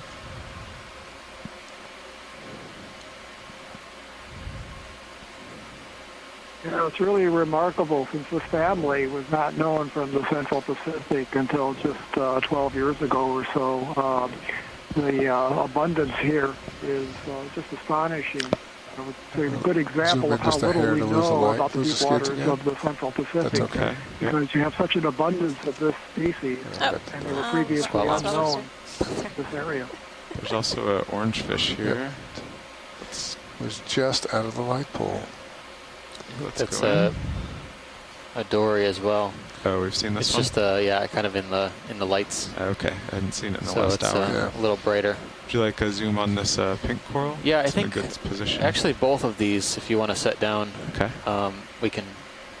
I don't think, the white one looks slightly different than what we've seen so far. Incredible size of both of these colonies. Maybe 3 separate colonies here, at least. Every now and then when we zoom in on the rock, I see smaller, look like branched corals that maybe we could just do the lower half, maybe. Yeah. Spring in the starboard. Starboard doesn't go in very far, but we can try. Overall view, but Craft's in the way. But yeah, you can bring that starboard lower all the way inboard, co-pilot. Yeah. So I have to bring it inboard and then stow it? No, you can deploy it a little and then bring it inboard. Okay, deploy it a little bit. Some nice skid sliding here. And then bringing it inboard. Okay, video, let's just go in and start going. There we go. That's it. That's perfect. It's like a big old Carondelet. Perfect. Calcification on these is pretty substantial. That did come in more than I thought. There's some cup corals attached to the rock face just beside this pink corallid. Looks like we're seeing the smooth side of the corallid colony, and then on the other side is where the polyps are. Okay. But it's not, it doesn't cover all angles, so if you stow while you're out there, it can. Okay, I wasn't sure if there was a stop. Let's tilt up. These corallids are usually very, very brittle. Co-pilot, will you take my tilt? So typically, should I go up or down? If we sample one, we have in the past, but not recently, we often try and find a colony that's not as old as this. That's they the base. are typically very fragile. They'll shatter into pieces. This is a very thick base on this colony. It must be very old. Let's get a... see. All right, I'm going to come up, tilt up a little more. You get the lasers on the base. Watch your main angle. Go, hold. Losing him off the back. Come up a little more. Looks like there's I need to something else above it. Okay, now we're going above. Sorry. Yeah, you can, co-pilot, you can reach over and use this stick if you want. It'll be hard to focus watch leads. You got a tiny, tiny spot lobster there. What do you want to do? Oh, no, you can use yours now. Looks like the polyps are retracted for the most part on this corallid. Right there, I'm good. As you mentioned before, it's a type of precious coral. Video, do you want to tilt I don't on know the if we main? have enough Nope, just stay information right to where you say are, that it's we've good. been seeing Copy different that. species on this dive in particular. Not really clear, yeah. In the past, the pink fans we've been seeing have been hemicorallium. What I'll do is also take a But zoom we've also on seen Sirius if you're instances okay of with that. Pleurocorallium. Like to zoom in? And I think those are really only two genera we saw. Something big off to Sirius starboard. Guess that might be the next direction we go. Yeah, that's supposed to be away from the ridge, but okay, coming out. Chase it. There is the Okay. coral just above it, if you have time. Yeah, we do. Let's Coming go, out. go wide on both. Going out on both. Okay, pilot, you have your tilt back. All right. Actually, you can take it and tilt up to the white one for me. Copy that. Tilting up.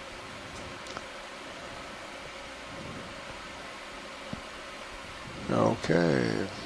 Going in. Okay. Go ahead.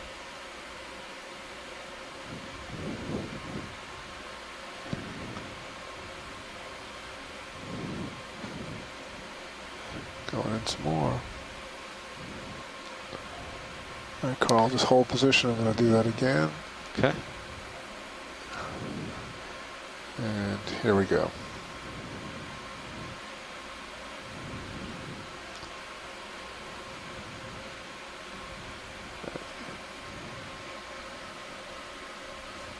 Zooming in on this octocoral, taking a closer look at the I polyps. think we'd seen an instance of this particular just tilt up coral a little bit deeper. I think it might be another Slowly as you corallid. can. Nice touch. Okay. Possibly That's good, Carl. Just keep Pleurocorallium. coming that way. The associates in there. Yeah, I'm going to slowly It doesn't look come like out. a primnoid, which would be my second guess. So I would say Hit it with the probably lasers. Let's hit it with possibly let's another put the corallid. lasers on them. Get a measurement. That was our consensus between shoreside and us. All right. As But you lift off, again, it's a hopefully really the lasers unclear. will go right over it, and we got. It's interesting. Every time we zoom in on that, There we go. I still feel like the polyps coming are out. kind of rough and scaly looking. Yeah, me too. It's puzzling from my perspective. But I haven't looked at too many corallids, so I don't have that site reference. Well, I think I haven't seen any with their polyps So up closed, but is I guess the indication would be 130 now. do the polyps Video bend just go pilot. towards the axis in any direction? If they do close, if they don't, Looks like it. I'm not sure. Could be a. 140. If they do bend, it'll be a primnoid. If they don't bend, if they kind of absorb into the tissue, it could be something else. Okay, co-pilot, looks like we're going to be turning to starboard here. Video, this is co-pilot. Am I full wide? You are full. Okay, copy that. Thank you. I'll follow you, pilot. Okay. Yeah, my sonar and cameras and your sonar all agree. Yep.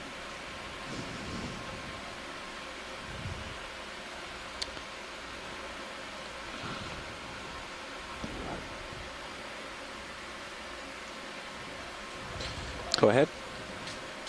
Video to watch leads. We're approaching about 5 minutes before our possible sun outage. Okay, go ahead, do that now. Projected today to be 16 minutes. Thank you, video. I don't really like it when you tell me that, but I appreciate the heads up. At least I don't say we have to leave the bottom.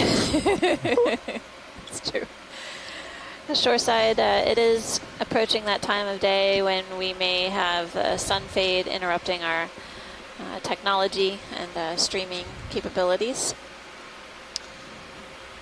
It's likely to last about 20-25 minutes if we do have an interruption in the service. Got a black brittle. No, black crinoid, I mean, straight ahead in the lasers. Yeah, we saw something like that downslope. Okay. Do a quick zoom here, Marty. Yeah, it's nice and stable. Happen to be right here. Okay. Wow. So this crinoid has really thin tips extended out from it. We have imaged this earlier. It's interesting Just the Phrynocrinus or something else? No, this is the Paratelocrinus. Paratelocrinus. Okay, coming out. Oh, if you think you can come over a little bit. One of the characteristics is I've got my middle on the top arms. of a rock, so They're devoid of cirri or have really tiny pinnules, rather, projections. That should do it. Yep. They appear almost smooth. This mixing is not making my life any easier. It's hard to...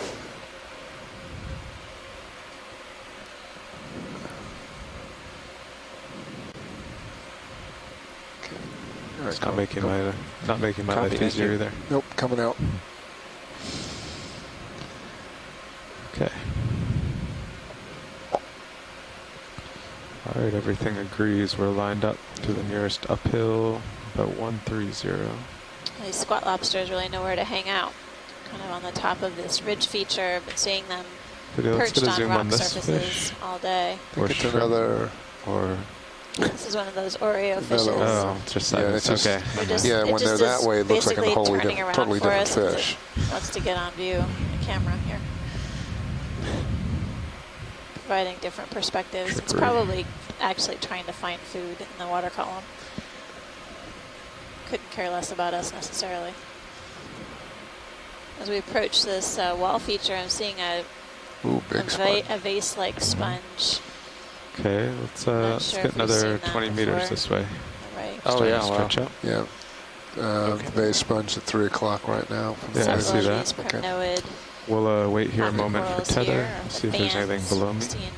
So you do want that booth now? This rock feature here. Bridge, nav.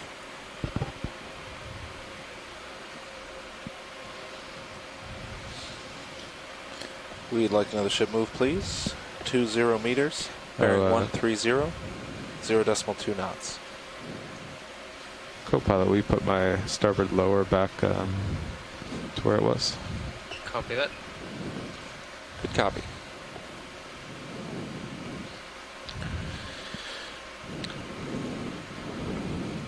There's a different fish darting down the wall here.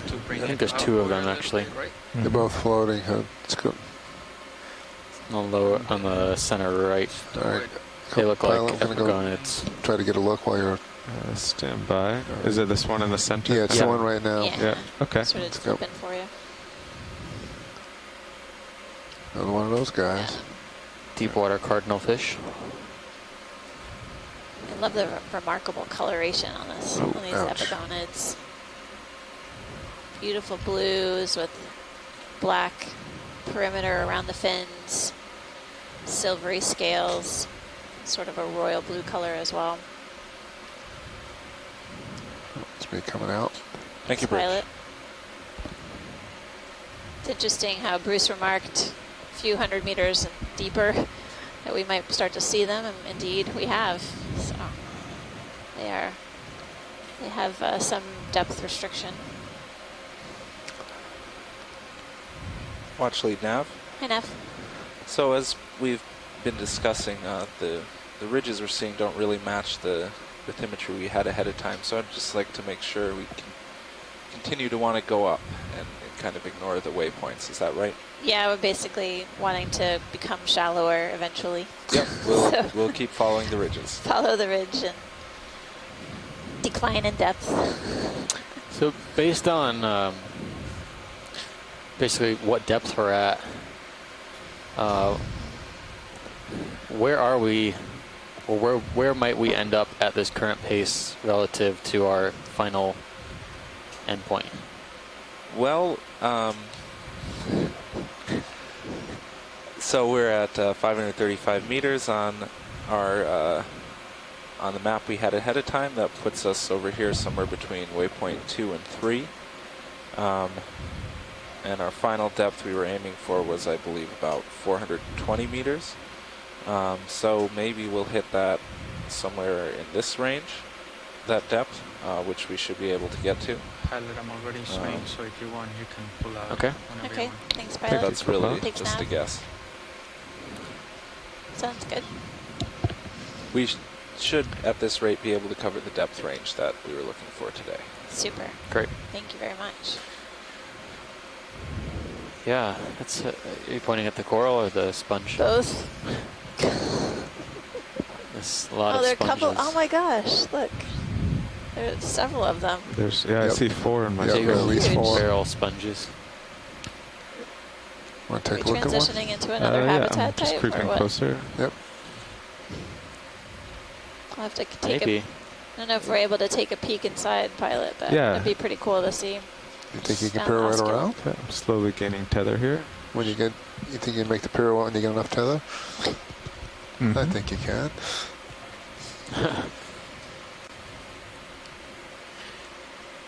Without a doubt. It's always the sun fade. We have instant replay. Oh. Okay, video. Let's see from here. Just got the whole Another thing. kind I'll of start spinning around. Fish, looks like Got the maybe some lasers type and we of can turn codling them off. Turning off lasers. Okay. hanging out by the sponge. Now that Oh, no, looks like another Fissiculus species. Whoa, we're still really here. see if it has the whisker on the chin, but it certainly getting looks like a further south. Fissiculus. This is true. The further south we go, the shorter it gets. Basically, we're pivoting around this enormous sponge What's inside? to take a look at what's inside. Noticing that the sponge is attached to the wall with these long, I guess, spicules, rather than being cemented into place. Do you want me to stop here, video? Or? Stop there. Okay. You can actually Got some momentum, yeah. Video, this is the one time that you do probably want lights right next to the camera. Yeah. Can shine lasers in there. That's worked before. Yeah, it does. Yep, I know.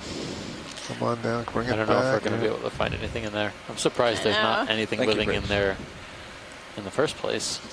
Looks like a really great spot, though. For like a, heterocarpus shrimp or something. I think we should just... Do you guys have your fish call alert on? We do? Okay. Yeah. Go ahead. Let me hear it. Look at the brittle stars all over the sponge.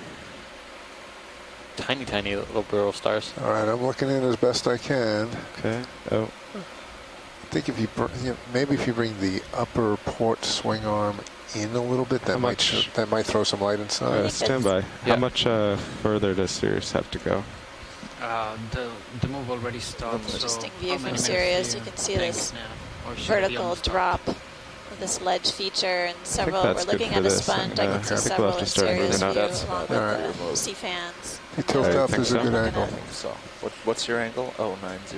Yeah, I I'm just not don't sure want about that. Yeah. Yeah. Okay, no, you're at 90 degrees, so we'll get out of here. Can we look right along the wall?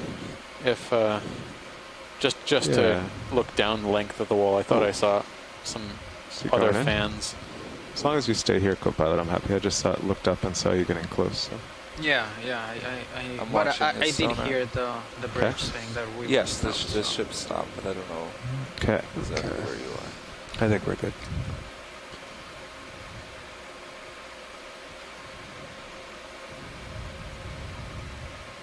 You look stable on sonar. Wow, there's a lot of them here now.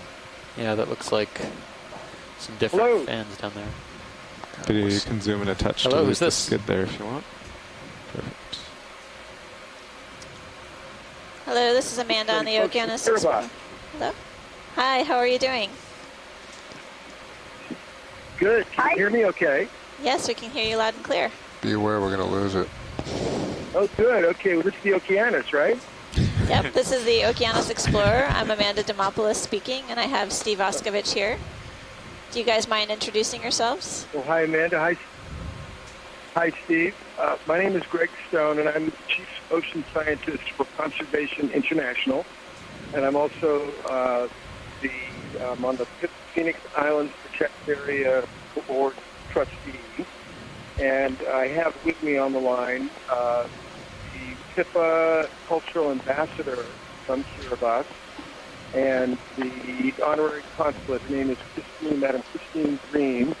and she's joined by two of her assistants from Kiribati, Irene and Kiki.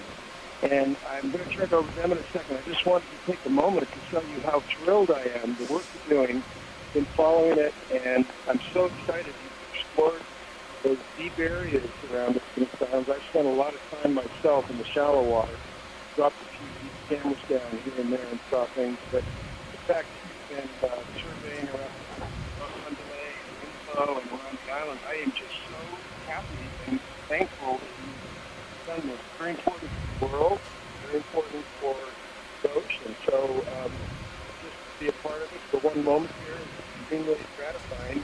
So thank you very much. And I just want to turn it over to my toolbox friends here. They want to say a little something to you as well. So, Christine? Hi, this is Christine. I'd like to extend warm. There it goes.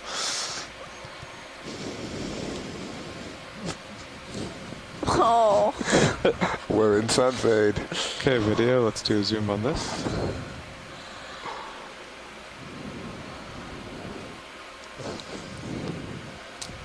16 minutes. I hope they're patient. I think that might be the sun fade. Yeah. Oh, it is. They're gone. They'll be back in about 15. Well, what are we looking at here? Can we get lasers on, Copilot? Coming on. Yeah. Oh. All right, it's all you video. I'm fairly stable, not perfect. Oh, well. Blame the sun. So this is, this looks like, this looks more like a Paragorgia to me. Yeah. Wow. It's maybe our, I guess our first Paragorgia for the dive. It's a type of octocoral, also known as bubblegum coral. It's got kind of that characteristic texture on the tissue, kind of lumpy, rough. Really beautiful polyps are extended for our viewing here. Coming out. Okay. Hold that for specimen. Coming up. As usual, we find something different during the sun fade. Yep, without a doubt. It's a given. Okay, ready for lasers? Coming out. Oh, somebody wants to join the party here. Oh, shrimp is coming into view to say hello. A big one, too. Beautiful picture, though. He yeah, is incredible. Perfect image. 14 we've centimeters. We've got the animal and we've got the habitat. Yep. Okay, I'll put the lasers over coral.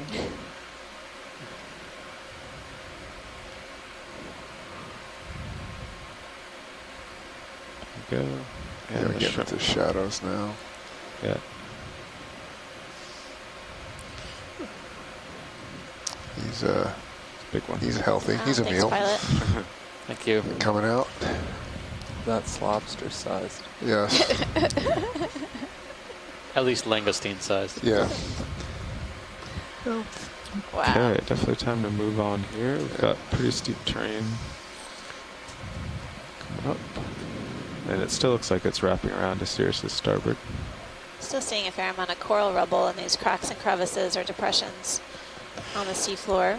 Nav, last move was 130. Really incredible. It was 130, yes. Incredibly large primnoid wrapping colonies. around in this direction. I'm These brown wondering if we should do something different in terms of the bailout. I have us going due west now. All the way up. So if the ridge continued to the southeast, that would be fine. I guess we'll just see what it does for now. Do you want me to That one looks like a plexaurid down there, actually. Yeah, why don't you turn a little? I'm still not sure where we're going to go. But I mean, my sonar... Yeah, if we see another. Yeah, my sonar says that there Don't should be have to- something ahead. So that would be cool. Oh, somebody's back. Hello? Hello? I'm afraid we were interrupted shoreside.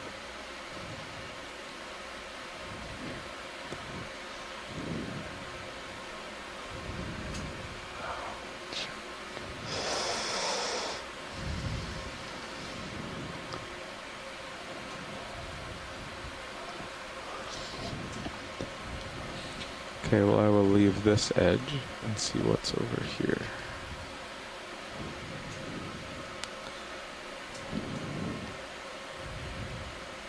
I think I'm going to keep it at 270 for now, and the larger scale, that's still a good plan. And okay. I don't really know on the smaller scale, so.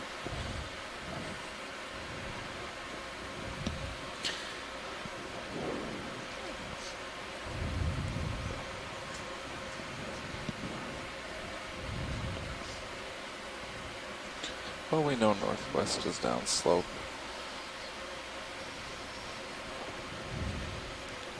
Yeah, these look like something different. Yeah, I think so. Some type of plexaurid for certain. Oh, there's some sort of current brewing here. Corals are starting to wave. Video, do you think we have our connection returned? Don't think so, but I'd have to go look in the back.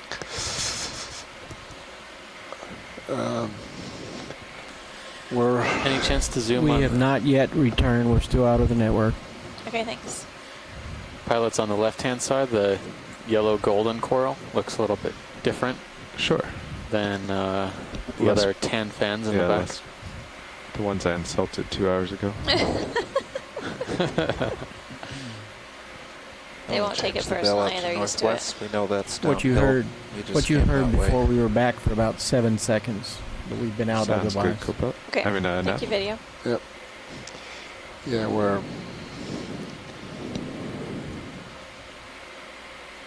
the further south we go, the less influenced we are by, but we'll still get it. Gastropods at the top of this.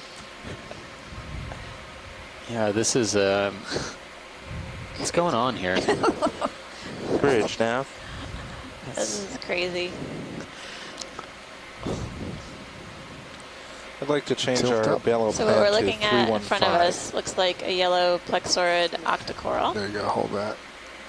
But when we were zooming in, we noticed some apparent bare skeleton. And the skeleton appears to be much darker than we see in plexaurids usually. Right.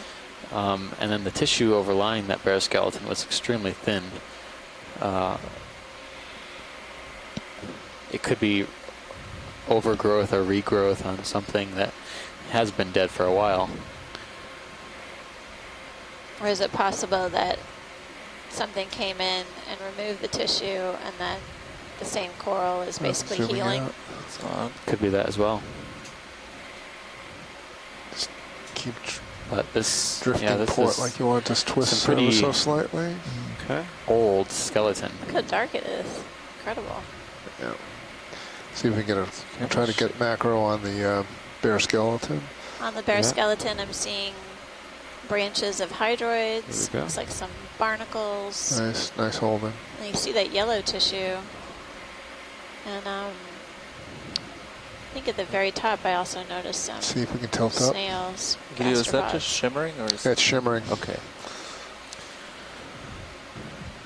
Yeah, as we came up here, the currents picked up. All right, keep coming. Let's see if we get the I think tip. this might be all we're going to get about that. There we go, a little more. Bushy colony of hydroids. Oh, it's a hermit crab. Nice. Nice one. Different hermit crab than we've seen in a while.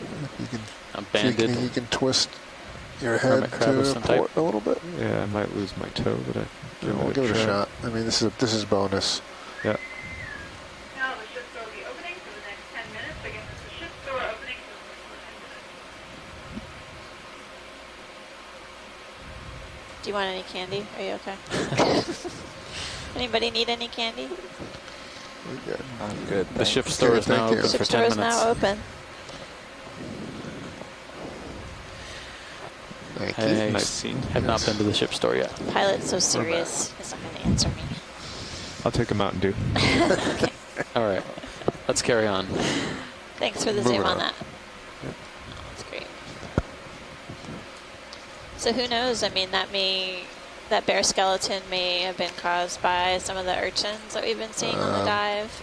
There are some sea stars that we know that eat corals, as well as some parasitic snails. What's in the hole? But it's interesting to take a look at that. I mean, we can speculate that potentially that yellow tissue is starting to regrow over the skeleton, but the skeleton was really dark in color, really unusual for what we normally see with I'm the going to zoom in. punch There's something white on the back wall. Yep. Just a quick zoom. The sponge. Okay. Good zoom on the rock face here with these linear striations and piles of urchin spines and coral.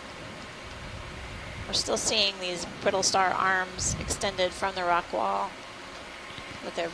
Look at the serious view. Hammered away and doing a lot of surveys in the 1,000 to 2,000 meter range.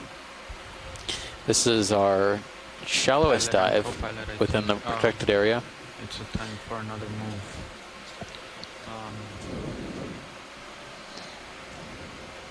My sonar says that. Yeah, we've really been trying to conduct these dives along varied terrain as well as different depth ranges, really to get a glimpse of the biodiversity within the Pippa area. But it seems like every dive that we do on every feature, we see something a little different. And I am really struck and surprised by the diversity of corals in particular, but other fauna that we've been seeing. I feel like we're not even at the point where we can make, generalizations about these features yet, but I'll be really interested to see what we end up figuring out. If you center up T2, we can move you to where T2 is.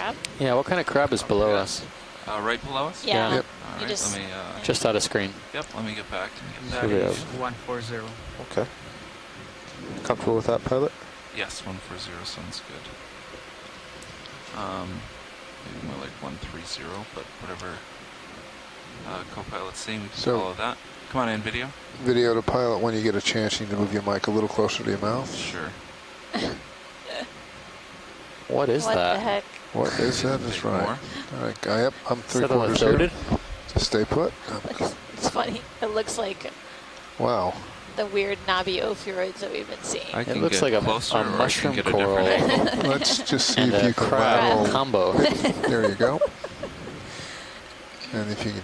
Yeah, the carapace on this crab is really once you get your unusual. toe hold. It's got this these sort of I'm floating. You're floating, large you're doing a really knobs on it. excellent It's job. eating something. Yeah. Bridge nav. It looks like another crab or crustacean leg. Yeah, it does look like that. Maybe a squat lobster. Actually, stand by there, Bridge. This looks like a... Never mind. I'll I'm call going to you in say a few minutes. some kind of lithodid, but man, I don't I know. realize you have plenty of tether It's like here. a creature from a It really looks like a sad tank. movie. It looks. Count the legs. Let's see. It honestly looks like a tank. It does. I can get closer. got- I definitely wouldn't want to come up against this. It looks like it's got some sort of crustacean, possibly a squat lobster leg. And it has these fuzzy arms, or chelipeds, right? And you're ever so slightly drifting in. They look fairly fouled. They have these hair-like projections. This is... I'll come out for you.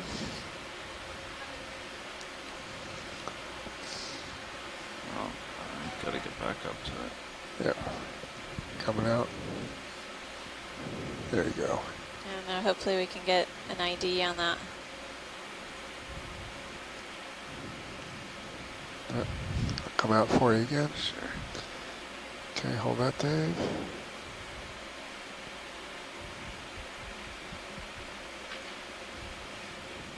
Yep. No, maybe it'll come to us. Yep. Sounds like the call's back.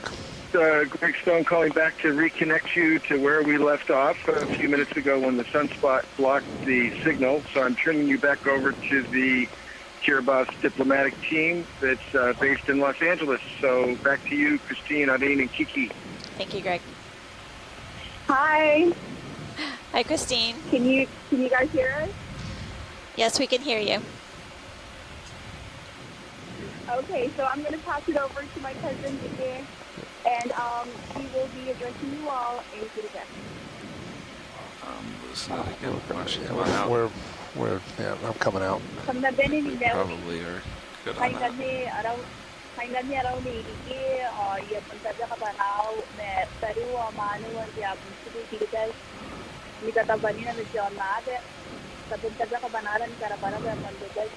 Watch him second on that crab. Yeah, that was great. Thanks. Alright, that zoomed you into 30. You can still see the feature far away. Copy. I'm going to push ahead a little bit. We could probably get that moving. Yeah, I'll call it in. Bridge nav. So it's going to be 100? No, more like you're so that heading. was Rike in Budapest, and I'll be translating what she said. Yeah, could I get a ship move? 20 meters, bearing 140 degrees at 0.2 knots. We, together with our Budapest brothers and sisters in Budapest and all over the world, would like to thank you all for the amazing Good work copy, you are Rich. doing. Dapa, which means thank you so much. Urchin, but let's Here is the last day in our ocean, and snap with in on it. that, I would like Urchin. Yep, you can go to now. leave you all with our country's blessing, which is the Nauri Seroy Agatabawa. Meaning health, peace, and prosperity to you Going all. down. Thank you. Come up for me. Coming back. Try to move the vehicle off the camera. There we go. Coming up. Okay, bye-bye, everybody. Have a good cruise. Well, thank you so much for watching and listening. We really appreciate all of your kind words. It's been an incredible journey to explore the Phoenix Islands protected area. It's been a wonderful adventure for me in particular. I've never been able to explore the seafloor in this region ever in my life, and I've loved basically investigating this area with you all and sharing it with you. So many thanks for allowing us to visit this beautiful area. Sea star, rather. What was the most interesting thing you found? Where do I start? Everything has been just a highlighter, just a highlighter too. That's all. Highlighter too. Oh, I've just been absolutely mesmerized by the sheer diversity and abundance of deep sea corals and sponges and even fish that we've been seeing throughout our dives.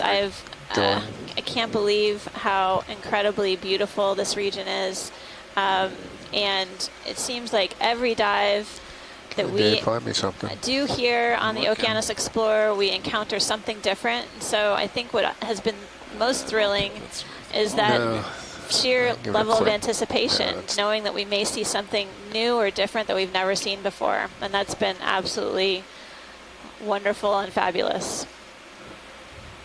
A translucent Medusa. I want to second everything. Well, that's great. We share your enthusiasm, and I'm so glad you're doing it. Thank you. Yeah. I'll second everything Amanda just said. You know, as we've been out here for almost just about coming in, I'm losing the over 20 days now, every day has been a brand new, exciting find. I don't think there's a day that's been by so far where we haven't found something that could be a new species or a new observation or a great range extension for existing species. So we're again very thankful and grateful to be out here in the Phoenix Islands protected area looking at this amazing habitat, this amazing environment in the Pacific.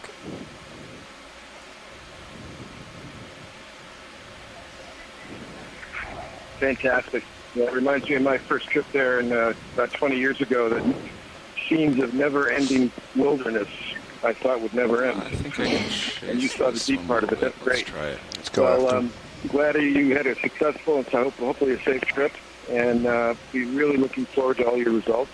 And you'll add to the great volume of information maintaining that area and its status. And thank you, Kiribati, for all you've done to protect that for the world. Get off course. The ship's pretty much still going.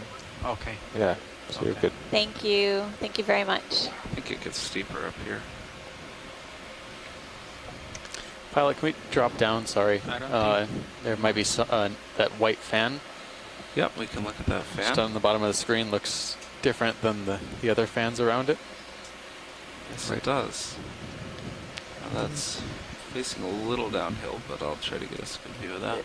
Even if a snap zoom is good enough. While you're headed down to that fan, I'll keep very brief, but this is Randy Urchin. I'm calling in from Boston University and the New England Aquarium, and I just wanted to thank my Kiribati colleagues for calling in, and again, thank everybody on the Okeanos, and highlight the incredible partnership between the Republic of Kiribati and the United States, especially through the sister site arrangement between the Phoenix Islands and Papahānaumokuākea, and the arrangement between the Phoenix Islands and Kiribati and the U.S. Phoenix Islands through the Pacific Remote Islands Marine National Monument, which is what is really making a lot of this possible. So, all right, come on in. To everybody, and now onto this awesome looking coral. I can't wait to see it. Thanks, guys. Oh. That's 3/4. That's different. Yep. Oh, wow. Go full. Go full. It's going full. As we zoomed in on this primnoid octocoral, I noticed several bare branches. I also noticed a really large Sudaroid sea urchin Just so you can stay put for a hanging second. out on one of the branches. So curious if Okay, co-pilot, the ship has this stopped. You probably urchin have may another be the minute or culprit two of swing. of the bare skeleton that I'm seeing. Thank you, Ned. Going as in, well as stay several put. barnacles that look like it settled out on the bare branch till the base.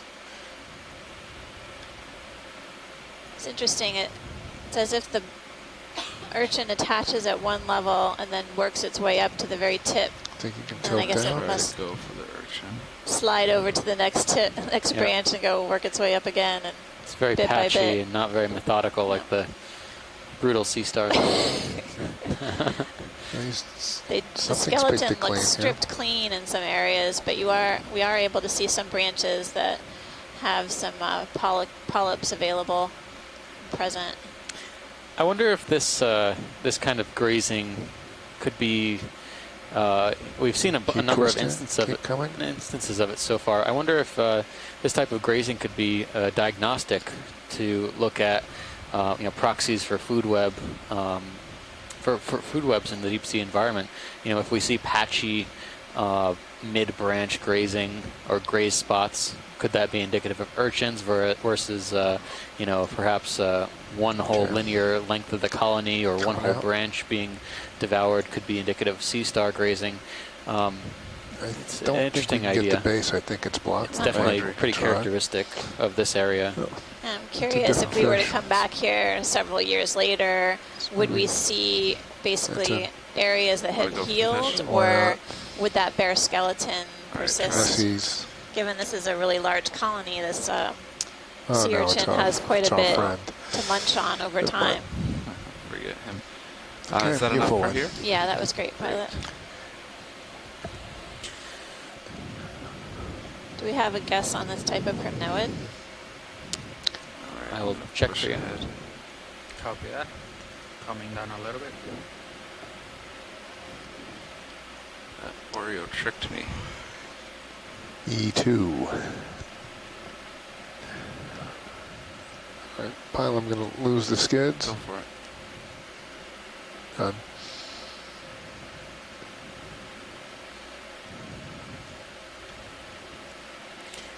That looks more Paracalyptrophora-like than anything I've seen so far.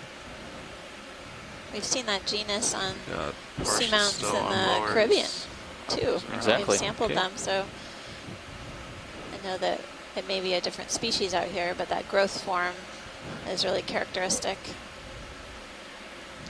Yeah, Okay, I think co-pilot, that's if you want to a rotate good to match. follow him, we can probably move you closer. Copy that. Rotating.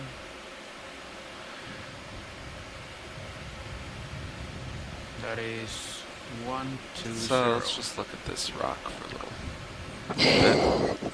That's a little something different. Okay. Come on in, video. Going in. And I think down here is. What is this? Interesting.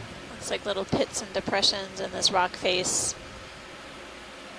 Has a lot of characteristics of carbonate rock. It can be pretty easily eroded. There are a number of different animals, like the sponges. About 15 that can actually meters this create way. these pits and valleys, or pits and depressions. You can keep looking at the spire. There are also different types of I burrowing don't see too many worms sonar, but yeah. that can erode away Alright, at the yeah, carbonate. that's probably good. Bridge nav.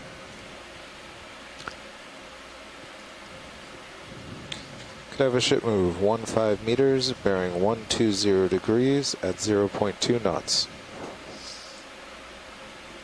Oh, big crab right now. Mullet, or is that a unit? Let's drop down. Just Humanitor. see what kind of what that is. Good copy, Bridge. Squat lobster in mine. Yeah, it looks like a squat lobster. Yeah. Come on out. Coming out. Looks like it.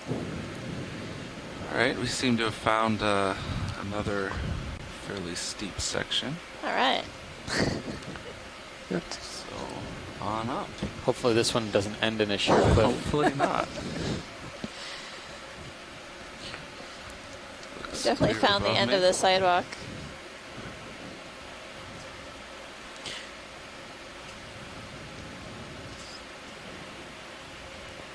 I wouldn't go too much further. Sear should start moving in a minute. Starboard a little bit.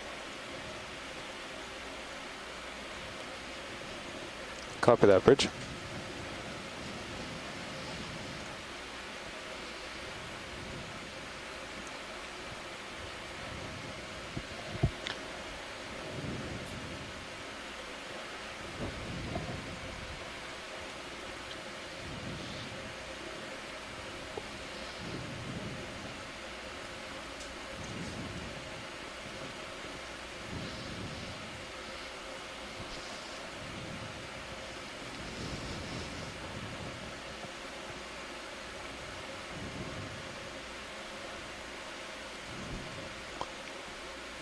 Another huge shrimp.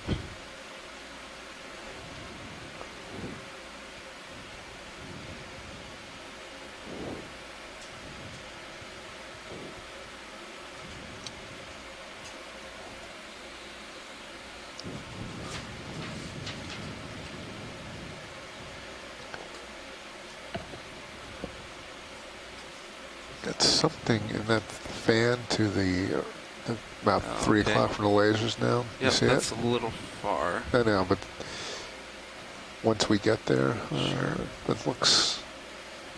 And I can take a look from here to see if it's even worth going.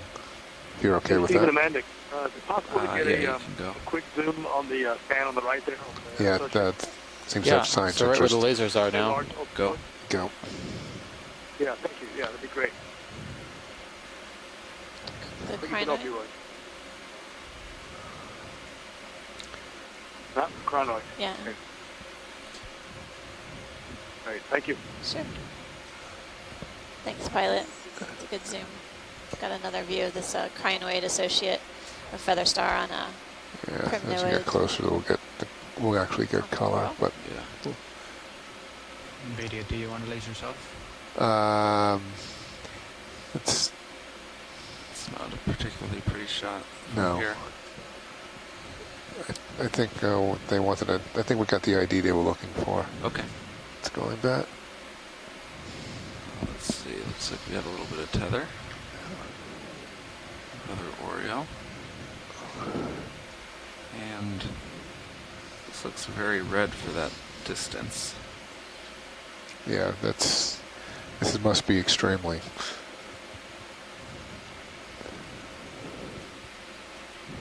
With a little bit of tether, I'm going to come in. Let's look at that fish first. Yeah. It's the same guy as before. It's coming. Oh, yes it is. Yeah. Yeah, it's another one of the deep sea cardinal We've fishes. seen him. Sure have. Is that another corallid over there? Yeah, we're going. Probably. We've seen one during the blackout, during the sun fade. We did see a paragorgid. This one looks like a corallid. Half of it's healthy, the other half not so much. That's good. Good enough for a confirmation. Okay. Just come up a little bit. Yeah. And I'll come out. Just you keep coming up. Just even tilt up is fine. I like to try to do it with a vehicle. Okay, there you go. Wow. A lot of mixing going on here as well. Yeah. Whenever you're happy. See the shear lines? Yeah, I see that. Yep. Okay. Yeah, looks like your tether's starting to go off to port. So it's current from the south. Yeah.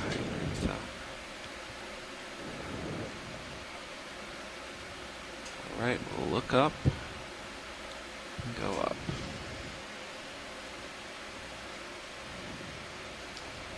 Really impressed by the Emunida squat lobsters that we've been seeing. They seem really almost gargantuan compared to some of the other ones that we've seen on the dives so far. Yeah, that one was easily not half the size of the We're coral. only at 500 meters, so not really until 4 o'clock local.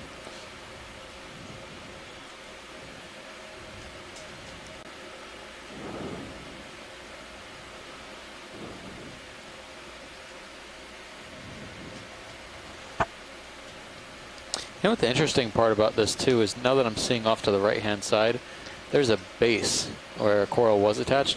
I'm not seeing very many broken bases like we've seen at other sites. It's really been scattered and few and far between. Lasers are Some of 6 these o'clock. Lasers are on are it. enormous, yeah. I mean, that could be an old coral base.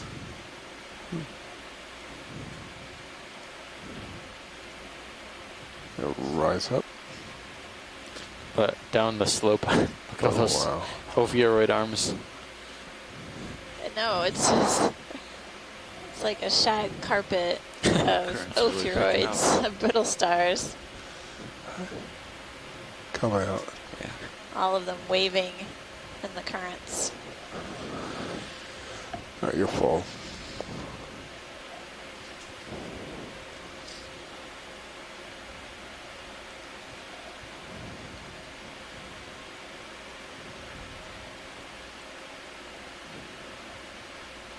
Okay, co-pilot, I think if you want to center up the ridge again. Well, we're currently at a depth of 515 meters.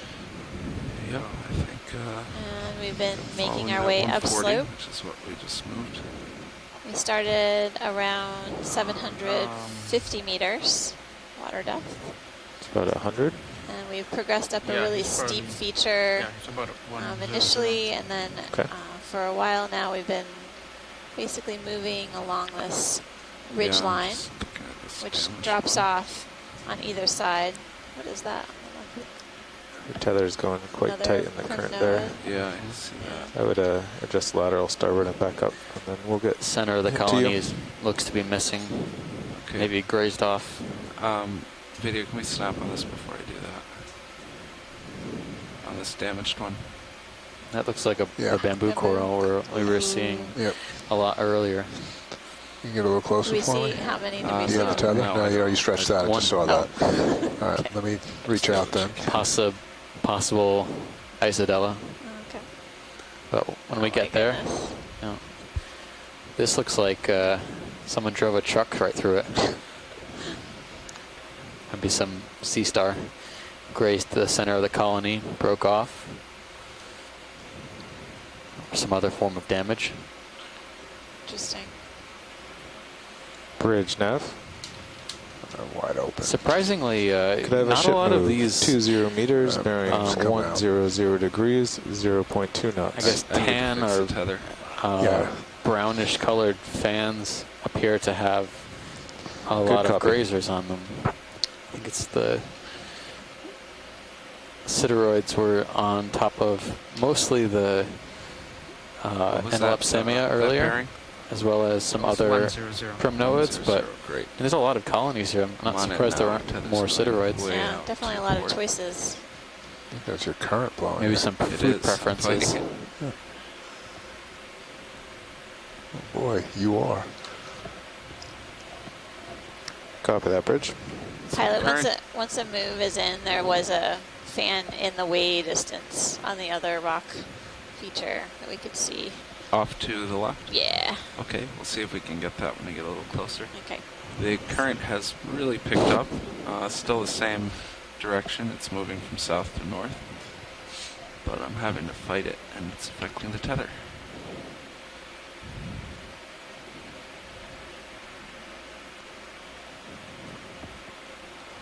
seen a lot of this before.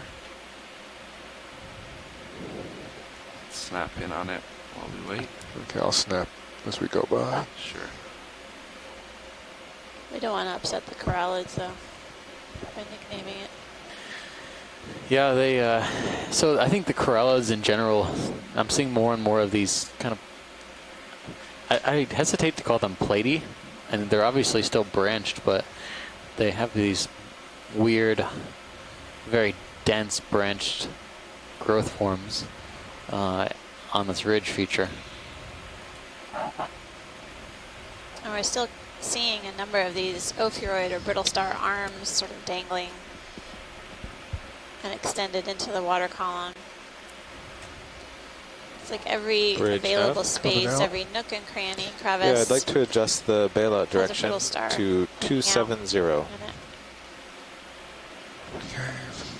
Good copy. Back, losing skids. Get the sub, the ROV, and the ship moving over to this other feature coming up ahead. We thought we saw a different kind of coral in the distance. Pretty large fan.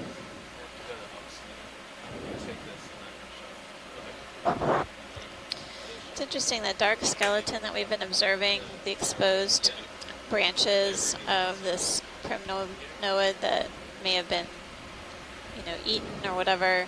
We saw a dead skeleton downslope. You want to try that again? Had that really dark a little closer. color as well. We were wondering yeah, if we could do that. maybe a little more it was light on it to see. coated with some manganese crust or whatever, but It seems to be it interesting. looks like this is the typical growth form of this coral. I think so.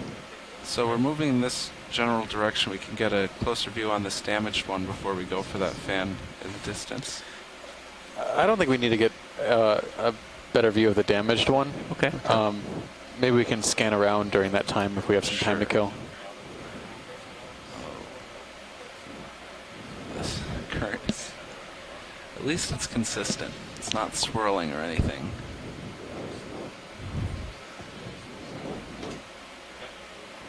Don't jinx it.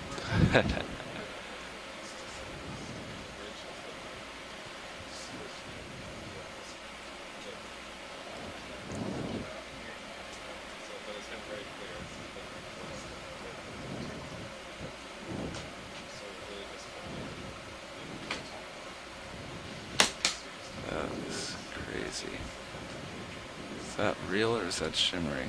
Another Sudarcaster. Wow. What's up with that? It's like it's vibrating. I told you there's a lot of current. It is current. So the current is still south to north though, right? That's correct. Okay. It's right in my face now. That's intense.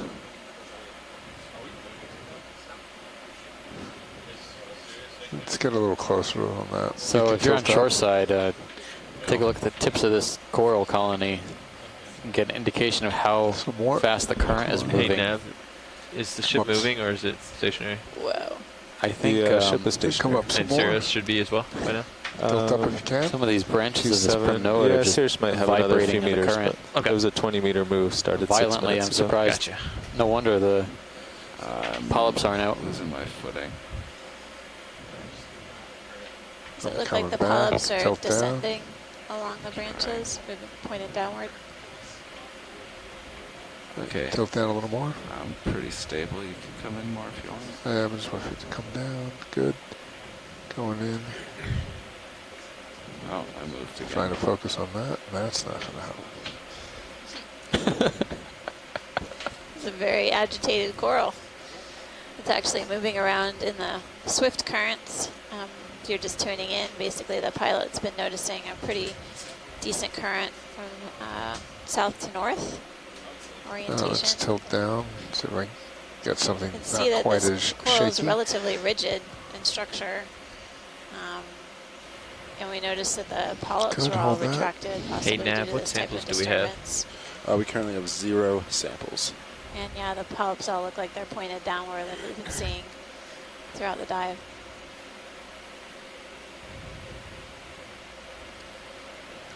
What's good, pilot, whenever you're free? Good video. You know, I've been going back and forth, and I think this coral is reminiscent of the one we collected at Pow Pow Seamount, which was our second dive. Coming out slow. Sure.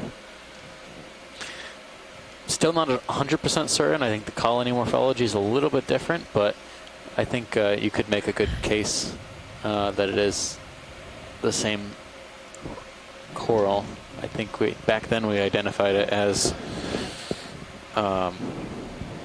Parissagorgia or something like that.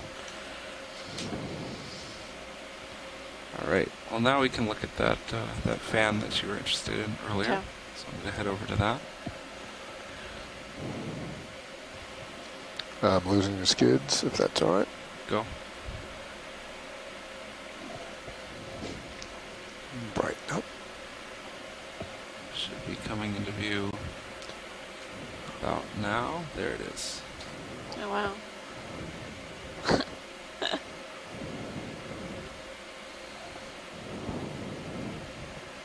Co-pilot can watch my starboard lower. You want to bring it in? Good. I think it's good. Yeah, just stow it. Okay. All right. Thank you. Sure. I don't know where I put the pen.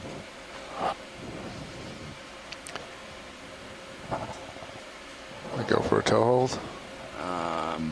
Or float it in? I don't think I found can float with this lateral. Okay, you're safe. It's in. Thank you.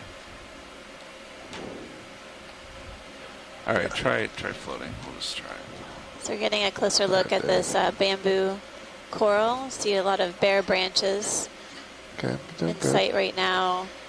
Bamboo has a characteristic co-pilot, skeleton with let's these lose the lasers. Lasers dark coming off. nodes Thanks. and white internodes. Lasers off. The bare skeleton here is really this Actually, let's white put in them color. back on. We'll get a base. We'll get a base measurement. Copy, come back Darker on. Perfect. translucent tissue on the left of the screen is where we see live tissue.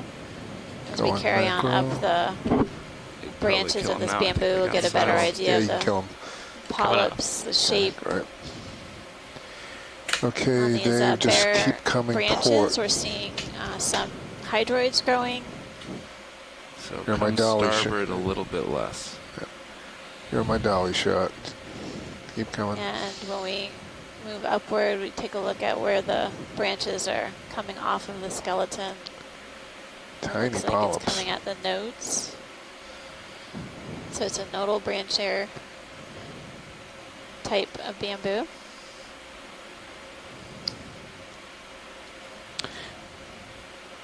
Okay, It looks like similar to the last one as well. Each node can give rise to more than one branch.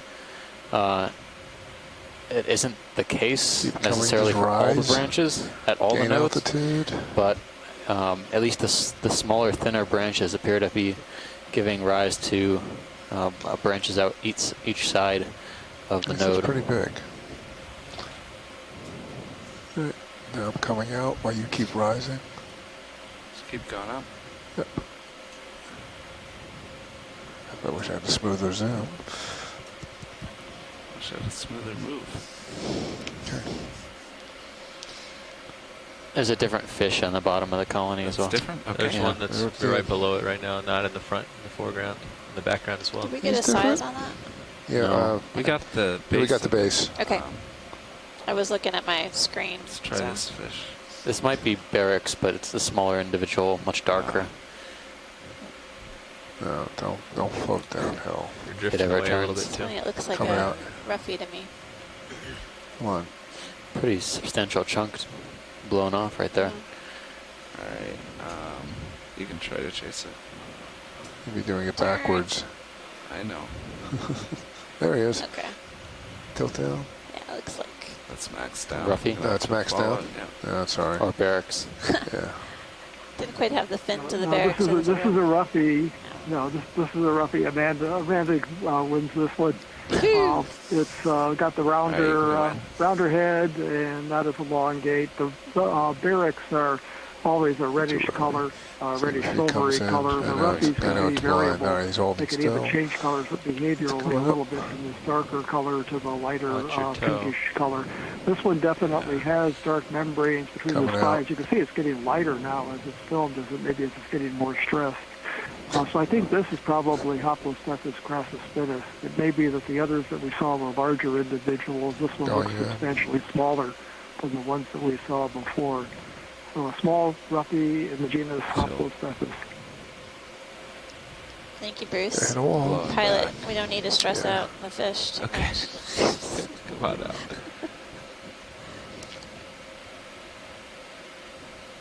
We have something for everyone today. Right. Different types of corals, sponges, fishes, and even some ophiuroids in the cracks and crevices hey, of Nav, the stars. What's the waypoint destination? And sea stars. It's a little weird. It's waypoint 3, but noticed some different types of crustaceans today as well. We're really just trying to follow the knife edge, or at least that was the handoff from last night. Different creatures. The bathymetry is our high pack is useless for this dive. So we're just following ridges. Yeah, so I can, if you want, I think a next move, a good one would be about 110. Okay. Yeah, so it looks good for me want. on Cirrus. Let's wait till he gets up there a little bit. When it gets settled in. Yeah. Just let me know when you guys feel comfortable. Sure. I'll let him push out a little bit. Sure. Actually, maybe more like 115. 120 maybe, yeah. Copy that. I'm going to turn over to 115 and see how it lines up on my sonar. Okay. Real quick for you, I'm pilot. pretty happy here. I'm at 120. Let's see how it. That looks pretty good as well. So either 115 or 120, whatever you like. 1-2. Okay. 0 looks great. You go with that, pilot? Yeah, good. I was going to do a 20-meter bump. That's good. Okay. Push out a little bit. I will call it in. Yeah. You have plenty of tether. Yeah.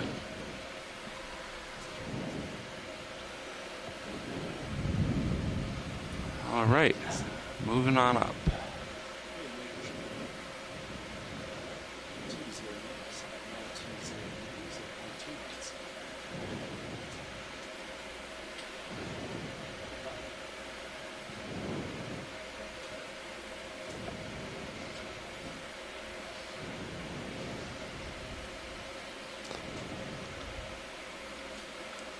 Want your swing arm back out?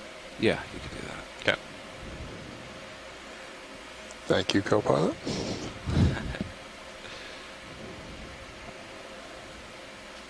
All right, lower swing arm coming out.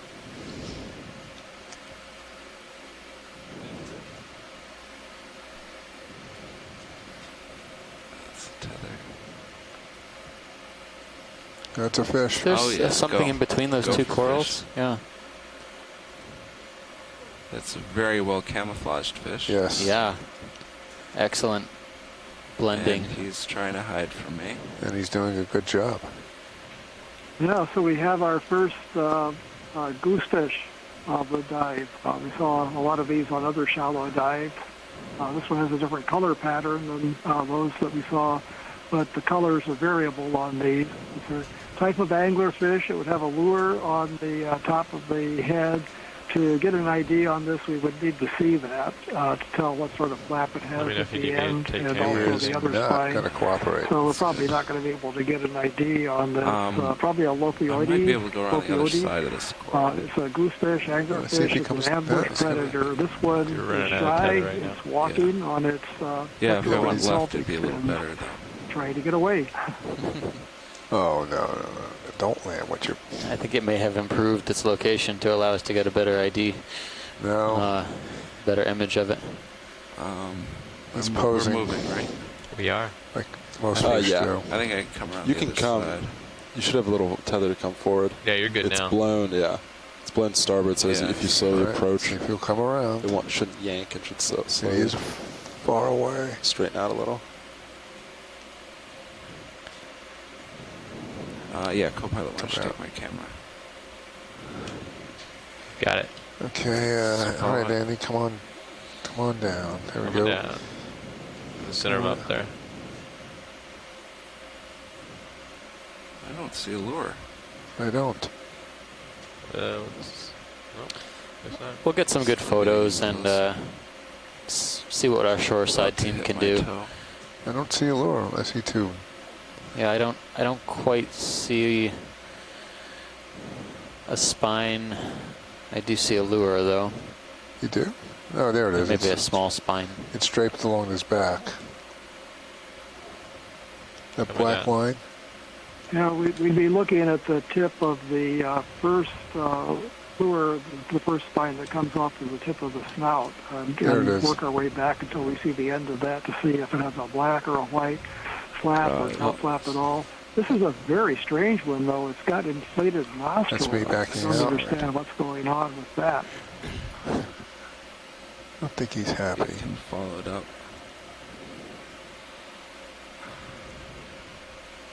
If we could pan up there we go. I was going to say pan up just a little bit to see if we can get an image with the ends of those spines. I'm not sure which side of the back spine base, the front spine is folded. It looks like it might be on the other side now. But giving it a try anyway. Fish is certainly turning to give us a number of different angles. I'm going to follow down, or are you going to? Let's see what happens if it keeps turning around. Back and try again. Okay. Watch the edge there. Yeah, I'm actually trying to get my toe kind of jammed in there. All right, come in. Going in. Going out. Go. Go in. And follow him. Well, it just raised that lure up off the tip of its nose, it's sticking straight up. I don't see a flap at all on the end of that. It just looks like it ends with a ever so slightly, and if you can just tilt up. Tilting up? You can pan up ever so just slightly. a little bit. Make sure you gentle touch. Keep going. Okay. Yep. You should let me know when. Keep going. Coming up. Hold that. Holding. There's nothing on the end. There we go. That's got it. That's perfect. Thank you. Great. All right. Thanks, All right, we're pilots. coming out.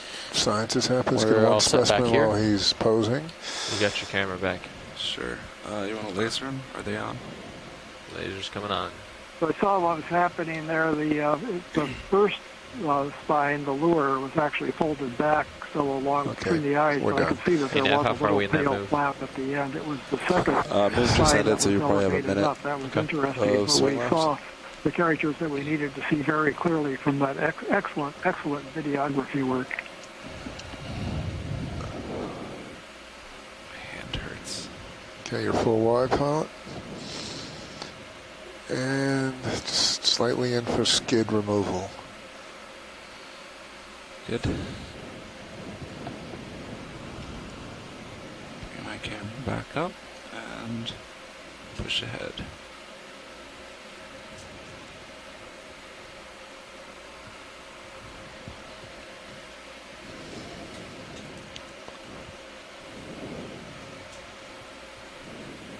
That was a move 120. Yep, 120. Right, great. We're just about lined up on it.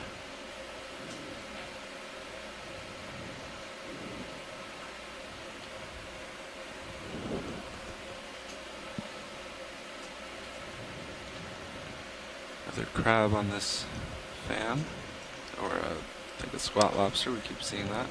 Yeah, we're seeing a lot of them. They are enormous. Yeah. Yeah, there's one just leaving the screen right. Yep. One left of center.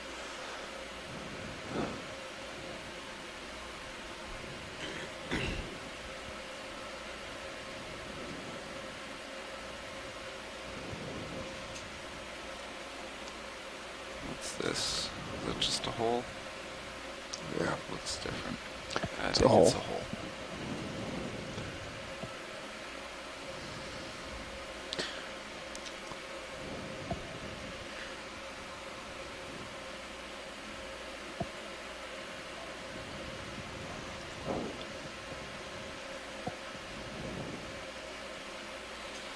A few more corallids up here.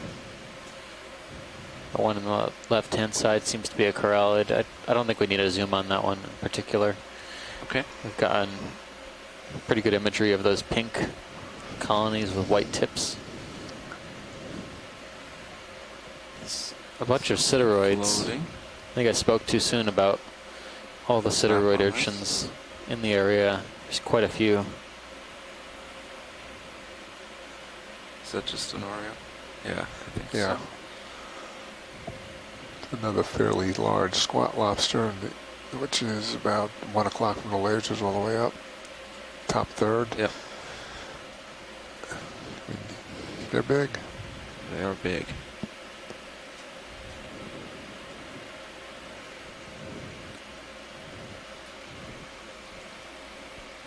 On a move, maybe? Yeah, you look in a good spot. I'm going to need a turn because my high is probably about 15 degrees off. Pilot Where's was your looking high? at 130. Yeah, I'll turn to like 135 and see how that lines up. Copy. Mine looks about right here. Let's see, actually I'm a little further. Maybe 140 even. 140 and then pilot's at 130 right now. Okay. Do you want to split difference, do 135? Whatever. We can, or 140 looks like it'll bring me right to that high that's right up there. 140 works for me. 140, I'll put it in.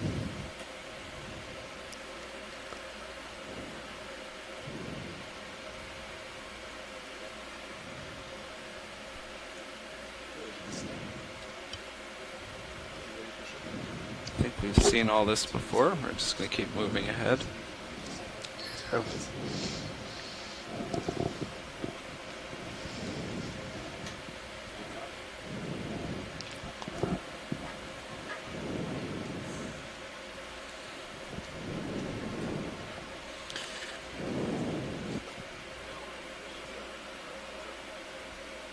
I didn't realize how far I'm ahead.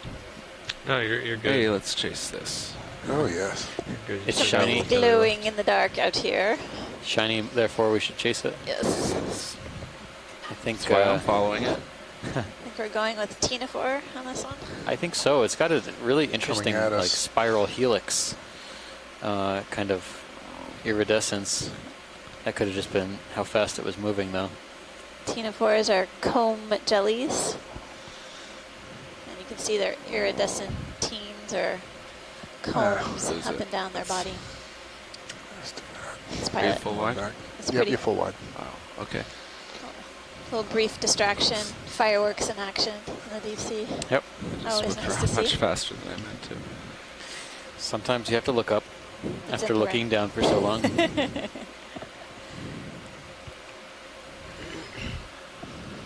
And that's just another indication of how fast the current is here, how Yeah. quickly that whipped by. All right. Wow.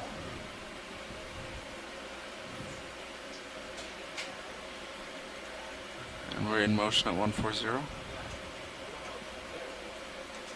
Great. Yep, 140. Boy, you are fighting this. Wow. Yeah, it's about 50% lateral Yeah, to I see hold that. against it. I mean, and look at the tether. Yep. My hand's cramping up.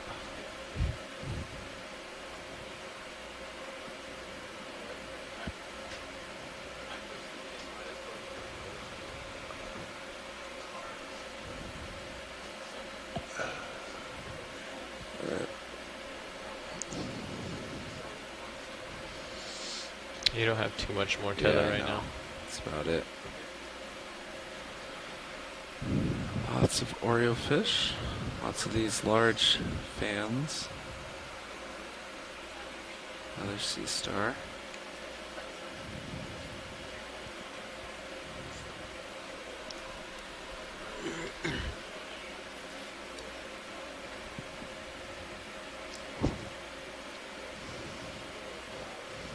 The lasers on? Lasers are Yes, on they are. currently. Oh, there they are. Oh, it's hard to see.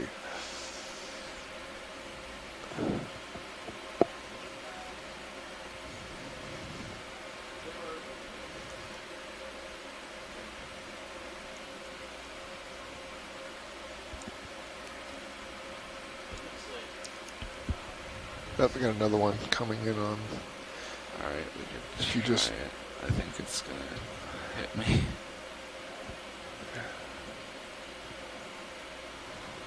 Backed up a little bit, but I don't see it. Might Yeah. hit.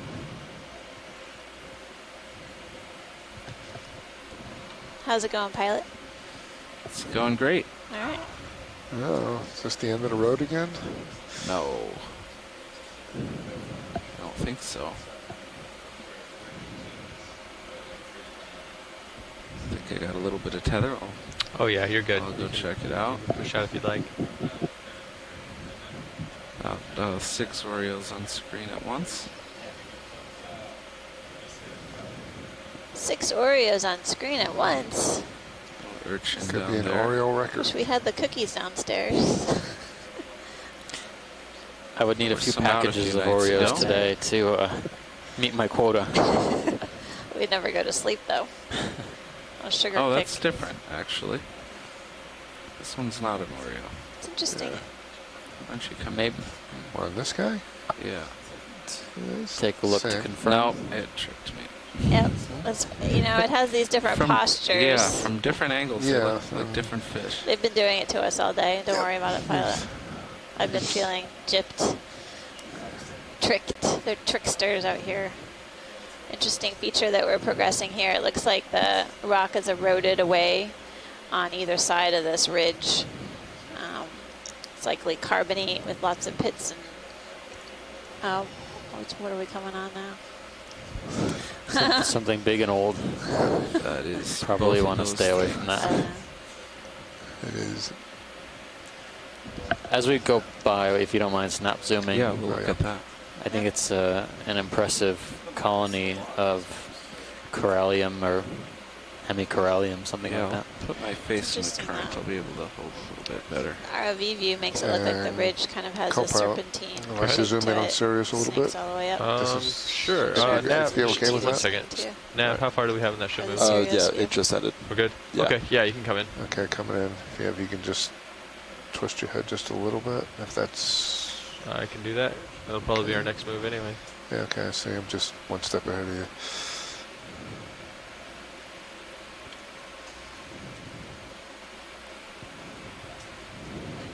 Snap into here. And, yep, exactly. Come on. How about that background? Yeah, now, You're welcome. now we can... Oops. I don't know. Oh my goodness. I don't know if this is what I said it was. Lose the lasers?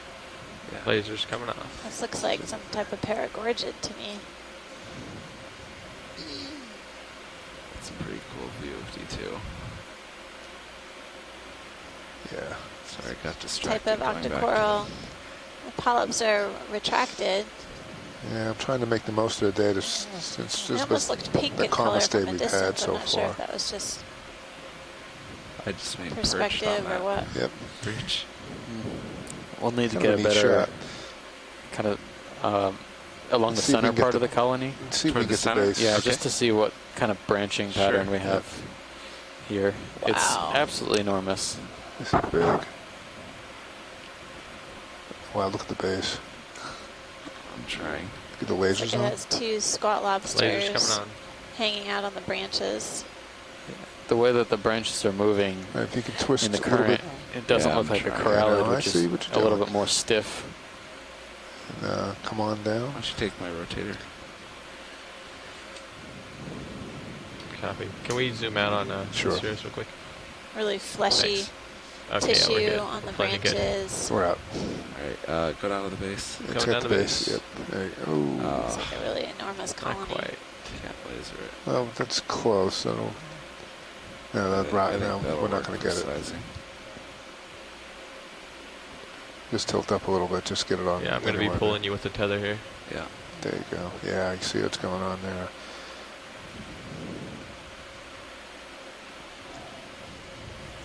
Beautiful. Baby squat lobsters, adult squat There we go. lobsters. That should size it. Yeah, Probably if you want cover it. another Great, move, lose 'em. Nav. Definitely Yeah, a nice place to I live. do about 110. All right. Yeah, Just 110 would coming be good. out That's right good. now. Copy. You want lasers off? Did I hear that? Yeah, it's okay. Okay. I think we're probably done. Anything else on this one? We have a minute or two anyways, while Sirius catches up. Yeah, I guess I would zoom on the squat lobsters just to Okay. double check the big ones. Come on up. Or whatever's easier, up or to the port. Let's get this port left one first. They're huge. It's like more Eumenidae, squat lobsters. It's feeding on something. Yeah, it's grabbing something and putting it. I'm going to try to give you any tether I can right now. Yeah, it's clean. Okay, it's not pulling me.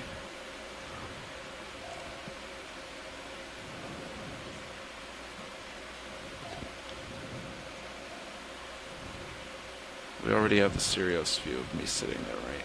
We do. Because I think that looks very cool. Yeah.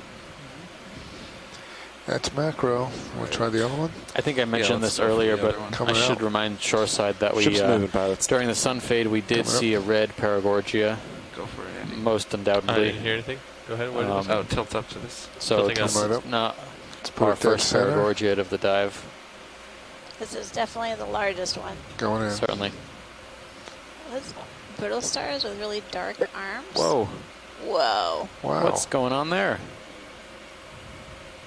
Let's forget the squat lobster. Just tilt up. Okay.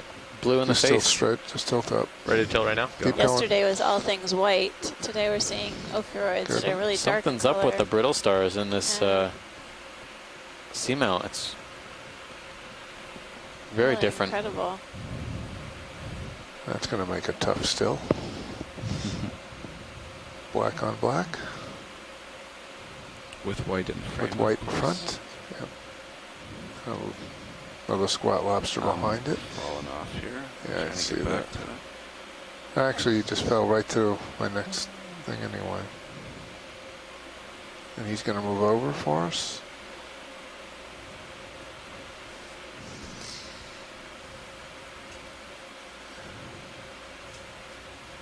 Okay. Wow. I don't think I've ever seen a black ophiuroid before, or brittle star. No. Let's tilt up again. We're in a good position for Coming that. up. I think we should start keeping track of how many times I say I've never seen. I got a little guy. Fill in the blank. Yeah, can you just make a tally? Just make a video just of all the times we've said. I don't think I've ever seen that before. Yeah, about a couple of hours long. Well, shoreside, we're not moving quite yet. I don't think, or are we? The ship is underway, and Sirius has just started moving, so we are catching up. He'll have some more tether here in just a moment. Okay. So, yeah, Stephen and Amanda, this is Tim. That is amazing to see these ophiuroids. I think I seem to recall back in the Atlantic on a given dive we saw really large ophiuroids, and I don't have a actually place come to back yet, in. but, this is really amazing. The fact that we're seeing this really small, it's like Carondelet. Just with the right hand laser on it, on the polyp front. Still want the laser on? Hanging around with really small lasers coming on. squat lobsters that are new too. This has been an amazing squat lobster cast made, but that little guy's new. It's just fantastic. The little guy, if you come up, you see his claws just hanging in the top of the. I see that. Thanks, Tim. That's Tim Shank from Woods Hole Oceanographic Institution. According to Tim, that's new.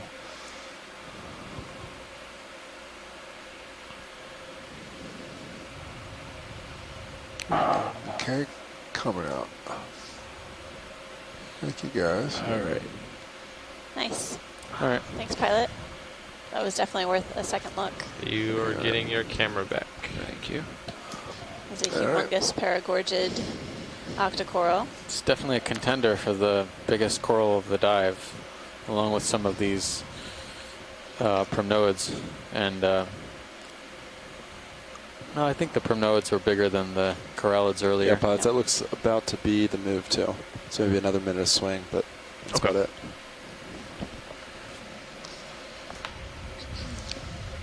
Okay.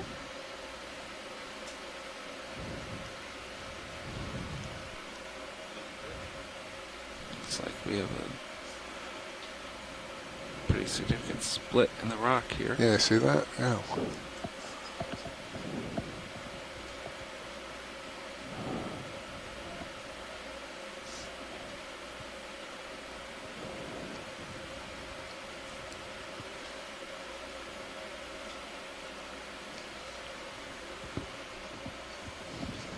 Yeah.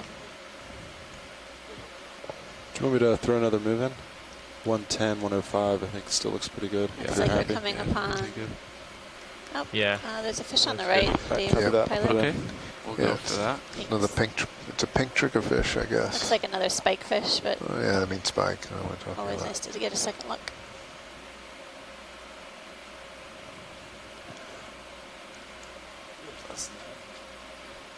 And we got a tail. Yeah. Coming up in the view is a spike fish. Thanks, pilot. This is at least our second or third observation on the dive.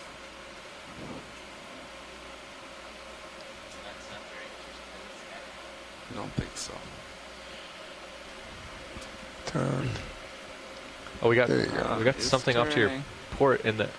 That's look at this. Look on Sirius, dude. Oh yeah, we're gonna go for that. Come on out. Coming out. I have no idea what that is. It's big and swimming. It's big and black, It's moving. You guys. and it looks really cool.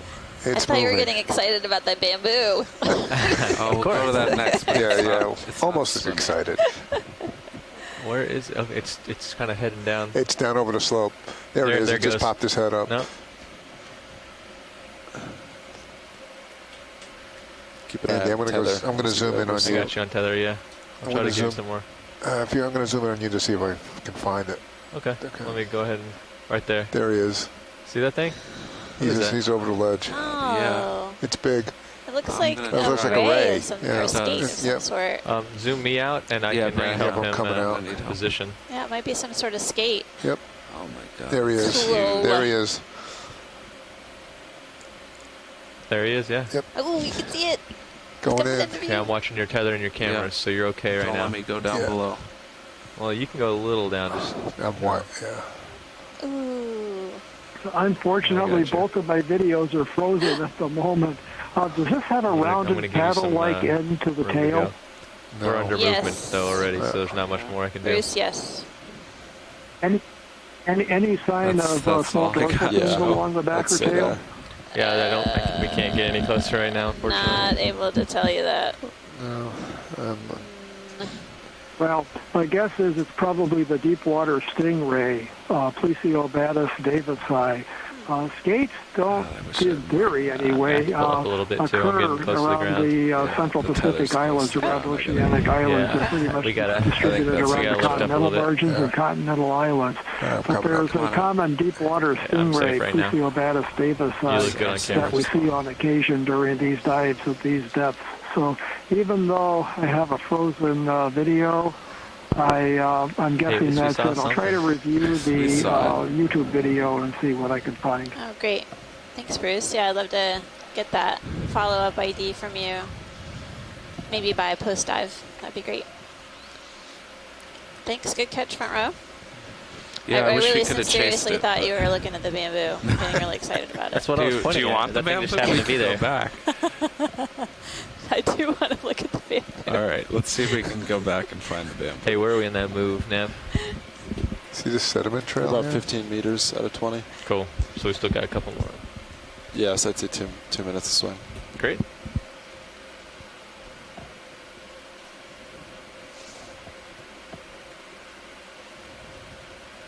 I'll let you know if I see any other Well, cool we do things. like corals, but we normally don't get that excited. No, I understand. That's fine. Okay, I think it's right in front of me. If I can just come down a little bit. Oh, down a little Yeah, I fast. think it goes to your Yeah. port side. There's nothing to port. There's something to starboard. There's a little one to your port. Oh, out in front. See out? Yep. Okay. Yep, we can do that. That guy. Am I full wide, Joe? On Yes, Is that you it? are. You're Okay. full wide. Copy. Thanks. Watchley, is that what we're looking for? No, but we can look at that. That's fine. No worries. I think it was the same bamboo that we might have been seeing before. Okay. So it's fine. We'll go for this one then.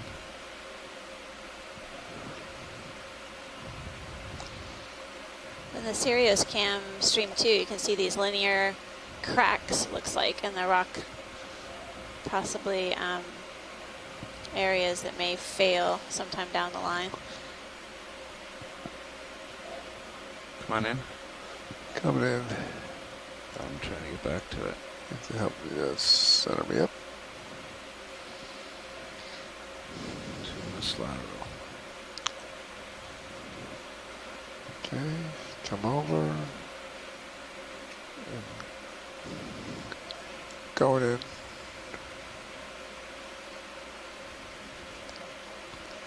Bring me over. It's like a similar primnoid to what we have been seeing on the dive so far. See a brittle star or ophiuroid hanging out on one of the arms or one of the branches.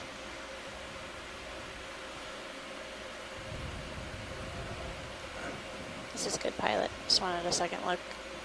Okay. Let's go down to the base. And then we get out of here. Base, and then we'll Is that fish blue?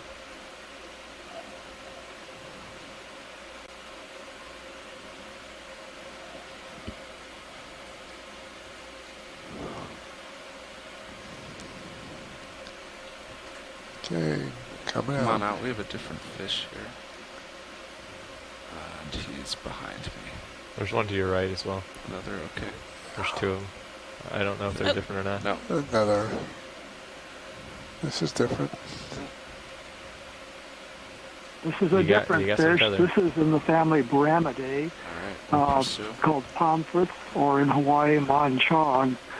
This one has a more truncated, the lobes on the tail fin aren't as elongated as some of the others that we've seen, I believe. This is probably in the genus Eumagistus. Eumagistus illustris for shiny, has mirror-like sides.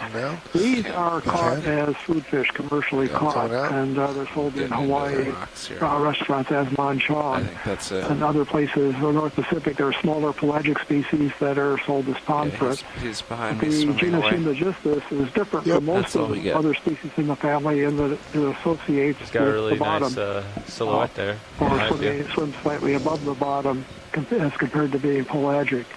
So a pomfret, Eumagistus illustris. Yeah, pilot, so Zero should be about settled, I think, by now. Okay, let me, we've been chasing a lot of things here. Let me get centered up again and out ahead. Let me know if this is what you find, pilot, but it looks like 105 is going to be slightly upslope for me. Did you see the ray? So when you get out there, let me know. Okay. Bruce is going to take a look at them. The image later, but hopefully you can get an idea on it. Similar to the last ray we saw? If you would. Yes, when? No. Do we see one today? No, not. Okay. Not today. No. I thought you were going to refer to the ray we saw on our passage up. Okay. I replaced that memory with something else.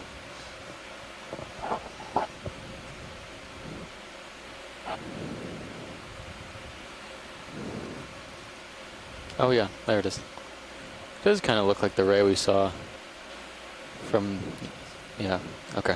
All right, I think we're very similar. Centered up. And I agree that that is uphill. So do you want 105 or 110? My computer seems to have locked up, so I'm not able to get to anything, and I'm not able to put that last fish into the C-scribe at the moment. I'll try to do that. I'm going to reboot and see if I can get back on. So I have the option information of pulling, getting up here, or you have the option of going back down towards the bottom. Pilot, which would you prefer? Oh, it's come up. Coming right at us. Joe, what did you see? Oh, a fish was coming right at Sirius. Oh, okay. Yeah, I'm being attacked down there. Yeah, they were going after the tether, too. Who's that?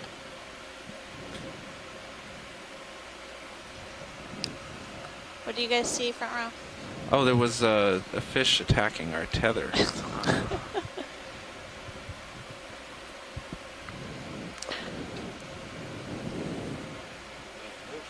Yeah, we haven't had a good encounter in a long time of fish versus vehicle. Yes. Can we do a snap zoom on this when you get close enough? The yellow, sure, like neon yellow coral. I think I can get a little bit closer to that now. And yeah, pilot ship is. Copy that. I think it's that bamboo we've been if you seeing, drop down, but I'll drop down with this you. one's completely covered in underneath the tissue, tether, whereas though. most of the other Coming down. colonies we've seen, the bamboos, there's also a fish in it. Yep.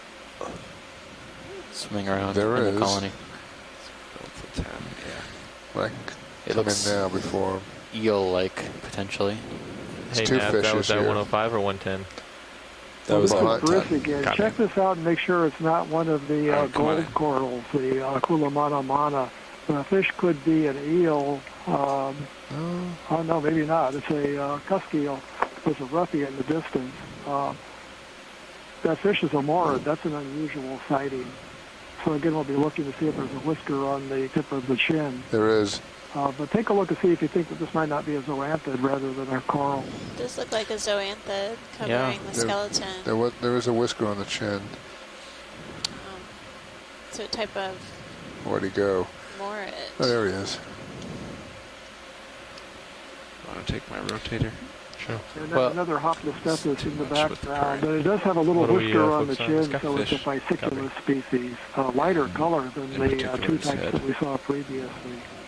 And I'm still trying to boot my computer, so I can't put any of this into the chat room or event log yet. Okay.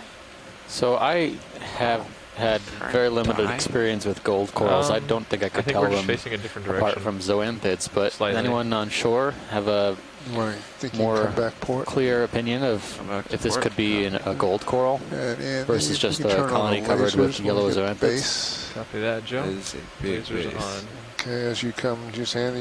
It's my understanding is okay, that the gold Dave, you just keep coral coming. is a type of zoanthid both that of the people you creates confuse. It's going to be difficult basically for you. a skeleton Yeah, I know. as well. Well, because I know on correct? Andy Casagrande, Or it that's why. grows over an old skeleton. That's not helpful. Yeah, I It's think not it helpful. It keeps coming to parasitizes mind. and then overgrows. I don't know what particular corals it prefers. Let's go this pilot, co-pilot. It's easier appears that to way. have a really dark skeleton underneath. Let's see if we get And tips. it looks like the base, Coming up. you know, you can see the lighter base, but then there's I'm gonna tissue try to put my left extended toe down. or something beyond the Roughy white in the or lighter background. color. Now I'm Sort still of like too high. I can't do it. an additional Stay base floating. created by the zoanthid. I can give you some tether if you want to land. You know, I could see Actually, I this think I do have why don't you come out? I'll land colony here. being an overgrown actually bamboo. doing pretty good. It has the base, it has Okay. the thickness of Pretty the stable stalk here. and the branches. The branches up Still at on the lasers top, on, like what Joe? we're looking at right Yeah, now, I are can't just see kind of him anyways, wiry and it's okay. thin. Okay, you want me to tilt up? Come on up. Coming up. But I'm not sure. I don't know. Right now you can lose him. It's got this Coming dark color to it. I don't know if that's I'm going to swap back real quick. some sort of reaction. Could this for a be worth a second. collection if it's The skeleton's dark. to better determine if it's a hold. gold coral or just zoanthids? Where are we in that ship move? Shoreside? Looks like it's just ending. Okay, so I I think we'll be okay because he's only at 37 right now. Yeah, so if they want to sample, you could just, Yeah. you should be fine. I'll just get some ground up. Some elevation. Well, this is Bruce. When I referred to gold coral, I was referring to I'm gonna the use your rotator for a second. Kulamana mana that overgrows, I think, bamboo corals and then creates its own skeleton around Yeah, we'll the be in a core of the good position bamboo for you coral. to, That's very well known. And I'm the fish And that's a good biologist, so I'm side not too. the one to speak to the collection. Again, that's my a good computer's side too, not but, working now, so I we'll can't see keep what's an eye coming on in your on the chat swing room. arm. Looks okay for now. It's unclear, Bruce, but we're going to poll the audience here.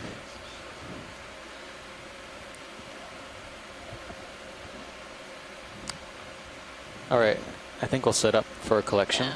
Okay. It'd be good to maybe image a bit before we collect. There's something Sure, on the yeah, left. I'm trying to get a trying to get a toehold. good toehold here. Growth. Still You see dealing where with the- currents. Okay. Hey, Nav, I do you think think there's I should bring interest with the his color swing changes. arm in for this in case? Which is it's now fine just right now. It coming depends at the how close frame it left-hand is side. Okay. to port. Well, I guess you can watch that for us while Yeah, I'll keep an he's eye. setting I'll up. let you know if I think it's an issue. Looks like there's something darker brown on the lower left Yep, of the I'm screen. trying to get a view of that. Yeah.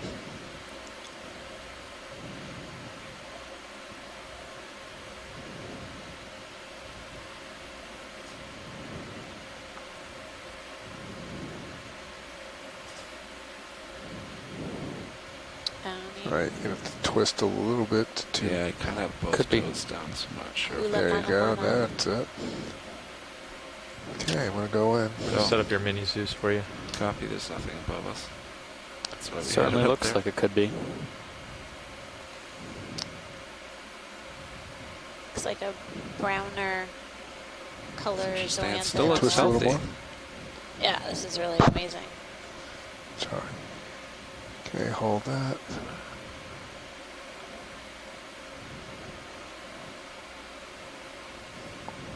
Well, Alan Andrews gives the vote for collect. Okay, if you twist a little more. Keep coming. That's about Sounds like we have a good consensus from the shore side to collect a piece. Okay, don't do that.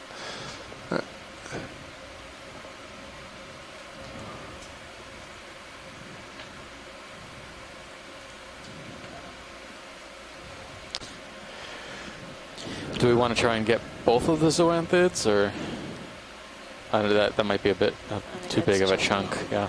Okay. Well, I guess we'll get what we can get. So what would we like on this? I think we just need a small piece, pilot. Any part of it? Nothing in particular. Yeah, I'm not seeing any associates that would I'll fix that. are obvious. So yeah, any small piece that we can grab, sort of like a haircut.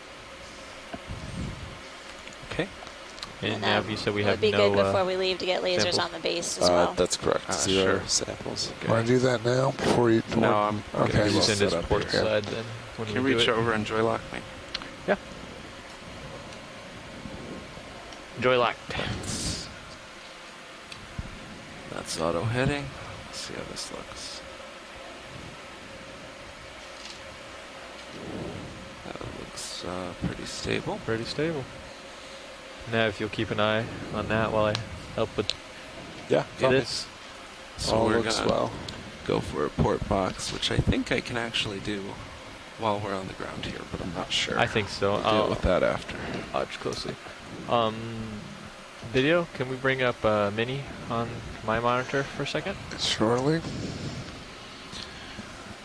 So what You am are I going to spun go up. for here? Maybe that one.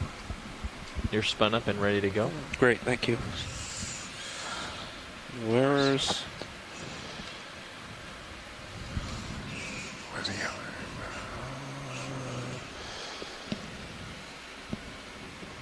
Actually, I might be able to do it right here. Yeah. Let me see. Here. Is it on mine? Yep, I got it. Sorry. Okay, can you come over to the arm with the Mini? Yeah. Oh, yeah, you have control of it. Great.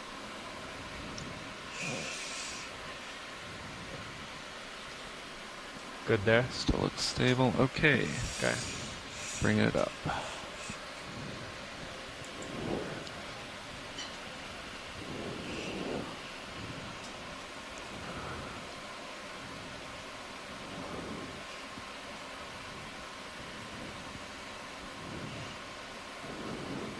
It's like a little bush.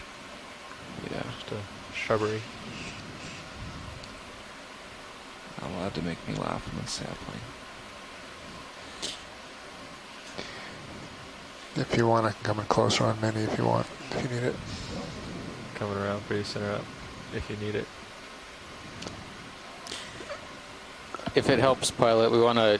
I mean, we don't want to get just the top 2 centimeters. We want to get, maybe a good 10 centimeters or so. Okay. Just to make sure we get some of the original skeleton in there. Sure. All right. Maybe I will give you some lasers so you come can over see. to this one then.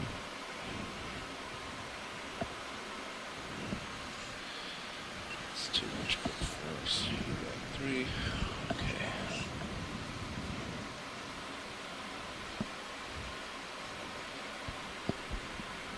Yeah, maybe come in a little bit on the Mini. Coming in. Tilting up. Focusing. Maybe. There we go.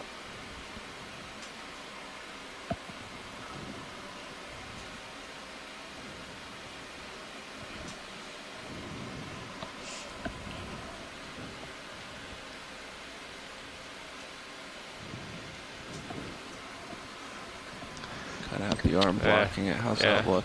Can't help you much. I think that looks about right. Yeah, I think so. Nav, you think? Yeah. Alright, I'm gonna go. The ones in the back are... I think I'm gonna push them out of the way. There you go. You got it. Can you come out with the mini? Coming out with mini. Okay. Bring this over for some imaging.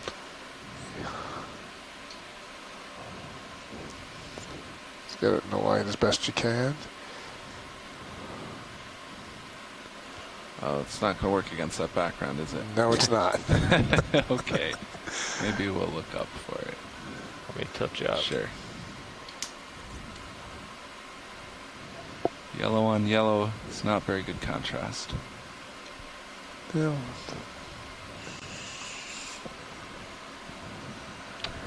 Can I do anything with the lights to help with this? You might want to start bringing the upper end, and that might, as we're bringing it in, it might actually just start hitting it. Come in on this one. Come in on. Uppers coming in. Yeah. Slowly. Yeah. Maybe. Yep. Keep going. Doing it. Oh, we got going. flares. That's all right. Don't worry. It'll go. Keep going. Keep going. All the way, still, and then rotate them up. Okay, I can come all the way in and rotate. Yep. And then we'll adjust. And then we'll just. There you go. All right, now, pilot, you can adjust the arm to just. What would you like to do? Just twist your wrist a little bit, so it's the. There you go. Exactly. Okay. All right, let me come in here a little bit. We'll lose the flares. Lose up a little more. Get a little bit here. So you twist it. Can you rotate your wrist a little more? Yeah. It's coming off of back there. Yeah. But we can image like this. There you go. Center me up a little bit. Great. And that looks like the original skeleton underneath to the right. Yeah. Here. Right by the bolt. Yeah, in there. Alright, whenever you're happy. I'm almost happy.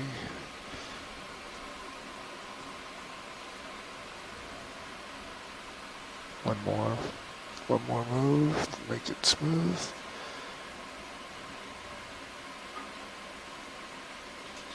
And again.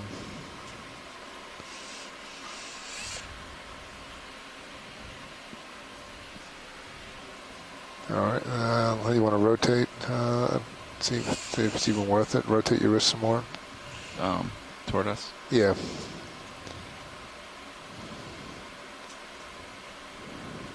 Yeah, it's another better shot at a skeleton. Oops. I was trying to center for you.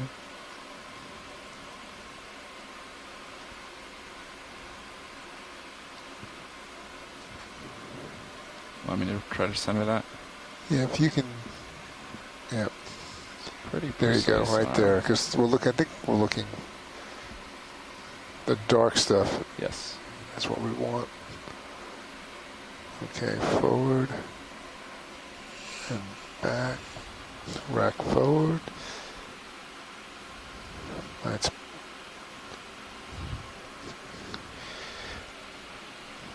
Let's put it in the box. Let's do it. Okay. Oh, let me get photo bombed. Fish. I saw that one coming. Drawer coming out. Let's watch and make sure we can actually. Yeah, maybe get it on the mini.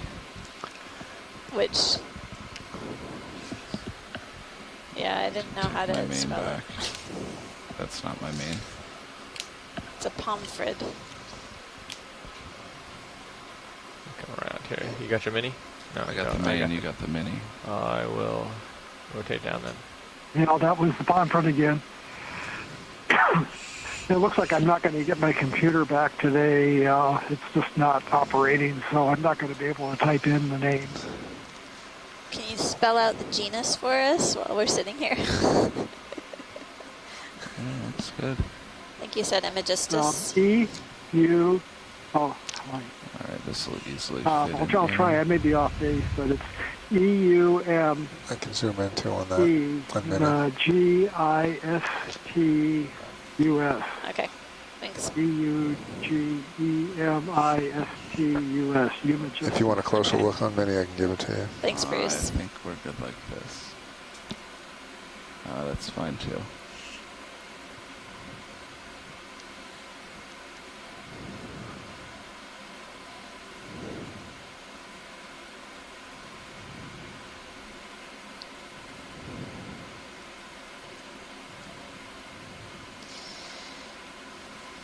That look good?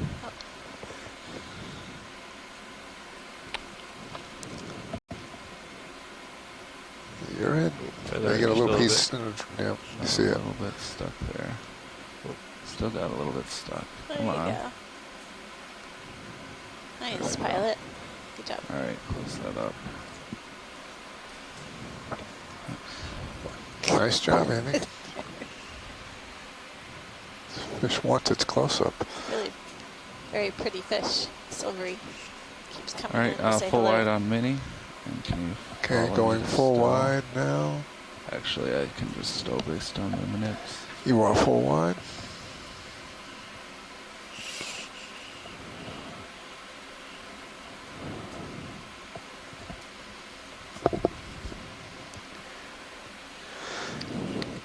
Nice job, pilot. Make sure, yeah, the arm's all the way up there just because of the camera flare. I think you already got it. Yeah. Yep. Yeah, you're looking good. Looking good.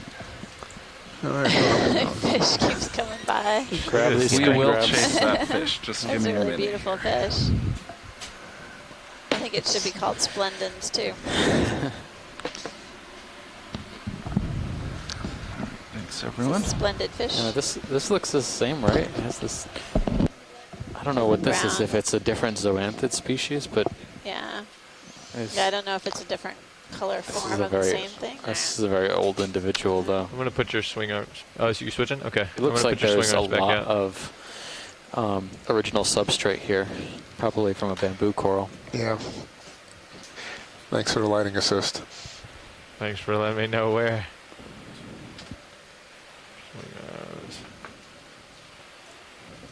You're in auto head and Pilot, I'm bringing your swing arm out if you didn't hear. you're in auto head and joy lock. And, You're a little bit heavy, which is how I like it. Pilot, once you get situated, if we haven't already, it'd be nice to get lasers on the base.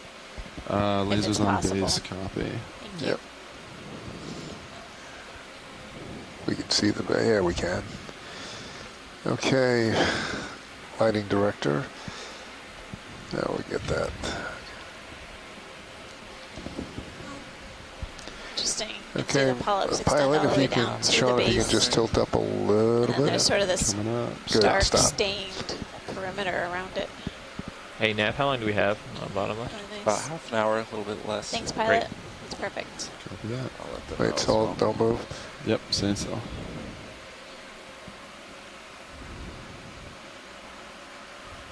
And now I'm blowing out the rest of the picture, but I will get the base. Watch lead now. I know. Have your least favorite piece of information of the day. We have about 25 minutes left on the bottom. Oh, okay. Thanks for the update, Nav. 25 minutes? We're good, Sean. Thank you. That's right. All right.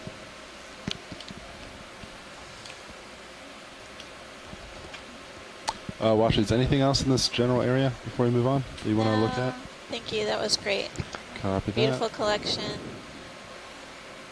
of this gold coral.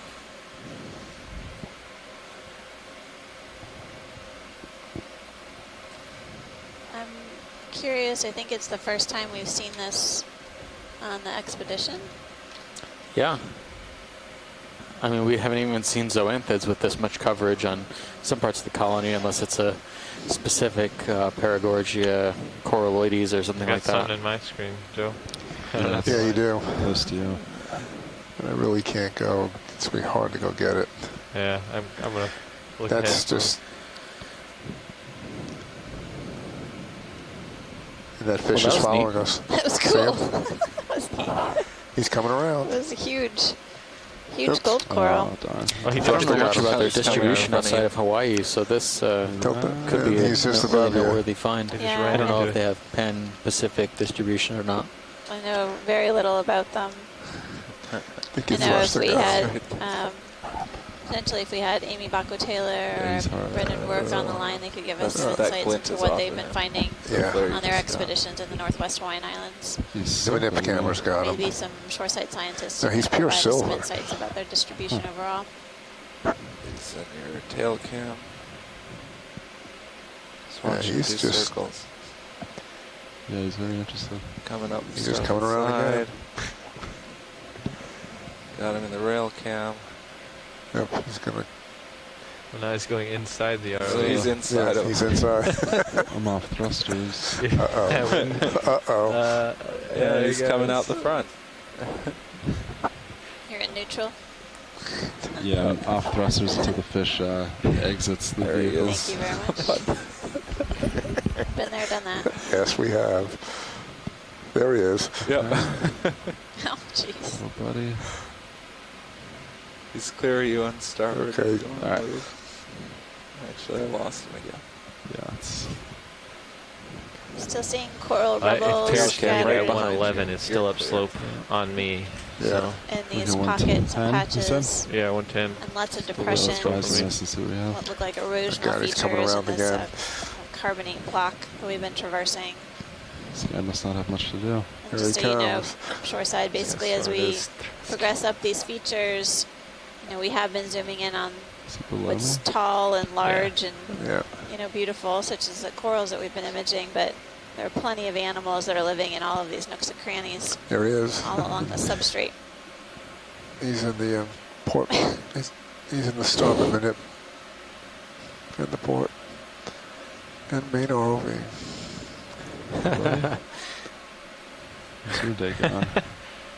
Okay. And he's out. Oh no, he's still here. He's stuck on the shilling. Oh no, he got out. Okay. Yeah, he's safe. I'm going to pull up a little ways. No fish were harmed during this filming. That's right. Appreciate your sensitive nature, front row. We try to be. Oh, now he's coming to Sirius. Look at him. Yep. Now I'm leaving. We have Just a move on. curious fish that's been hanging around us. Type of pond fret. Coming back. He's not really getting a hit. Getting about stretched out again. Yeah, you can put a move in. 110. 120. 110, closer Yeah, than 120. Have a nice little. Oh wow, piece another here. high-profile feature. The Sirius Bridge, cam man. on stream 2 shows you Wow. basically Another our ship move, please. perspective. 20 What we're meters. traversing up Bearing right now is 110. really 0.2 steep knots. ridges or features up ahead. Good copy.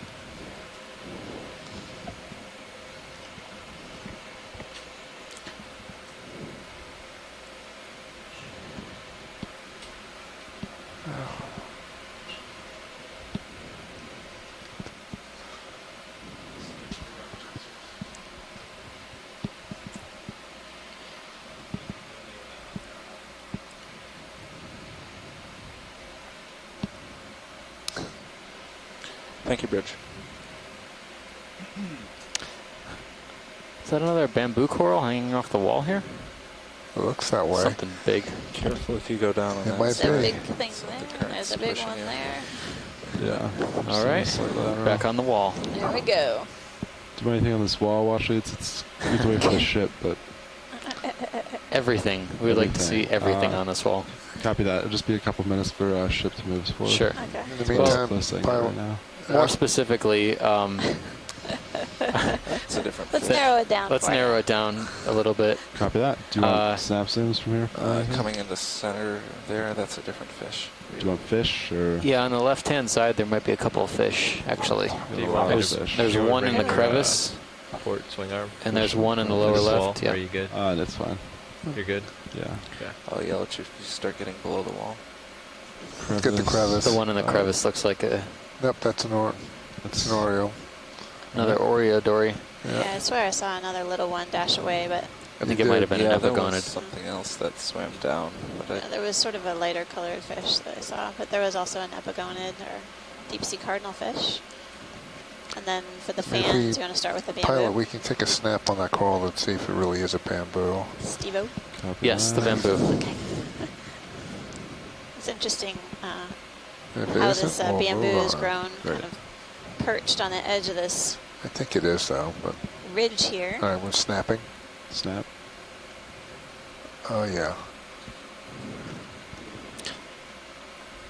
Looks like the same one we were seeing last time. Really interesting dark nodal bands are pretty You know, easy that to current see. appears to be shifting. And it doesn't look like the thick Yep.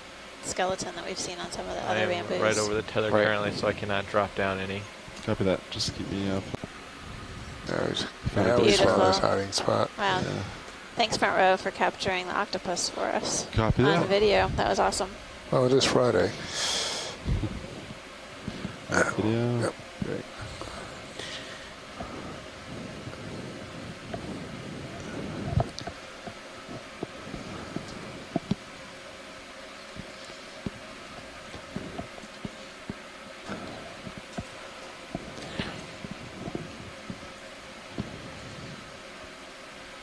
I'm gonna rise a little bit, pilot, and see the top of this feature.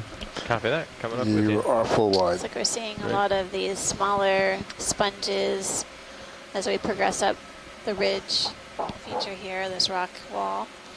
Oh, Nav, I don't know if you're aware or not. It's just what Carl told me to mark pits depth every once in a while in detail. that we are observing in the rock I may didn't be know. created by boring sponges that are known to basically erode at the rock, or if they're created by I'm going to something do it else. whenever we get to a local high. Yeah. Another fish coming in. Fish. The same one. That's the same one that's been following you. These are following us all around. Yeah. Yep. Okay. He already gave us his calling card. Yeah, so let's see. So, I'll let you tell me where you think. So this is this. Really rugged terrain here. Angular rock. Not as many fans either. This looks good to follow. So this is the beyond that fish. So. Yeah, do you want to center up? 0-0? Yeah, let me see what you got on yours. I bet you because it doesn't quite match mine, of course, because I'm a little off. Yeah, so I'm looking 9.5. So yours would be. So you want like 105. 105. Should be fine. Yeah, we Up could in do that. the Sirius cam on Stream 2, you Alright. can see a couple of So if you push out a little tan bit, I'll corals get it. coming up ahead. There we Also go. the steepness of the features that we're progressing over.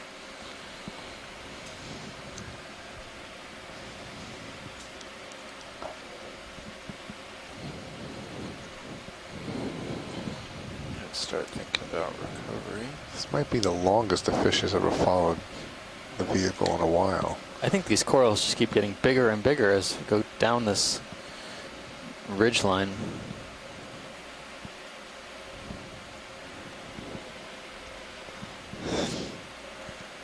Can we have lasers on the base of this one?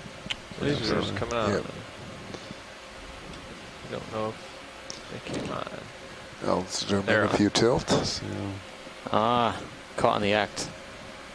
I think this might be a takeover scenario. Zoanthids on bamboo. It's going tighter. Copy that. I'm still approaching it too. Spike fish underneath as well. Try to rest a toe. That's another spike fish, a Holardia. We often see those associating coral fan on the Hurl submersible dives. Is that video? Is that good? That's good.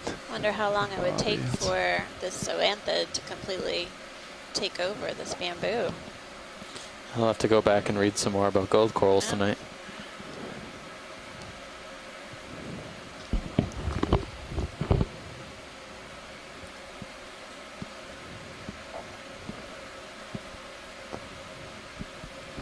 So There we co-pilot, go. did you want that move, or were you just... No, not set yet. up? Okay. So if you can just Twist your head to the port or to the left. There you go. Show the now right there.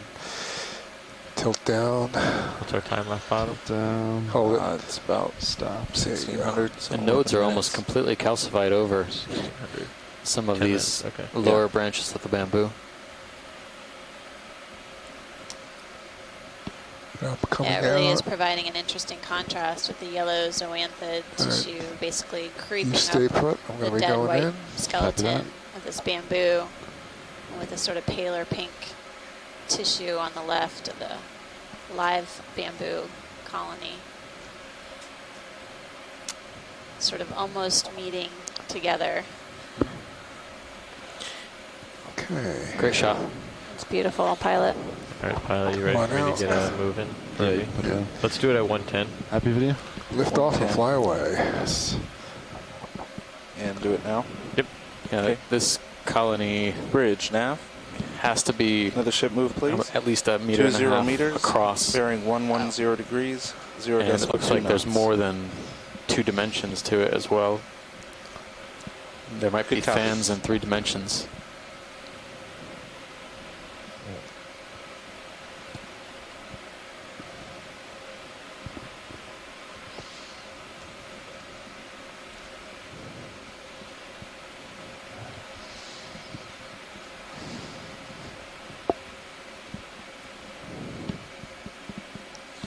I think we're down to our 10-minute warning. Is that true, Nav? Yes, that's about right. I'll give you some tether if you want to go out there. I'll go slow. Not too much I can give you. Yeah, just let me know. Kind of looked here anyway.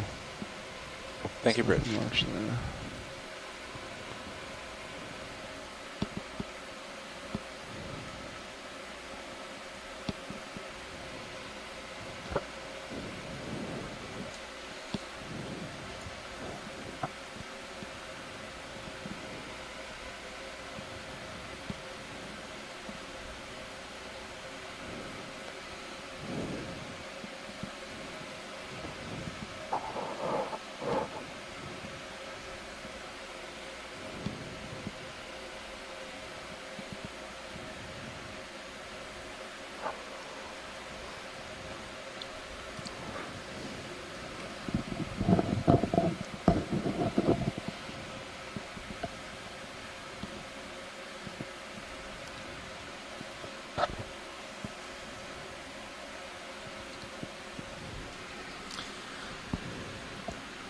Oddly concentric circles in there. Maybe that's rock in the middle of that hole. Yep, going in. Sediment. Doesn't it? That's weird. Cool. I'm going to go. Something fall really hard?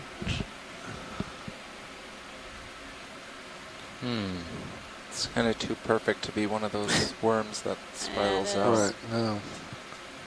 Yeah, I don't know. Definitely a debris really field, though. Something with eyes in there. Tilt up.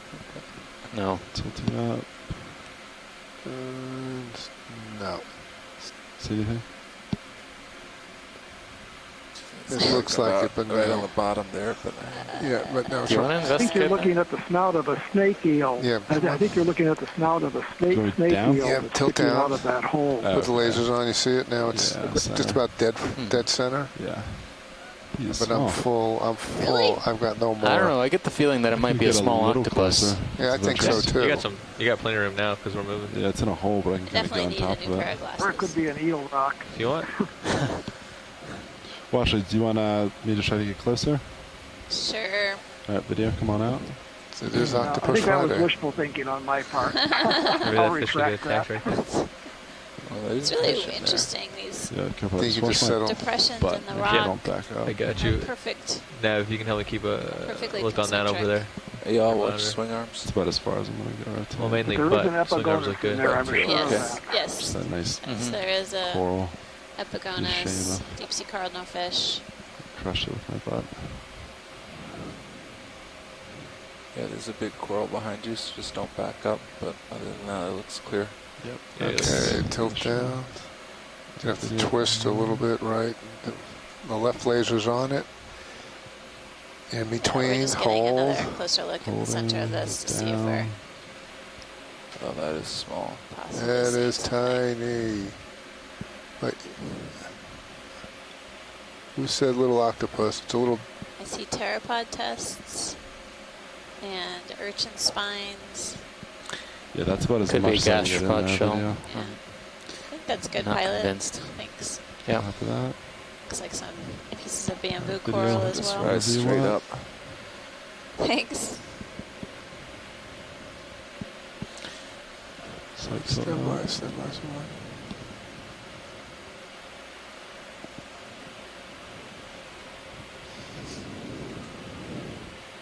It's neat. Interesting formation.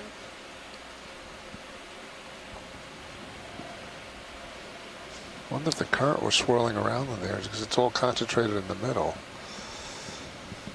like a gyre or something. Should poke the craft into it. Yeah. Okay, let's go. No, we don't want to do that. No.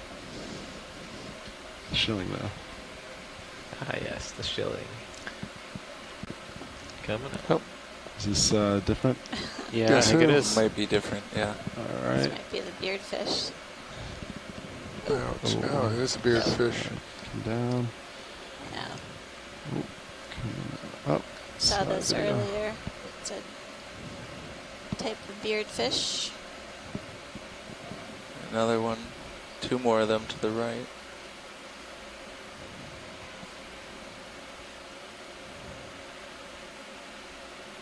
Rotating. Ouch. Yeah. Coming out. I don't know where he went. Oh, there he is. Going in. Go for it. And swim in.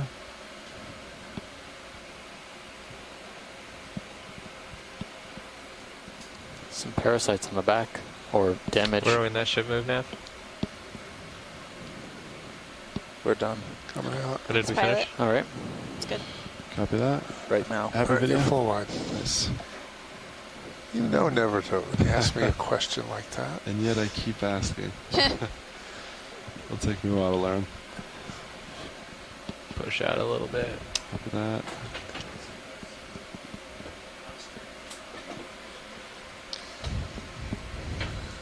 Polymyxia is the beardfish.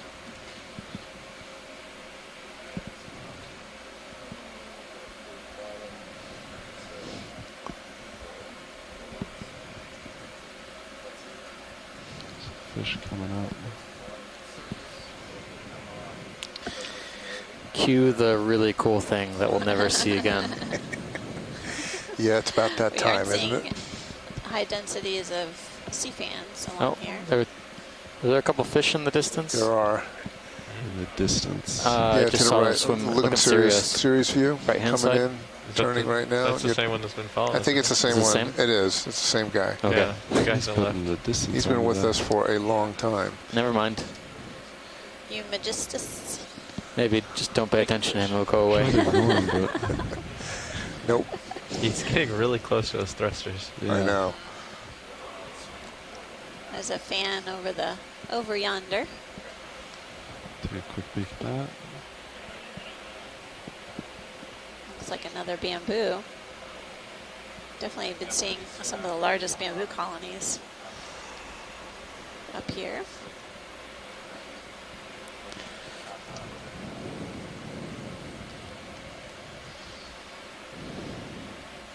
Do you want to zoom on this, Watchers? No, we can keep Are moving you on. happy? Thanks, Got it. Violet.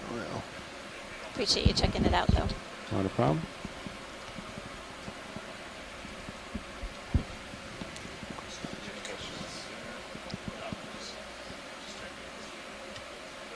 Dang fish.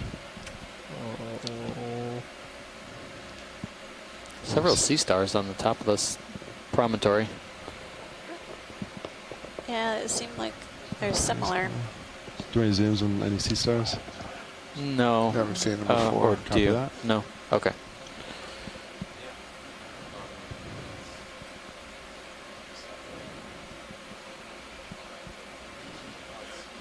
They look like goniastrids we've seen before. Yeah, one of them was kind of Something coming. perched up a little bit. Maybe it was There's someone in feeding. the middle of that sediment. Whoa.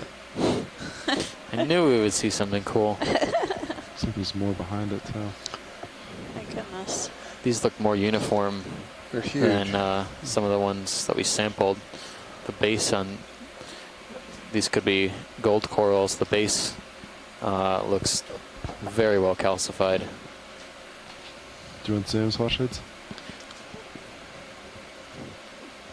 No. Happy? Yeah, happy. Good. Copy that.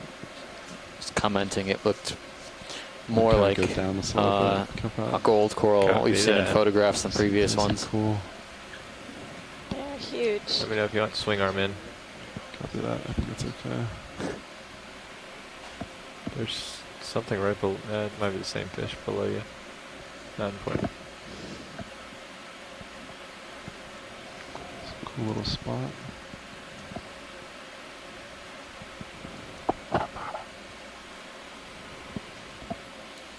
So about 5 more minutes. Copy that. Nav's always the bearer of bad news. Hey, that's a little extra time because the Well, conditions okay. are good. Right, you give him 5 minutes. All right, Nav. Thanks for the extra time. I appreciate it.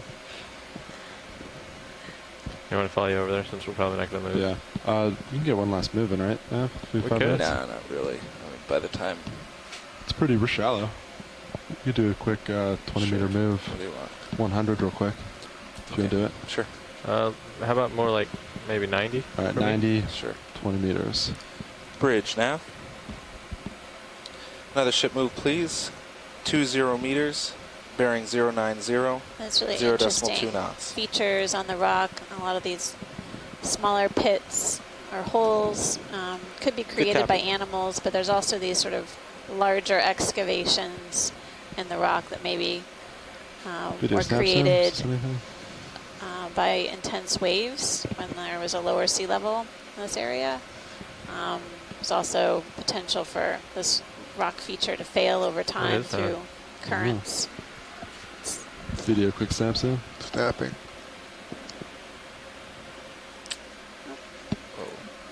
Crinoid. Yep. Thank you, Bridge. Pair of crinoids. Great. Is that a... Oh, it's quite lobster. The little guy. Yeah. Come on up. Coming up. So we're sure these are ophiuroids. I haven't seen a disc on any single one of them yet. Kind of burrowed into the rock here. Not really hidden from view. See if you can come down a little bit, trying to get the disc. Copy that. Your starboard swing arm's close to a coral. No, he's good right now. Can't do it. They're too buried. Yeah, come out video. Yeah, come out. Try to... Oh, it looks like an anthomastus that's retracted. That one. Another hermit crab on the top.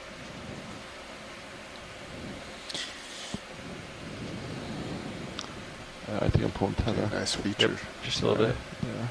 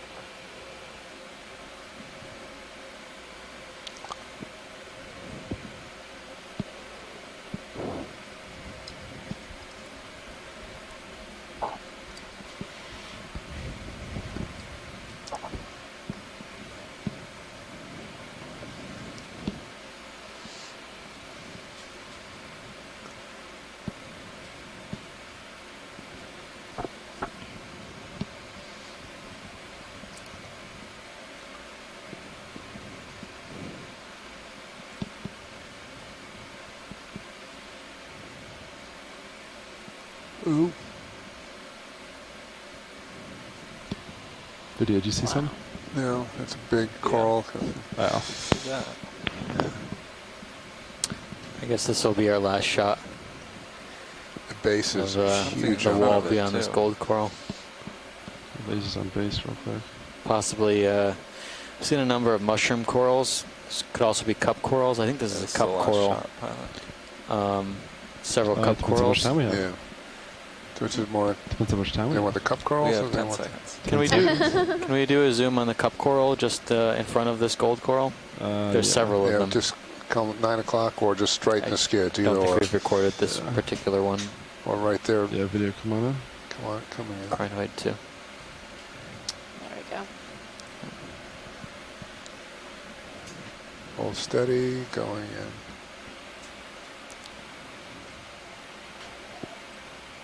Yeah, the ones we were looking at previously, I think, were more circular. Yep. This one's more elongate or ovate. I've been seeing these everywhere. Oh, we lost the call.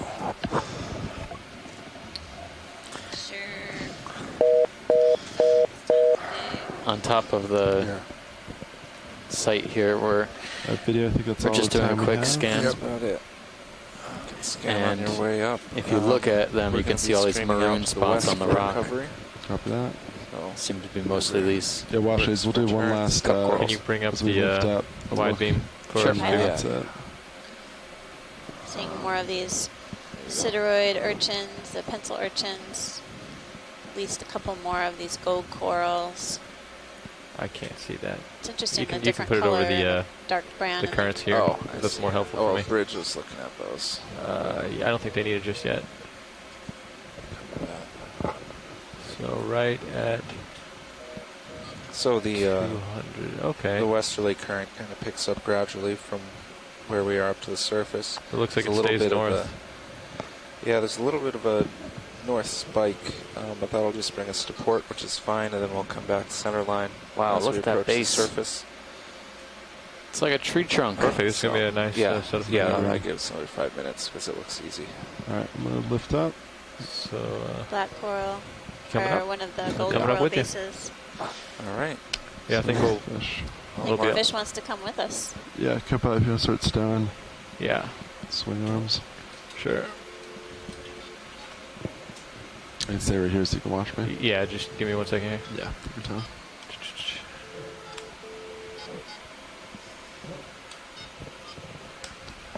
That's a 206. I have to go this one nice and slow on the way in. Yes. All right, I'm gonna get rid of this plot. Alright, so I need to rotate port. Yeah, we're both gonna go.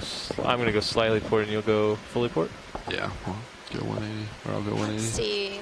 Stowing lower. I'm gonna go ahead and bring the. How's the arm over there? Looks good, right? Come slightly down, but that's probably fine. I'll grab these real quick. Yeah.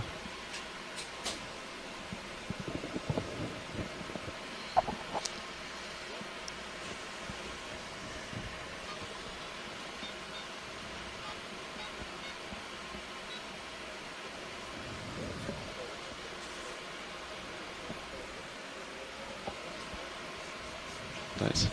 All right, let's come up. Okay. We bring in your drawer real quick. Looks good. Securing hydraulics. Copy that. Okay, let's come on up. Bridge Nice altitude. We're off the bottom. Back All up right, the folks on the shore side, this is Amanda and Steve. Okay. I'm gonna come to 50 meters altitude level before you start backing up, or Yeah, that's how it. do you want to do this? Yeah, that's fine. Okay. I'll just go stay 20 underneath here. Okay. Okay. Shoreside, this is Amanda on the Okeanos, and we just reconnected. Fishes. Obviously, we're off bottom You might now, come up all the way with us. and we can reconvene for our conference Stay call away from the in verts. 10 minutes. Really quickly, I just want to say thanks to our shoreside scientists and our citizen scientists alike for participating with us today and posting all of your beautiful pictures of the seafloor here at this unnamed seamount within the Phoenix Island protected area. We will be diving again tomorrow within PIPA. Yeah, let me go. And basically during our post-dive call, we will discuss different options. Perfect. So hopefully some of you have had a chance to review our maps and have some ideas about where you would all like to go. Many thanks to the front row and to the ship for letting us have a really fantastic dive here. And I'm looking forward to tomorrow. You want me out of auto heading, or are we okay right here? Keep it in Steve is going to tally up his assessment of the species for our post-dive call in a few moments. So thanks so much. Yeah, I got it. Talk to you in a bit. Looks good on the tether cams. Yeah, it's we'll watch right there.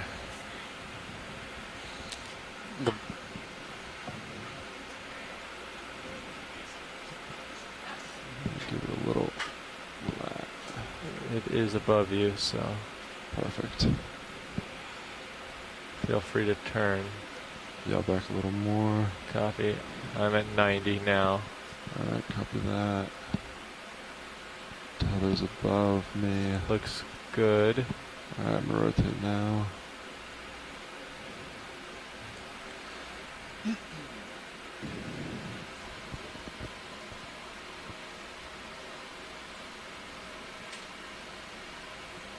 Nice, tether's above. Looking good. Looks good. Finish my turn. And perfect. Alright, push it forward. Alright. Tether's looking good behind you. Yep.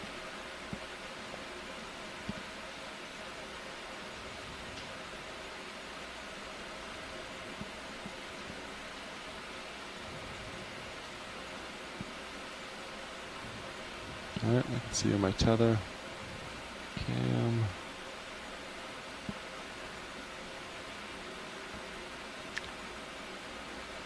I still got you in my fisheye. Nice. We got Sirius in the tail cam. Hey. I'm gonna rise a little bit as I push. Okay, I'll let you catch up slightly. Yeah, we can get a delta 10. Copy. And we can start up.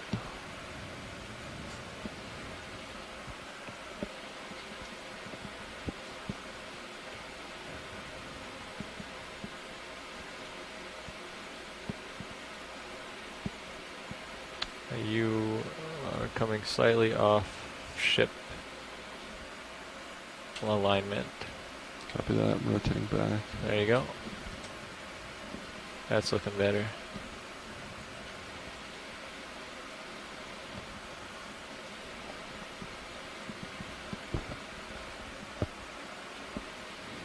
There I am. Okay, they're at Delta 10. You want me to come up with you? I got you in my... Okay. I'm stopped. I'll wait till you forward a little. Joy lock. Well, I'll come up a little bit since your Z-bias is still in.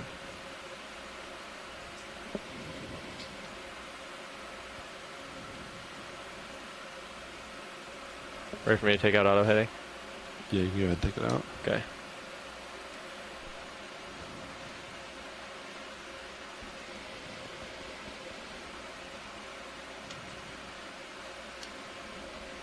Looks good. Yep. I'll start coming up. Copy that.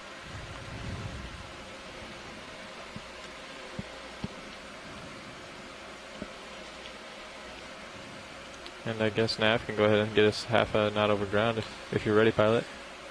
Yeah, let me. Yeah. Pilot, what do you think? So there's. I think we should wait a little bit just because some terrain in that direction. What's the the shallow?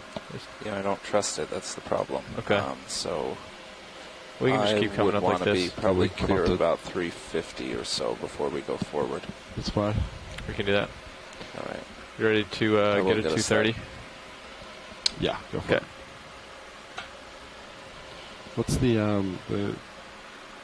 subsea currents? Can you drag that over here real quick? It's pretty straightforward. So I believe you're going to swing north. Yeah, you're going to stay. There you go. You're going to stay. Move it away west. from the streaming. Sure. me fix these, sorry. Let's get rid of that. Okay. You're going to stay west. You're going to swing a little bit north, and then you're probably going to come back to... Oh, that's great. So it looks like we'll just windshield wiper this way slightly. Yep, and then come back. So, perfect. That should be pretty good. We probably don't even need the half knot overground yet, but I mean, we'll do it as soon as we can anyway. Yeah, I just want to wait until we're, it's fine. Yeah, we're clear of it by at least 100 meters, based on the uncertainty we saw today. Yeah, Sirius is, what, 90? I lost mine, so yeah, we can go to 350. That should put us well over. Okay. I think we'll do the 15-minute call-out now, really, because... Right? Yeah. Okay. Bridge, nav. We're ready for the 15-minute call-out. Thank you.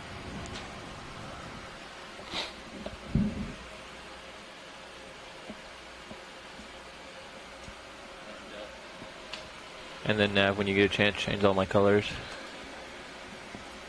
Yeah. Increase size. Yep. Get on all that.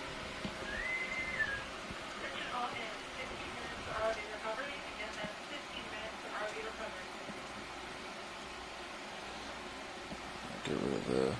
Yeah, can I edit like, I don't know, maybe 200 meters, give the hydraulics a bump. I noticed, yeah, that, especially starboard lower swing arm. It's been misbehaving. He's been very naughty. Go ahead. Hey, video, I have something that is drifting away. That'd be fine. We would like you to hold position here for a few more minutes. There's terrain in front of us at about 400 meters, so we'd like to be well clear of that before we move forward. We're at 350 now, F, by the way. Yeah, I'll just... yeah, we've lost both altitude blocks.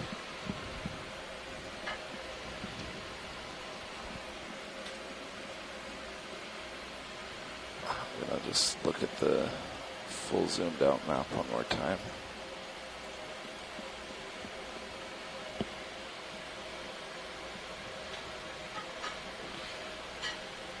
Yeah, we should be good.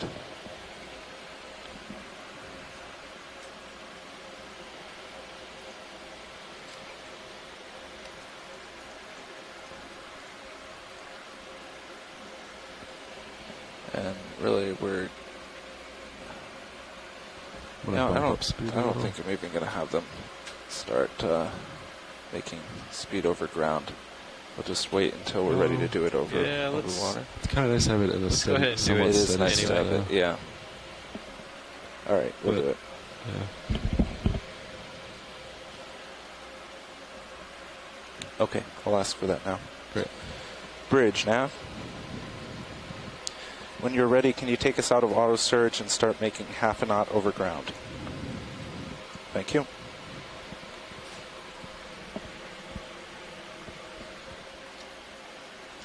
And going too fast? I just bumped up. Oh, okay. It should be fine. It was only at 80. Put it at 88. I did sneak an extra meter per minute in there on you. Sorry, what? Snuck an extra meter per minute on you. Nav, dive super, comms check. Ooh. Loud and clear, dive super. Loud and clear, nav. Pilot, dive super, comms check. Pilot has dive super, loud and clear. Loud and clear, pilot.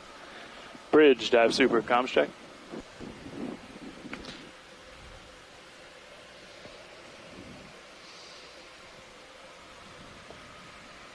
Winch, dive super, comms check. I got you loud and clear. Hey, Nav, you want to... Loud and clear, winch. Deck, dive super, comms check. Tell bridge. Loud and clear. Loud and clear, deck. Go ahead, bridge. Bridge, dive super, comms check. Yes, the forward direction is clear of navigational hazards above 400 meters. We're now at 275 meters. Nav, could you remind bridge to listen to deck A? Copy, dive super. Bridge, nav. Dive super is trying to reach you on deck A. Okay, thank you. Dive Super Bridge. Go ahead, bridge. I heard you were trying to reach us. Just doing a comms check. Okay, loud and clear. Loud and clear, bridge.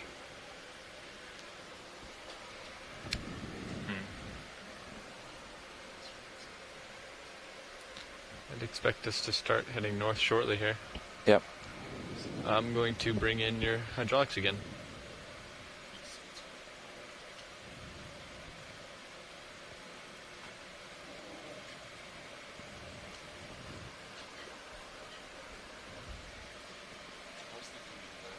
great, no problems.